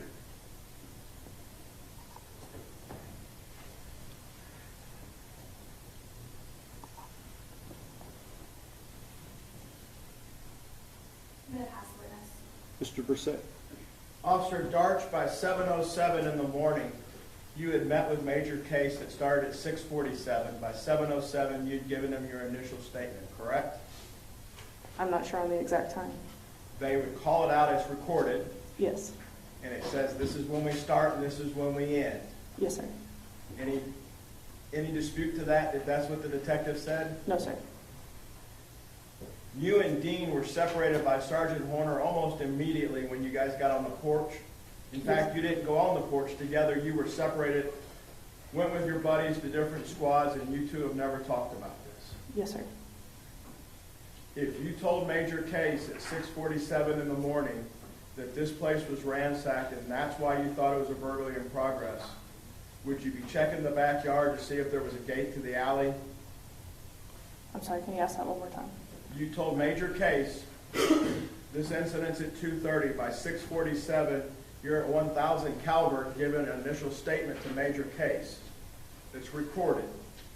We got it from the government. In that, you talk about, they asked you what impression your observations of that front part of that house had upon you before you went around.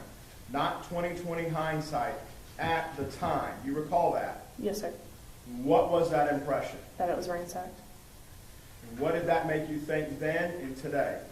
That there was a burglar in the house. Silent alarm, you have to go to the back to secure all points. You guys screwed up by not going to the front, all right? Stand there. Somebody still had to go check the back, correct? Yes, sir.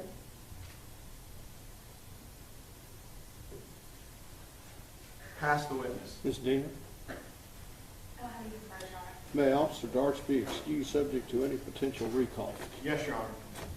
Any objection from the state? No, Your Honor. Officer, thank you. You may step down.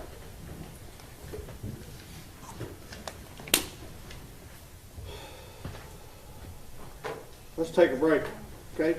See you in 15 minutes. All rise.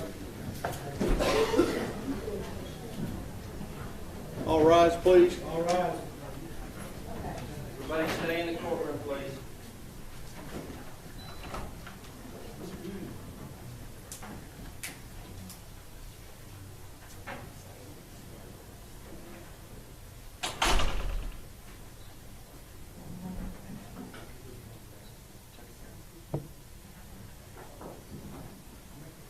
Everyone needs to stand up and sit down when the jury leaves, all right? When I say all rise, that means all rise. If you can't follow my rules, you can stay outside.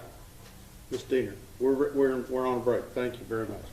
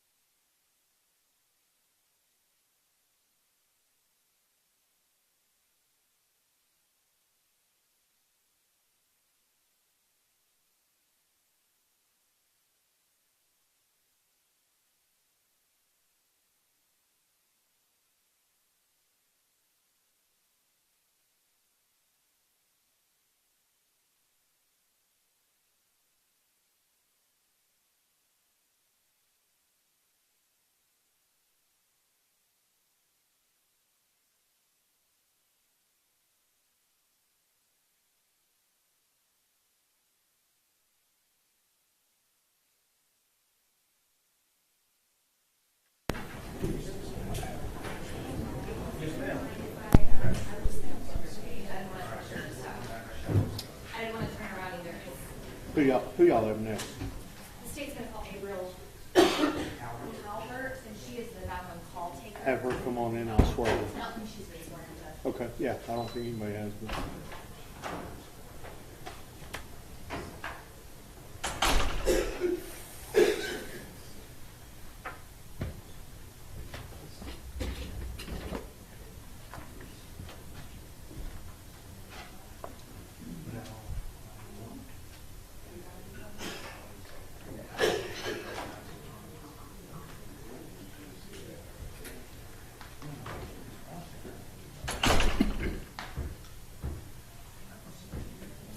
Come up, please, ma'am.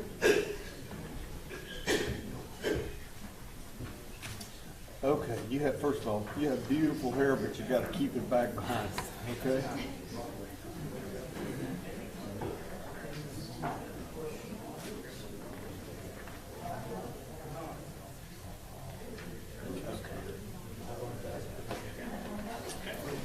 Raise your right hand. And have a seat. Okay. Solemnly swear or affirm testimony given this cause to be the truth, whole truth, and nothing but the truth, self to God. Okay, have a seat. There's a rule of evidence in effect that says you cannot be in court unless you're testifying. Once you have testified, don't discuss your testimony with anybody else except the lawyers, okay? Keep your hair back for me as much as you can, because if it hits that microphone, it makes all kinds of noise. Okay? First and last name for my court reporter, and if you'd spell it for her, please. Gabriel Talbert, A, B like boy, R-I-E-L. Last name Talbert, T like Tom, A-L, B like boy, E-R-T like Tom. Are both sides ready for the jury? State's ready, Your Honor. We are. Okay. All right, let's go.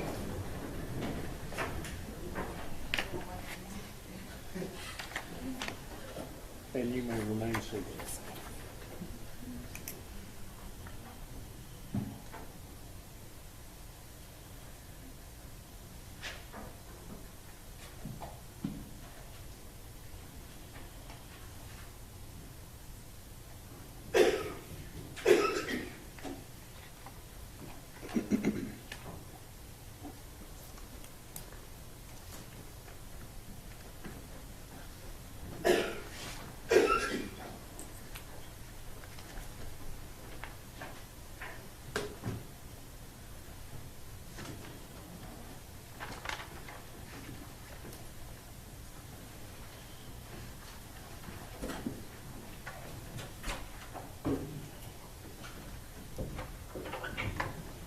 All right, everyone may be seated. We are ready to proceed. Ladies and gentlemen, this witness has been previously sworn to testify truthfully. Okay? State may proceed. And the state calls Gabriel Talbert. How are you? I'm doing good. You turn to the jury and introduce yourself and speak real loudly for me. Hello, I'm Gabriel Talbert. I used to work for the city of Fort Worth as a 911 call taker when this incident happened. Okay. I need you to speak even louder. Okay. Okay. Sorry. That's okay. All right. So you said you used to work with the city of Fort Worth Yes. when this incident happened. Yes. What did you do in the city of Fort Worth back in October of 2019? So I was a 911 call taker. I would take non-emergency and emergency calls from the public, generate a call, which is then sent to the dispatcher, who then dispatches the officers. Okay. What date did you start with the city of Fort Worth as a call taker? I believe it was November 15th of 2018. Okay. Tell us about your educational background. Where did you go to school? I went to Tarrant County Community College, and now I'm with UNT, University of North Texas. Where did you grow up? I grew up in the Arlington Grand Prairie area for most of my life. Okay. And are you currently working with the city of Fort Worth? No, I left in October of 2021. Where did you go to work? I'm currently working on a program for the Oregon Emergency Rental Assistance Program. Oregon Emergency what? Rental Assistance Program. So are you living in Oregon? No, I work remotely. Okay. After COVID, the world has changed. Have you ever gone to Oregon? No, So you work for a company in Oregon, but you're able to do all of that remotely. yes. Can you explain to us what you do there in Oregon? So I help with people that have been affected from COVID when it comes to rent and needing help with emergency rental assistance. You said you started working there in October of 2021. November of 2021 is when I started working there. So in total, how long did you work as a call taker with the city of Fort Worth? A little under 3 years. Tell us about the training you have to go through in order to be a call taker with the city of Fort Worth. So you have to kind of go through testing, getting licensed, going over all of the call types and the priorities, learning the CAD system, the system that we put calls into, learning the actual phone systems, things of that nature. What made you want to go and work with the city of Fort Worth as a call taker?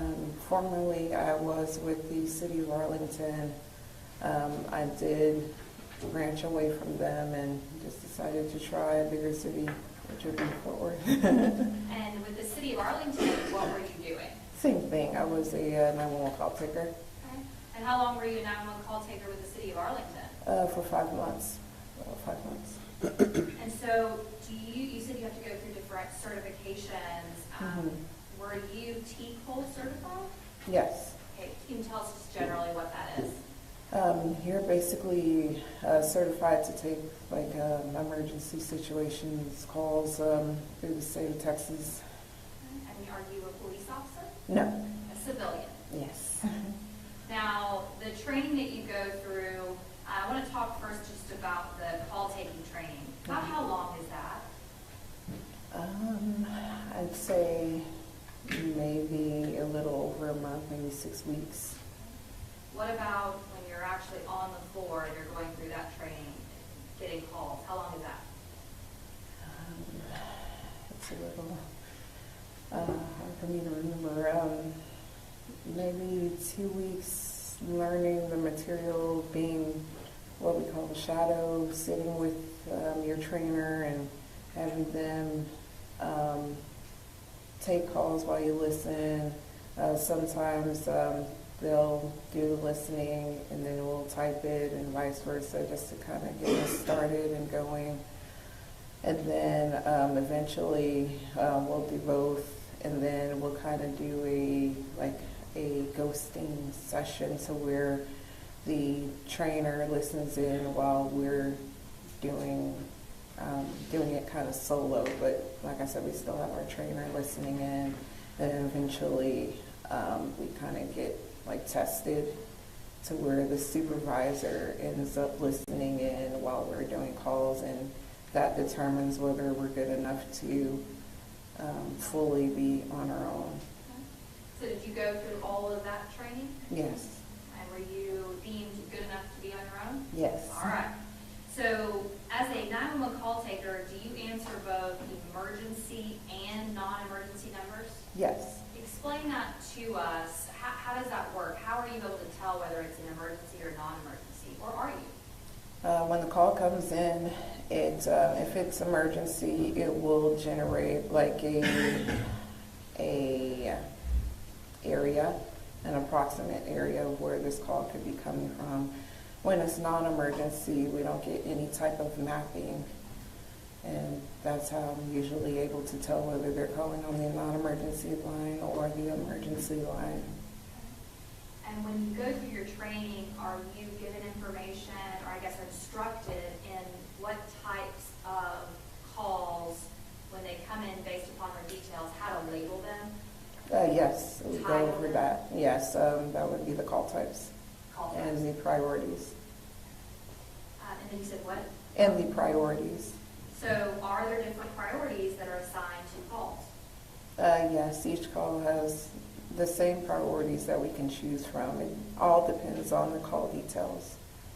And so can you go through how many different levels of priorities there are? And there is currently 3. Priority 1, priority 2, actually 4. Priority 1, priority 2, priority 2 SS, and priority 3. Okay. And so let's go through. So 1 is for what? 1 is like in progress, life is in immediate danger, weapons are involved, someone is currently in danger. Okay. Then let's talk about 2. The 2 is it's in progress, but it's not as immediate as a signal 1. So like a signal 1 would be, for example, a burglary in progress, someone actually seen on site breaking into a residence. It's happening versus if it's like a priority 2, we don't really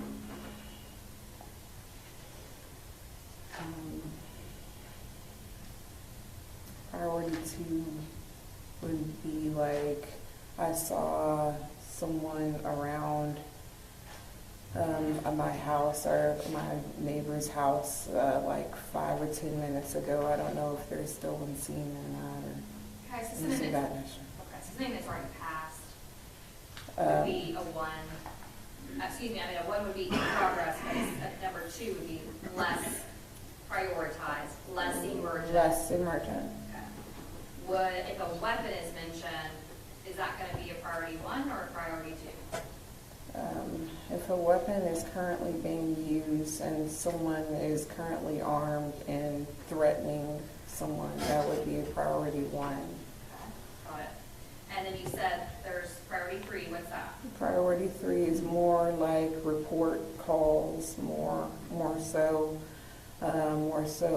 welfare checks can go underneath that category, things of that nature. What about an open structure call? What priority is that going to be? More so priority 2. Do you assign the level of priority or does the computer system? I tell the computer system what priority. Okay, so you do it. Yes. And is there a difference in the priorities and what is assigned depending on whether it's a 911 call or a non-emergency number? It doesn't matter whether they call a non-emergency or emergency. We go by the details, not whether it comes on the emergency or a non-emergency line. May I approach you, Sean? Yes, ma'am.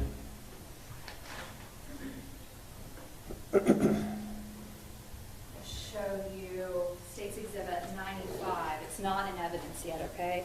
If you look at States Exhibit 95, are you familiar what that document is? Yes, it's the incident report of that day. And when we say that day, October 12th of 2019, what were your hours that day that you were working? I came in at 11 p.m., got off at 7 a.m. Is that called the midnight shift? What's that called? Yeah, that was the midnight shift. Now, looking at States Exhibit 95, are you able to tell whether or not this call from an individual was on the non-emergency number or on 911 call? No, you wouldn't be able to tell from this document. Okay. And when you talked earlier about mapping information, how would you be able, what is that information? How is that depicted on a call detail, or is it? On the sheet, no, it wouldn't be. Yeah, it wouldn't be. Where would it be then? When it comes in, it'll be depicted on our screens, but not on the incident. Okay. So what dictates the title of the call is really going to be the call details. Yes. Meaning the information that the caller is giving you. Yes. All right. And so does States Exhibit 95, though, does this particular document pertain to the call about this case? Yes. All right. Okay. So you were given information about what was going on at this particular address. Do you remember the address by chance? No, not off the top of my head.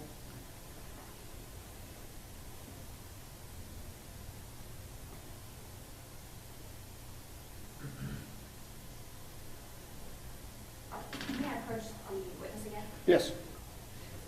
I'm going to show you what's been offered into evidence as Defense Exhibit 29.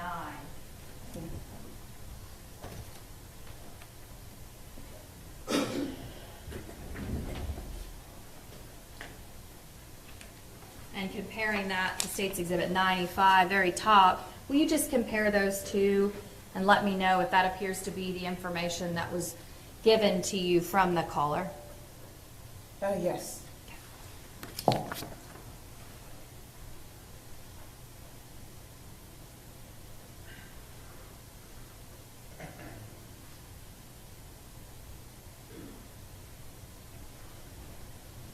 So what information were you given? Everything that I wrote on this sheet, that the caller said that the front door to that address is open. Both neighbors' vehicles are in the driveway, and then I described the vehicles, a white sedan, a dark colored sedan, and that neighbors are usually home, but never has the door open.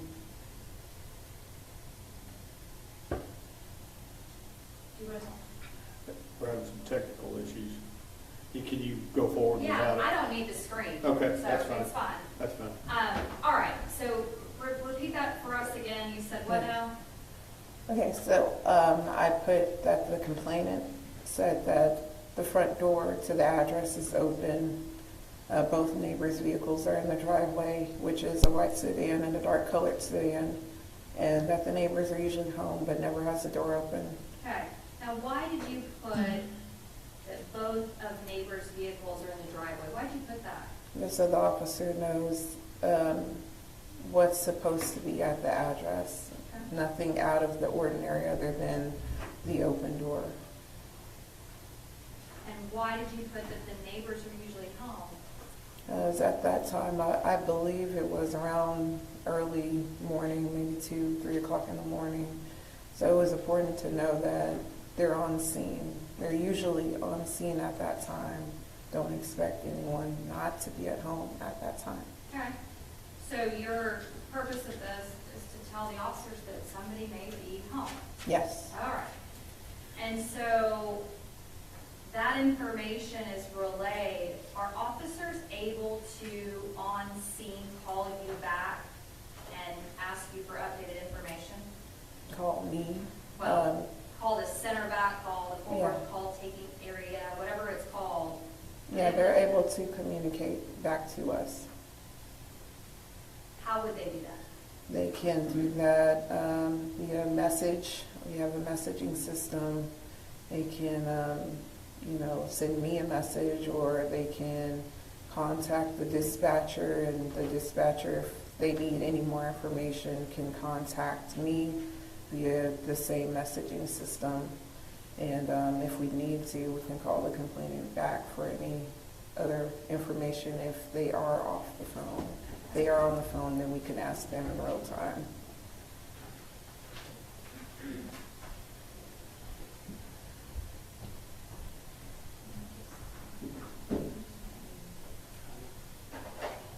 State's Exhibit 95, does that have information regarding who called, not the non-emergency number? Yes, it gives the complainant's name. Does it also have information about the person that called the complainant, their phone number? Yes.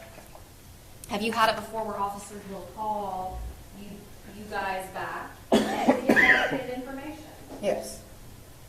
Have you ever received a call where an officer will call you back and say, hey, can you tell the homeowner to come outside or answer the door? Yes, they'll send me a message, or they'll contact the dispatcher, and the dispatcher will contact me. So how does that work? You're the call taker, but then there's a dispatcher. Explain that to us. Okay, no problem. So I basically speak to the public. I'm the one that takes the calls and gets that information. and then I generate a call, which then gets sent to the dispatcher. Then the dispatcher is the one that assigns officers to certain calls, and that's usually how it goes. If you're giving me an idea of when we talk about call titles, Mhm. can you give me some examples of what are some different call titles? So you'll have like a disturbance, a domestic disturbance, an investigation, a suspicious person, a burglary, burglary in progress, things of that nature. Are there quite a bit? Yeah, If you were to give me an idea of about how many different types of calls, what would you say? about 55 to 75, around that range. Quite a bit, okay. Are there any types of calls, you just mentioned domestic and disturbance, and you mentioned burglary in progress. Are there any types of calls that are more common than others? I would probably say a domestic disturbance, a disturbance, and probably a suspicious person. You run into those quite often. Yeah, around that time of night, yes. Can you, the title open structure, is that an example of a title of a type of call? Yes. Could you give me an example of what would be an open structure type of call? What kind of information would you have been given? So an open structure basically classifies as a building or a house with any type of entryway that's open, or like a window, door, anything of that such that's open.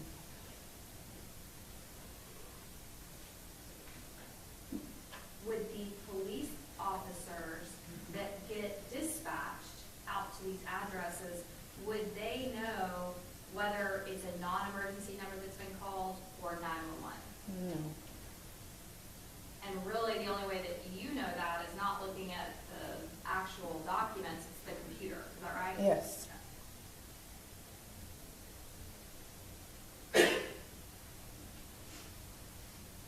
In this particular case, on October the 12th of 2019,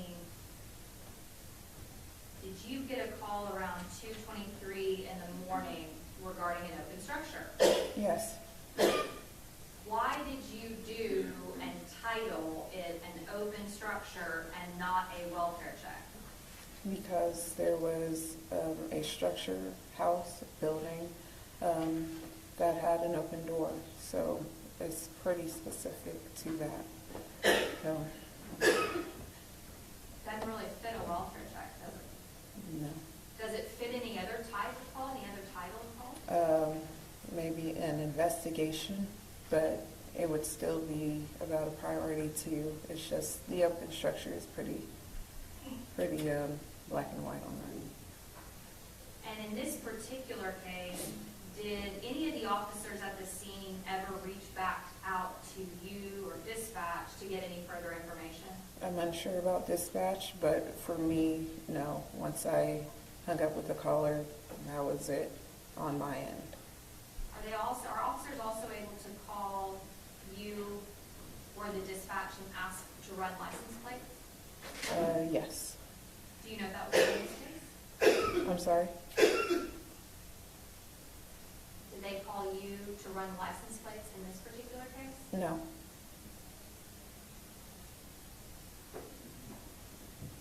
Are you excited to be here? Not really. Are you nervous? Yes. Have you been pretty much dreading coming up here and testifying? Yeah. Why? This isn't a case that I don't think any of us would ever want to be a part of. I'm gonna pass it to John. Cross-examination. You would agree that probably goes for Aaron as well, the defendant. This is a dreadful night, correct? Correct. Because you know what ultimately happened when dispatch sent 2 officers out to the scene, correct? I didn't know until way later on, and I still didn't fully know the extent of everything. And after you hung up with Mr. Smith, you didn't know your role in it until Major Case came over to visit with you, is is that correct? Yes. Because you sat down and gave an interview to Major Case. No, I'm sorry. I didn't know my role until one of our supervisors that night, hours later, basically pretty much said, hey, there's a heads up, there's a officer involved shooting on an open structure. And I was pretty much like, well, I sets up an open structure, let me check it out. And I pulled up my call details and realized it was one of my calls. As far as major crimes, the only person that talked to me right after the incident were like supervisors and homicide. So other than that, I wasn't interviewed by anyone else.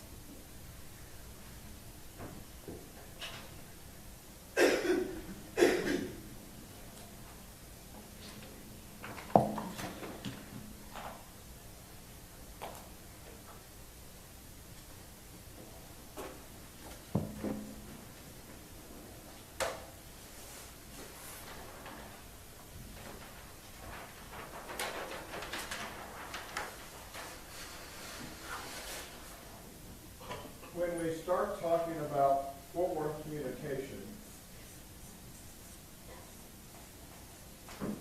that's over what, on West Bolt Street? Yes. And was that where your office was at the time? No. You were officed at West Bolt Street for the call taking? I was, yes. Okay. And it's a rather sophisticated center that the city of Fort Worth has, a little bit bigger than Arlington's center that's in the main police building on Division, correct? Yes. Am I right in understanding your training that everybody that's in the Tarrant County area, the Tarrant County 911 district is all basically cross-trained? You can work Arlington calls. If Arlington's lines fail, they fail over to Fort Worth and vice versa? Yes, calls do get switched over, so yes. And the only way you know the difference between a non-emergency and an emergency is whether or not you get the ALI, or the automatic location identification information, into Yes. your console. Yes. And there's ALI and then there's ANI, is that correct? Yes. Automatic number identification? Yes. And those two products came about as part of the E911 system that was brought about after 9/11. You were trained on that, correct? Yes, correct. When the console that you were at that night for non-emergency, it could just as easily been a 911 desk as well, correct? Yes, and like I said, we go according to the details, not whether or not a call comes in as 911 or non-emergency. But greeting's not the proper term. You're taught to introduce yourself with your operator number. Yes. On a 911, you do it a little bit differently. What's your emergency? On the call, the regular non-emergency, you don't greet with that type of sentence to start with. Would you agree with that? No, I have greeted the same way regardless.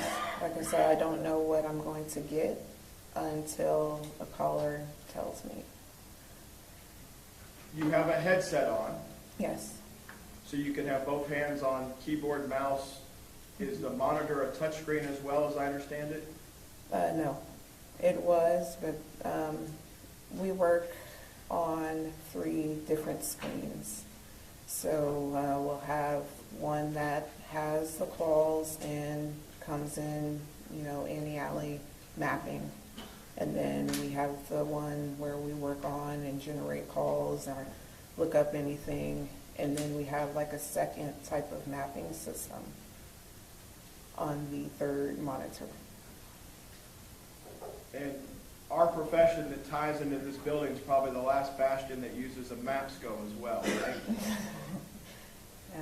Yeah, but I've never had to use it. Well, my time there.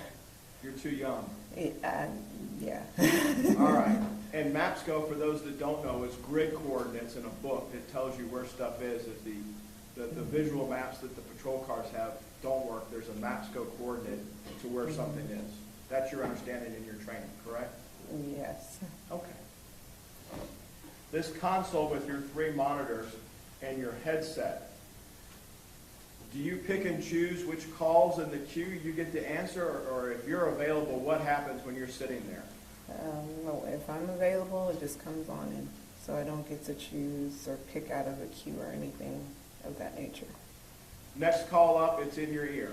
Yes. You get a prompt to know you have a call? We'll get it's like a slight beeping noise, and then we'll hear the caller. And your job, if I understand it correctly, there's general orders just for the communications. You remember those? Mm-hmm. Is that yes? Yes. Your job, if I understand it, was to listen to what the person was telling you and then figure out how it fits into those 55 to 75 codes or signals you talked about, correct? We listen, we ask questions to get a better understanding, and then we prioritize and assign a signal based off of that, what was said.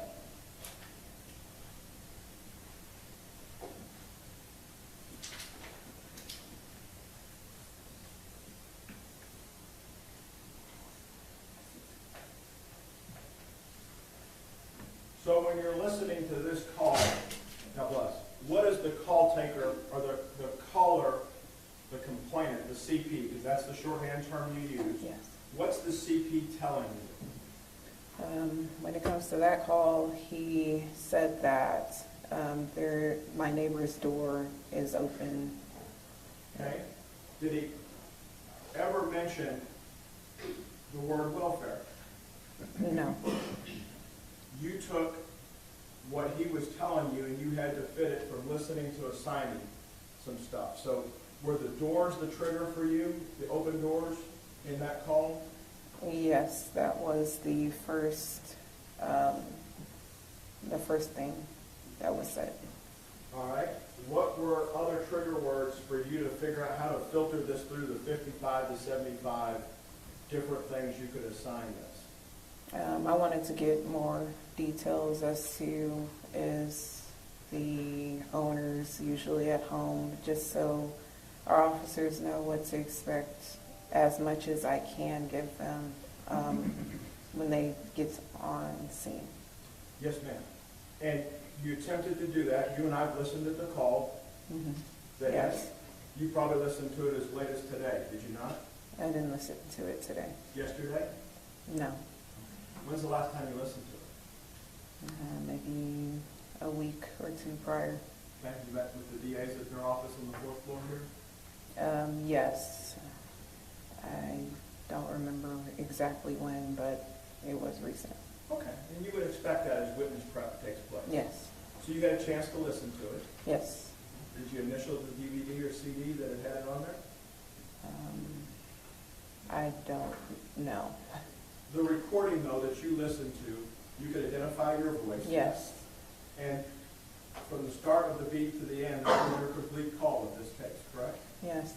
And based on listening to what you were able to listen to, you went through what you have from the 55 to 75 codes and made this a signal 56. Is that correct? That's correct. And what is a signal 56? An open structure. Why not a signal 61? I just, given how long I've been away from the city, I don't remember signal 61. Could you please go over that? Welfare check is found under signal 61 in your Okay. 58-page general orders.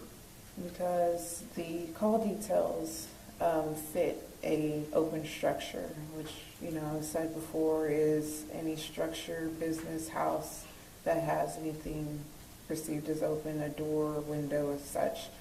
A signal 61 for welfare check is more so, like, for example, if I usually speak to my mom around a certain time and I haven't heard from her, can officers go over there and kind of check, make sure everything is okay?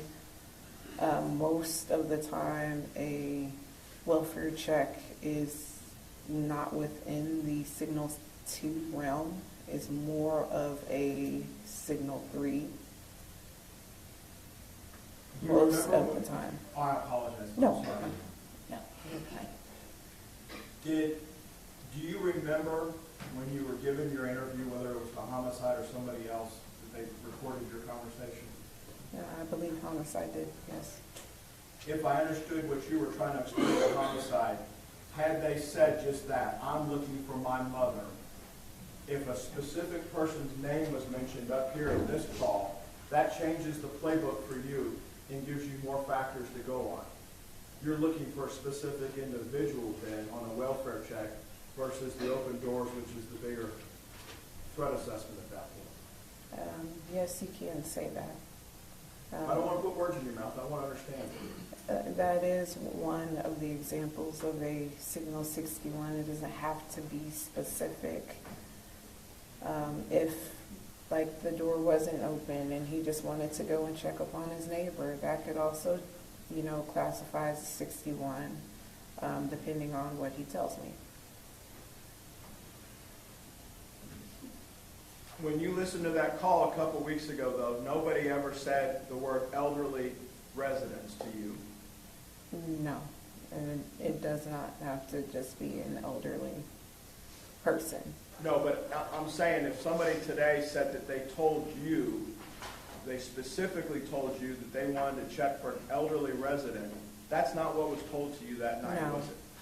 No, that was just an example. So if anybody is saying that today, they're mistaken. Yeah, I would say. Not to you, but you didn't take that down. Nobody ever told you it was a welfare check for an elderly resident. No, no one ever said that. No one ever told you they were too scared to go over there because they didn't have a firearm. No. Once you hit a sign, what takes place? Once I hit that, then it is sent to the dispatcher. And at that moment, if I am still on the phone with the caller, I can still add details, and anything that I add in there, the dispatcher is able to see. And the dispatcher then assigns a unit, I guess, based on availability. And given a priority 2, they have to have, at least it goes to 2 officers. If 2 officers aren't available, it goes to an officer and a sergeant. If the sergeant's not available, the lieutenant. They find 2 people to go out there. From my understanding. In your time at Fort Worth, did you ever work on the dispatch side, or was always the call taker side? Always call taker. And those are really specific disciplines, are they not? What do you mean? Well, are there people that are cross-trained to do both besides supervisors? Yes, there are some. Had you had the opportunity to do that at that point yet in your career at Fort Worth? At that point, no. Prosecutor asked you about officers calling back in. Was that on a regular occurrence that officers get stuff and they immediately start calling back in, or is that? If an officer needs more details, then they can contact dispatch, or every now and then they'll just shoot the call taker a message. Do you think your handling of this call, you got enough information to dispatch officers to do their job? Yes. Thank you. Pass the witness. Read it, right? Nothing further on it. Then Ms. Talbot be excused subject to any potential recall. No objection to the state. Yes, Your Honor. Thanks, ma'am. Go unclip that microphone, you're free to go.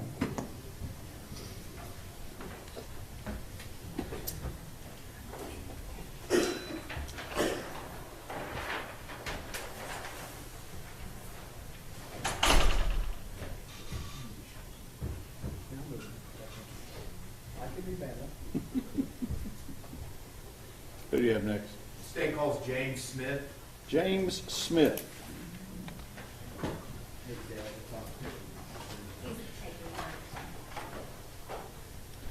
I think it may be working again. It's hypothetically, Yeah, yes. I understand.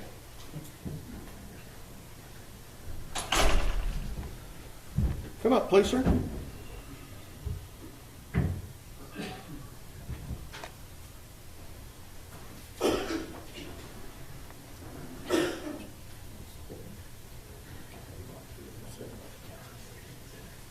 Just have a seat. Ladies and gentlemen, this witness has been previously sworn to testify truthfully. Mr. Smith.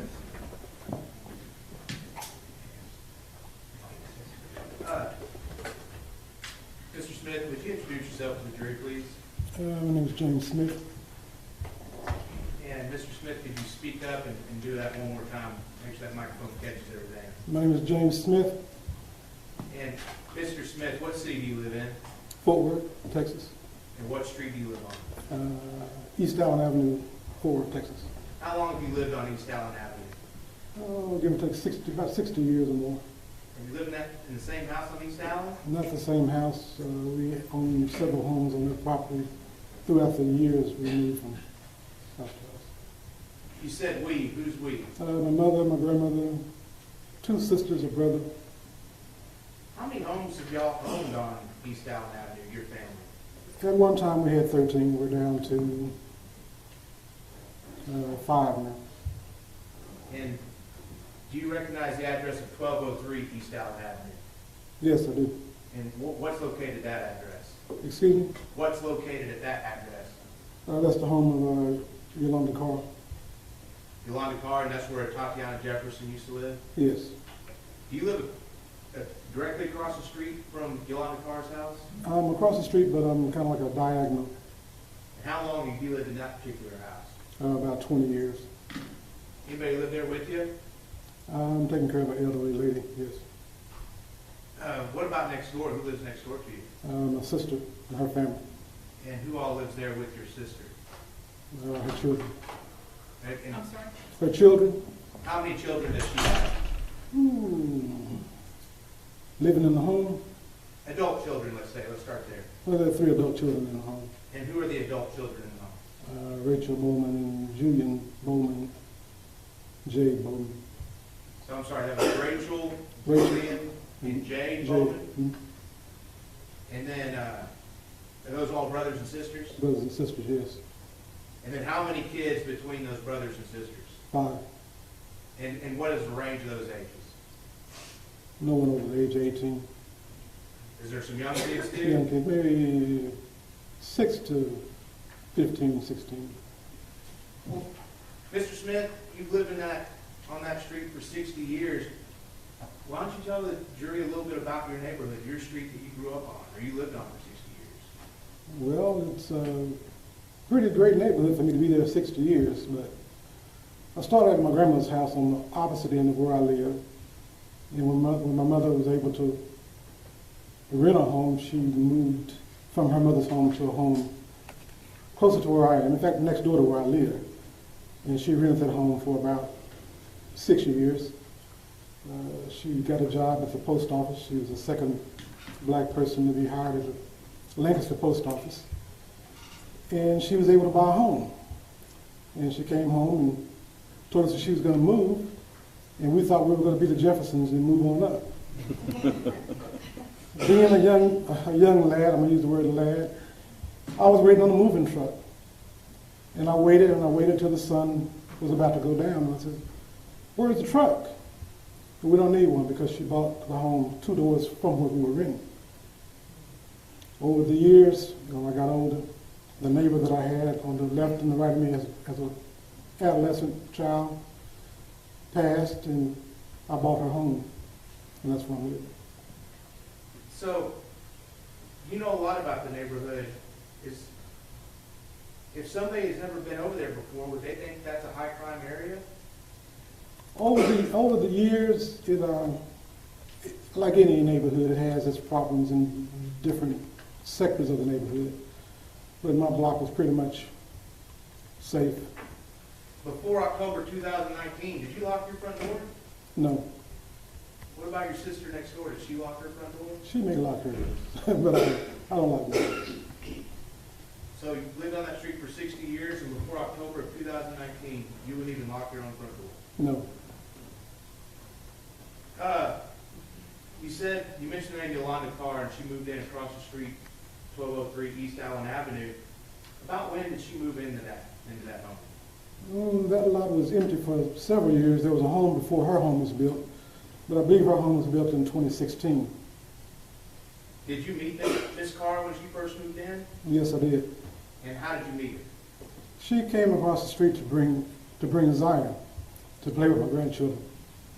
And was she wanting your grandchildren to teach Zion something? She came across the street. She wanted them to teach him how to ride a bike, and she was willing to pay my grandchild to help him ride a bike. And I told her she didn't have to pay him for that. Did those kids play with Zion? All the time, yes. They teach him how to ride a bike? He rides the bike, yes. What about, did any Yolanda Miss Carr's children ever move into that home? No.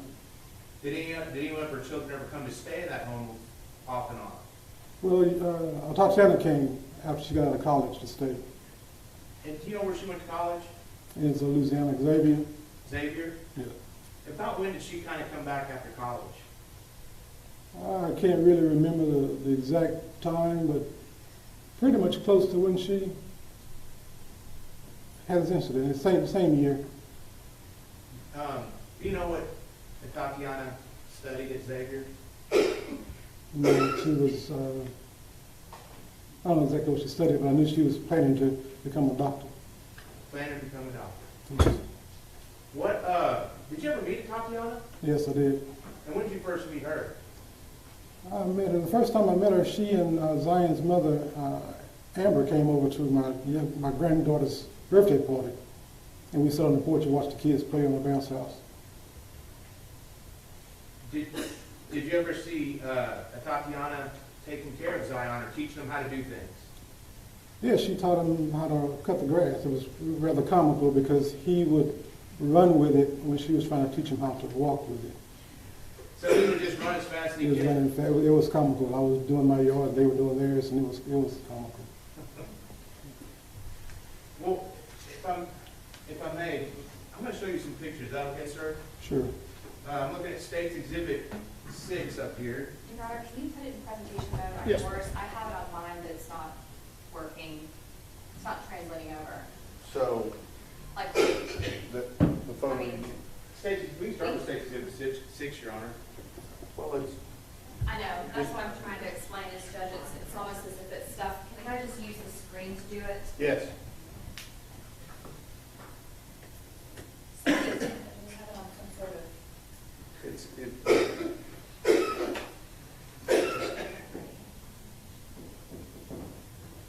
we're having technical problems. You might have to use it old school. Old school. It's showing on the computer, but it's not showing on the board. Your Honor, I'm anything I'm adaptable.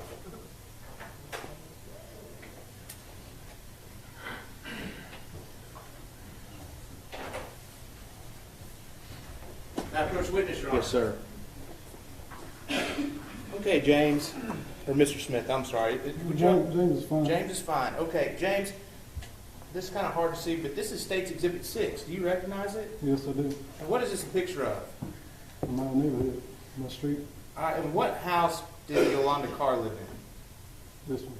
All right, and let the record reflect the witness has pointed to the home in the middle of State's Exhibit 6.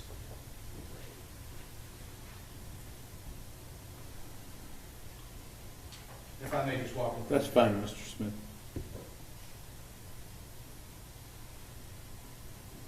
Now, James, which home is yours?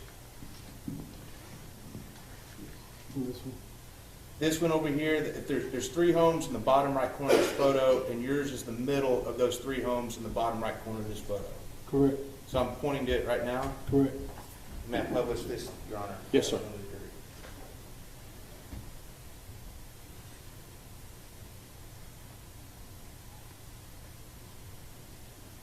So, James, what is this big building that's just to the west of Miss Carr's home? That I'm pointing to with this green highlighter, and it, in State's Exhibit 6, it has kind of a white front in the building. It's a Masonic mosque, a Muslim mosque. Back in October of 2019, was that building in use? It's in use, but they don't have a congregation there yet. So there's not a lot of traffic going in and out of that building? No. And what about this big, long building that's kind of behind Miss Carr's home and that mosque. What is this? There used to be a community center, the Maddox Community Center. Is it in use anymore? No, it's not. And Your Honor, if I may, I'm going to do one pass showing the mosque.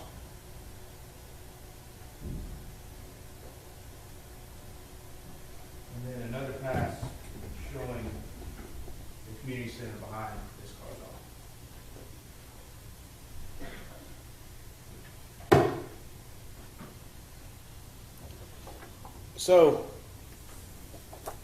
James, when we're looking at State's Exhibit 7, do you recognize that? Yes, I do. Is this a view of Miss Carr's home in the middle of the picture from the east looking west? Yes, it is.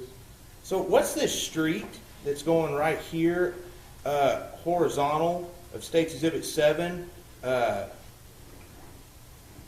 Horizontal of State's Exhibit 7 with, let's see, just next to the mosque. Mississippi Avenue. Mississippi Avenue, okay.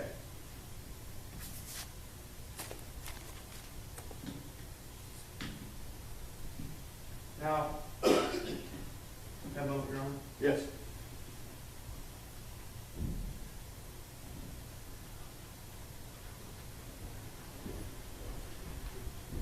Now, James?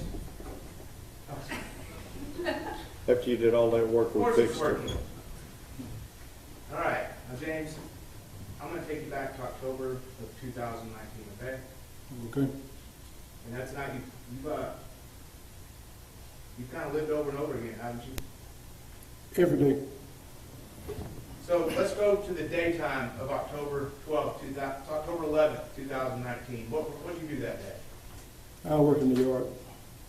And what was going on? Did you notice anything out of the ordinary while you were working in the yard? Working in the yard, nothing out of the ordinary. Like I said, I was cutting my yard, and I talked to him and Zion were cutting their yard. Was this another one of those times where Zion was racing with the lawnmower? When he really wanted to be across the street playing, but she had him working. Maybe that's why he was racing, so he could get over with the play? Could be. So about what time did you finish up with your yard work? Not really, maybe 5:30. And what did you do after you finished up with your yard work? I went in the house to watch TV. And anything eventful happen while you're watching TV in your home? Later on in the day, there was an automobile accident. What happened with that automobile accident? I guess, well, I live on I'm going to call it a dangerous curve, which it is because cars come across my yard frequently. A car hit a light pole. And Was it daytime or nighttime when that car hit? I believe it was like nighttime, going toward evening, dusk, about dusk. Well, did you see it happen or did you hear it happen? I heard it. I didn't see it. I heard it. What did you do after you heard it? I went to the front door to see what the noise was. And what did you see when you got to the front door? I talked to Anna run from her home to the accident site to sit with the people that were in the car. She went to sit with the people who just hit the light. Almost like a 100-yard dash straight to the car. And can you tell us, from looking at State's Exhibit 7, up here on this board,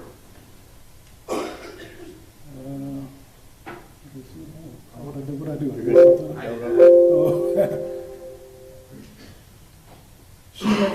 She ran east toward the other end of the lot to the last clump of trees. There's a light pole there that the car hit.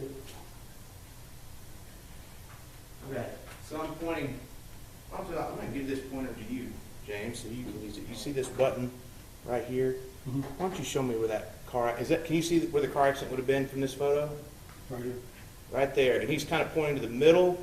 For the record, he's pointing to the middle of State's Exhibit 7 to a tree almost, it's where the curve is going into the bottom of the photo. Right. And so, could you point to Miss Carr's house again? Right here. And so you saw Tatiana run from that house all the way over there to sit with those people? Yes. And how long did she sit with those people? Until the paramedics came. Is everybody okay? They were fine. Okay, so after that excitement, what'd you do? went outside, back outside. It was dark, all the lights were out, the street was totally dark. And I thought then I was standing outside talking to my son. Okay, and did you eventually go back inside your house? Yes. What did you do once you got back inside your house? I continued watching TV. Did you watch TV all night, or did you go to bed at some point? Not all night. I usually watch the world news, but I eventually went to sleep. So you went to sleep, was it still October 11th, or did you stay up past midnight, or do you remember? October 11th. At some point, after you went to sleep, did you wake up? Yes, I did. Who woke you up? I got a call from, I'm not sure if it was my nephew, but I guess it was like on a conference call. But my family next door called me. Without giving what they said, what was the nature of that phone call? They're concerned for my neighbor. And were they concerned about this car's house? Yes. And did that make you concerned? Yes. So what did you do after you became concerned? I listened to them give me their concern. And when I got up to look out my window, my dining room window faces Miss Carr's home. And I noticed the front door was open. Both the doors were open. Okay, so now we're looking at State's Exhibit 5. Are you talking about the front door that faces the street and that sidewalk and that little side door that comes out to the driveway? Yes. When you say they were open, was it dark inside the house? No, it was light inside the house. So the living room lights were on? Living room, dining room. The living room, dining room is kind of combined, so yes. What about the porch, the front porch? You remember? I don't believe the front porch light was on. I don't remember. So about what time was this when you walked outside and saw these doors open of Miss Carr's house? Well, I was looking through the window, and it was like, I guess 2 something. I don't know the exact time. It was after 2 o'clock. So what were you thinking when you saw these doors wide open and the lights on? Well, when I saw the front door facing the street open, I was concerned because that door had never been open for the duration of her living there, that concerned me. They didn't use that front door? She never used that front door. Which door did they use? She used the side door. And both that front door and side door, in fact, open up in the same room of the house, right? Correct. So, you've known Miss Carr for about 3 years. Was she in good health? No, sure. Had she spent a lot of time in hospitals before October 2019? She'd have frequent bouts of travel to the hospital, yes. So, you see these 2 doors open out your window. What do you do next? I go over to the home. You left your house and walked across the street? Yes. Walked across East Allen Avenue? Mm-hmm. What did you see whenever you got to Miss Carr's home at When I got 403 East Allen? When I got to the back of the car, I didn't see anything. Back of whose car? Back of, I don't know if it's, I think this car, no, I thought it was a car. But it was a car that's normally parked there? Right. Did you hear anything inside the house when you walked over there? No, I didn't hear anything. So, did you knock on the front door or anything? No, I didn't. Again, this is after 2 in the morning? It was 2 in the morning. So what did you do? I went back home and called the police. So, what was going through your head that you thought it would be a good idea to call the police at that time? Well, because I didn't know what was going on. It was 2 o'clock in the morning, and I didn't want to startle her. I realized that she was in the back of the house, and if she had to come from the back to the front, her front door was already open. So that would have been concerning for her, for someone to be at her home at 2 o'clock in the morning, and she not know who it is. Were you concerned about her medical condition? Her mother's, I didn't know her mother was still in the hospital. You talking about Yolanda Carr? Yes. So, did you call 911? No, I dialed the non-emergency number. Why did you call the non-emergency number versus 911? Because I wasn't really sure what was going on. It didn't appear to be an emergency. Can I approach the witness, Your Honor? Yes. Now, James, you've come to me. You came up here to meet with me and Ashley before, haven't you? Yes. And in one of those times, did you listen to your call to the non-emergency line? Hmm? And did you initial it? Yes, And is that your initials right here? yes. Have a moment, Your Honor? Yes.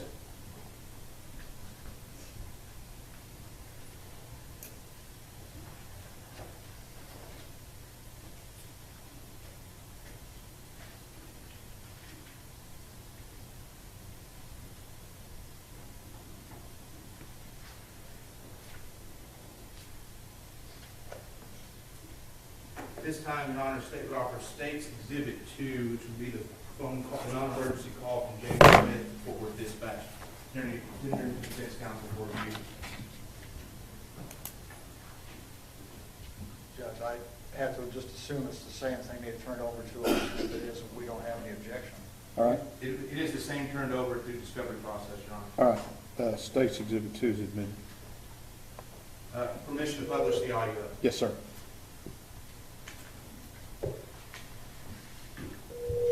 Fort Worth Police Operator M873, what's the address?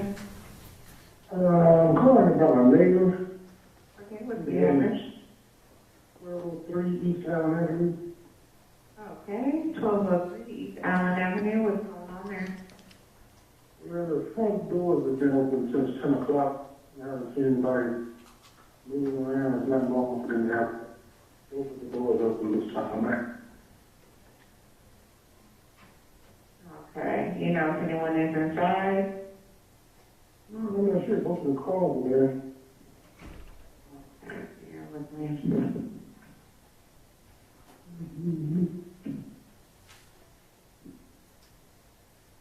And they're in the driveway? Both the cars in the driveway, yes. Okay, you need a description, like a color of the vehicle? One's white and one's dark. The white one is a sedan or a SUV? Or pickup? They're both sedans.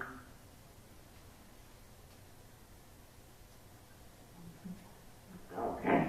And what's your name? Dan Smith, And what's your telephone number? 817-609-9158. Hey, 176099158. 817-609-9158. Okay, and, are they usually home at this time? They're usually home, but they never had both of the front doors open. The lights on, like I can see straight through the house. When my sister was there, she stayed across the street, and I live on the opposite side of the sister. Okay, is the address that you gave me, 1203, that's their address, correct? Yes. Okay. We'll have an officer come by, they're already being dispatched now, okay? Okay, appreciate it. I mean, there's not long for them to have both the doors open this gate that long. Gotcha, okay. Thank you so much. Thank you. Bye-bye.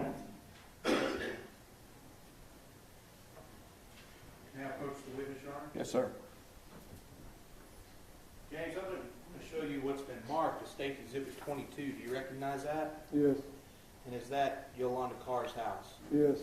And I know that it's got some crime scene tape on it, but is that, other than the crime scene tape, is that truly and accurately reflect Yolanda Carr's house on the night of October 12th, the early morning hours of October 12th, 2019? Yes, it does. This time, Your Honor, State offers State's Exhibit 22 for all purposes.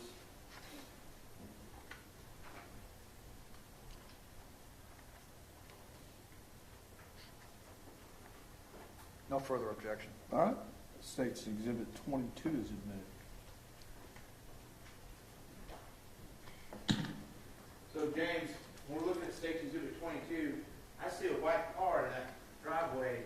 Is that one of Yolanda Carr's cars parked there? That's a Tatiana's car. That's a Tatiana's car. Yes. And I see another car that's kind of back there to the garage. Whose car is that? That's Miss Carr's car. And those are the two cars that you identified in that call we just listened to, right? Yes. How close did you get up to that white car whenever you went to go look? Just the passengers back into the car, the white car. Did you notice anything about the lawnmower and weed eater? I saw the one lawnmower and the weed eater. Are they still plugged in? Yes. Did that strike you as odd? It was odd, but I remember them using it, yes. Because they just used it earlier that day. Correct. So, after you made the phone call, we can bring the lights back up. After you made that phone call, what'd you do? Did you go back to bed? No, I was going to wait for the police to come. Where'd you wait? I was going to wait where I was standing, but then I thought I could be construed as a perpetrator, so I went across the street to my sister's home and sat on the stoop. Sat on the stoop, and who sat on the stoop with you? Myself and my older sister and several other family members.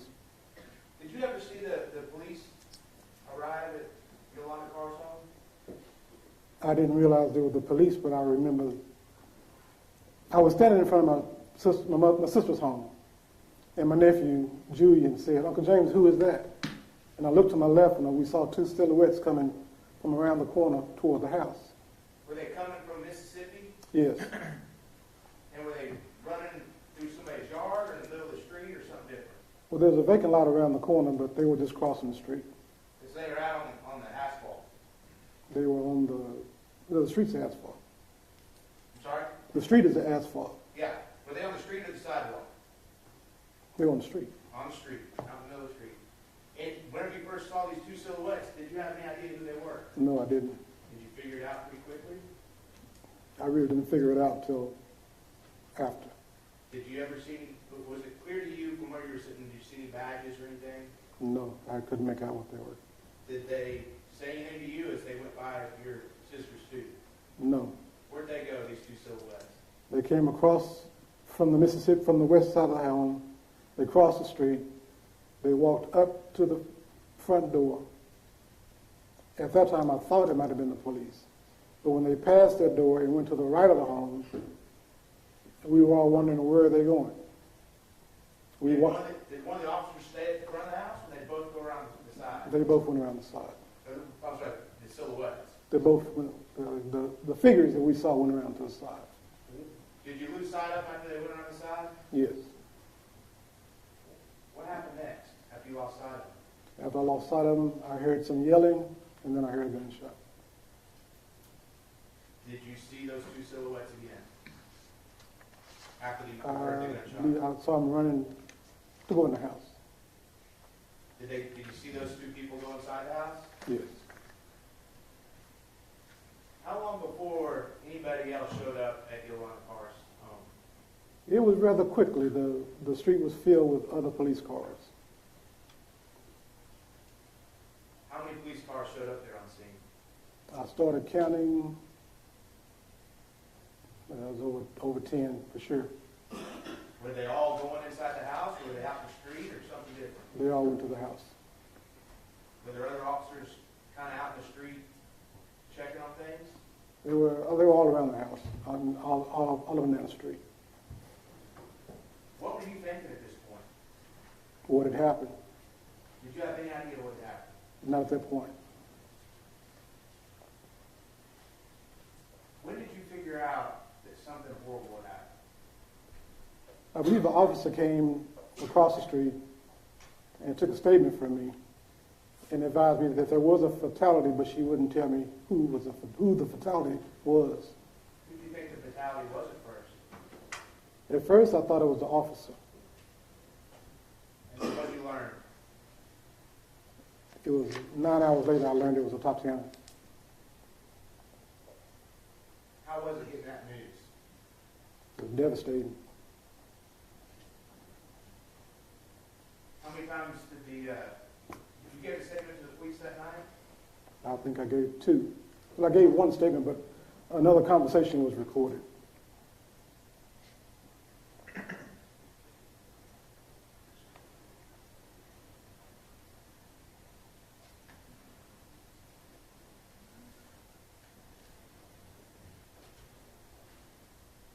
James, you said you live with this every day since.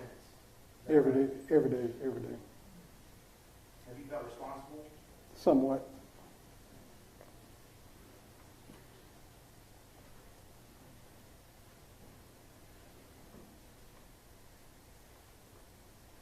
We'll pass the witness.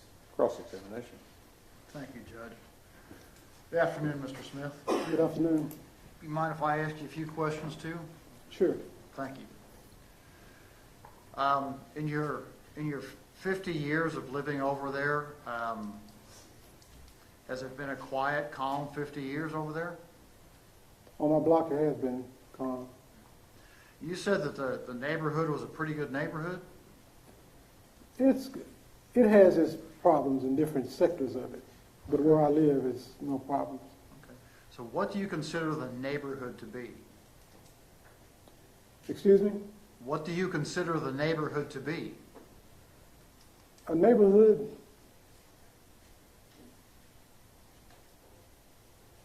is where you live. Well, how big is your neighborhood?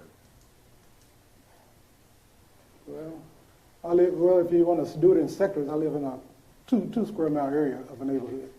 Okay. In a 2 square mile area on the east side of I-35, correct? Yes. South of I-30. Yes. Located here in Fort Worth, Yes. right? And in that 2 square mile area, had you ever heard of there being any crime? Yes, I have. Okay. It's pretty plain that there's quite a bit of crime over there, isn't there? I don't know the stats, but there is crime over there. Okay. Are there burglaries? I'm not sure. I don't know the stats, but I know there's crime over there. Okay. Well, what do you consider crime to be? Well, just recently we had a murder. When was that? I can't remember the date, about a few months ago. Okay. Is that the first murder that's ever happened in the neighborhood? I'm not sure. That's one I know about. Is there a little bit of crime or a lot of crime? I'm not sure. I don't know the stats. You've only lived there 50 years. Yes. Okay. What's your opinion? My opinion? Could you rephrase that in my opinion of what? The neighborhood? What is your opinion about the amount of crime that occurs in your neighborhood? My opinion, it could be less. It should be less. But it's not, it's more. I didn't say more, but it should be less than what it is. Are there any crimes that occur at night over in your neighborhood? It probably does, but I'm not, I don't keep a record of every crime that goes on in the neighborhood because I'm not privy to every crime in the neighborhood. You couldn't possibly keep a record of every crime that happens over there, could you? No, I couldn't. Ever had a burglary over there in your neighborhood? I'm quite sure there has been, yes. Okay. Probably quite a few of them, right? I wouldn't know. I wouldn't know if it was quite a few. I know we've had burglaries. There are burglaries in every neighborhood. There are, aren't there? Yes. And there are robberies in every neighborhood. Right? Yes. And there are car thefts in every neighborhood. Possibly. And there are murders in every neighborhood. Not in every neighborhood. Name a neighborhood that's never had a murder. Well, sir, I don't know every neighborhood. I don't know the name of every neighborhood, so I couldn't give you that answer. So you live in, what is the address of your house on East Allen Street? 1208. And then, so looking out your front door, does your sister live to your left? Yes. And is there another house to the left of her? No. And when the police came out that evening to the car home across the street, there were a number of your family members that were out there on that front stoop waiting to see what happened, right? Yes. Who all was there? Julian, my sister. I think both of my sisters. And some nieces and nephews. Who's Julian? My nephew.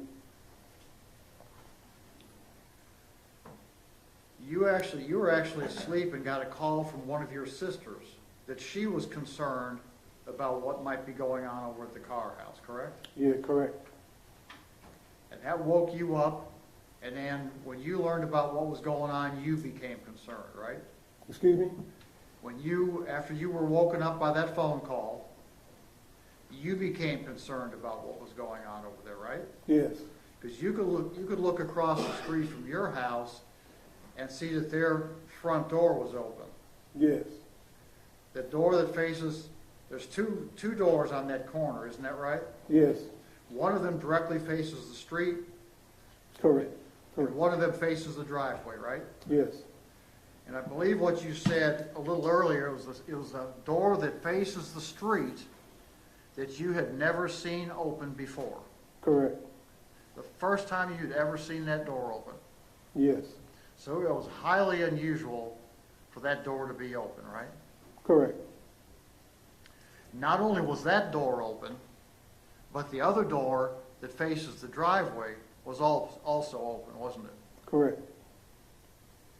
And you were concerned enough where you got up out of your home and at 2 or 2:30 in the morning, you walked across East Allen Street to their residence, right? Yes. And you got all the way up to where that white car was parked in that driveway. Yes. And you were able to get a good look inside the house from there. Isn't that right? Not a good look, but I could see inside the house from that angle. Well, you didn't walk up any closer to the house, did you? No, I didn't. So you saw all you needed to see, right? I walked across the house hoping that I would see someone in the living room. I didn't see anyone.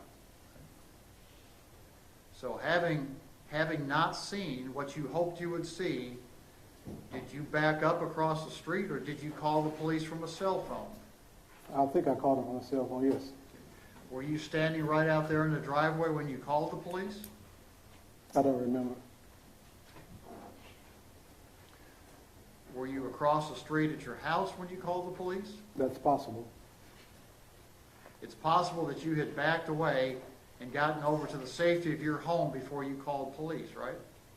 The safety of my home? Yes, sir. Did you call my home safe? Yes. You're the guy that called it safe. You said that you didn't even lock the doors over there. I don't lock my door. Did you consider your home to be a safe place? Yes. And you made the call to the police, right? Yes. And you told the police what you wanted to tell them, isn't that right? Excuse me? You told the police what you wanted to tell them. Yes. No one told you what to say, did they? No.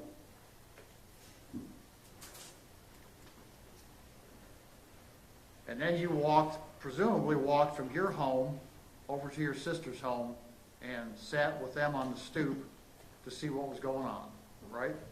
Not to see what was going on, but to wait on the police. To wait on the police.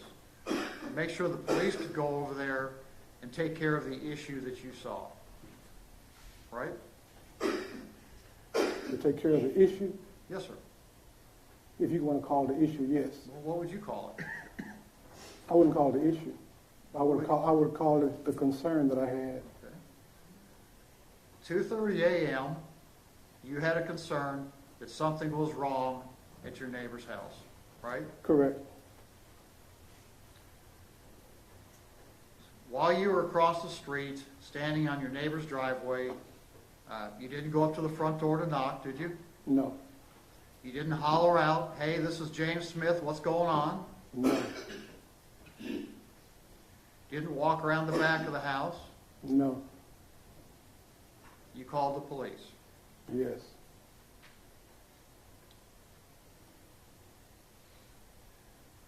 Now, after all this happened, the press and the media did a number of interviews with you, is that right? Yes. And you answered all their questions for them, isn't that right?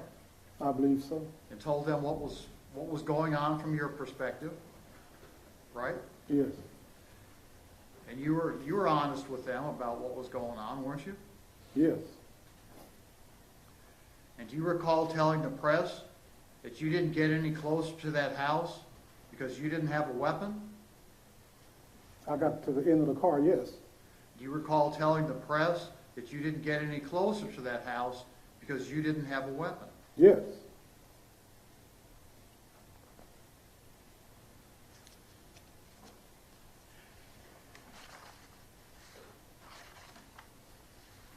Now, at first, when you heard there was a fatality over there, you thought it was a police officer? Yes. What gave you that idea? Because he was the only one that went in the back of the house. When the officers interviewed you around, well, not long after the events that occurred over there, like within an hour, correct? I'm not sure of the time, but they did in fact interview me. It was pretty quickly afterwards, wasn't it? I don't know about the time is not factoring into my memory at the moment. Before the sun came up? Yes. You had been interviewed? Before the sun came up, yes. Yes, sir. Okay. And you told the officers that interviewed you that you heard a noise, you heard a loud bang. Is that right? Yes. And that you thought that loud bang was a battering ram. No, I didn't say that. You didn't say that. I don't remember saying that. You didn't tell Detective Heisey and Detective Harrington at 3:41 a.m. that you thought that loud noise was a battering ram? I didn't know. If I said it, I didn't understand the question they were asking me. It didn't sound like a battering ram. So if they asked you what you thought you heard, you didn't understand the question? No. Did you ever use the word battering ram while you were talking to them? If I used it, I don't remember it.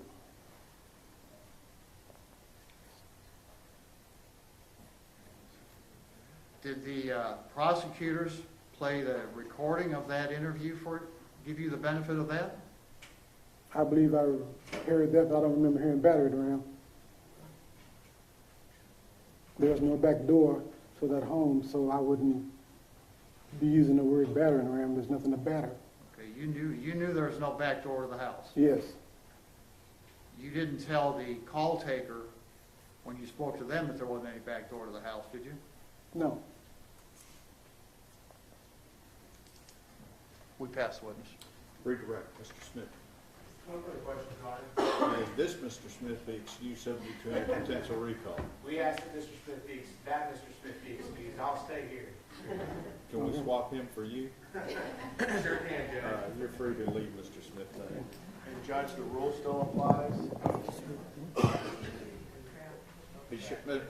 I forgot to tell you that there is a rule of procedure, rule of evidence in effect that says once you testified, you're not to discuss your testimony with anybody else except the lawyers, okay? All right, thank you very much. Let me see counsel.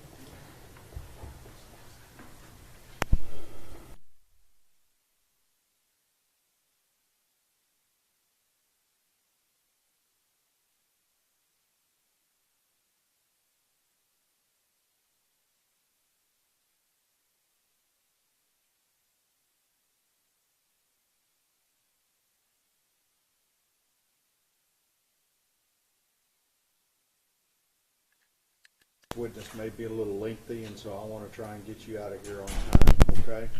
Remember the instruction, don't discuss the case amongst yourselves or with anybody else. We'll see you. See you in the morning. Thank you. All rise.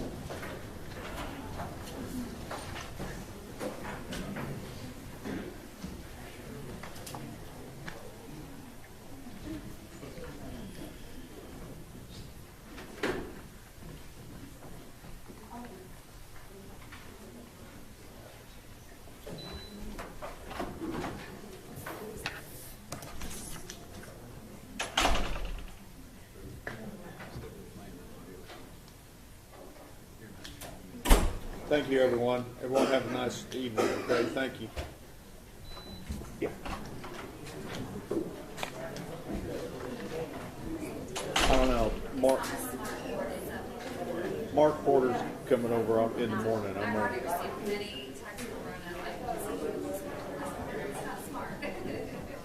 You tell her to leave me alone.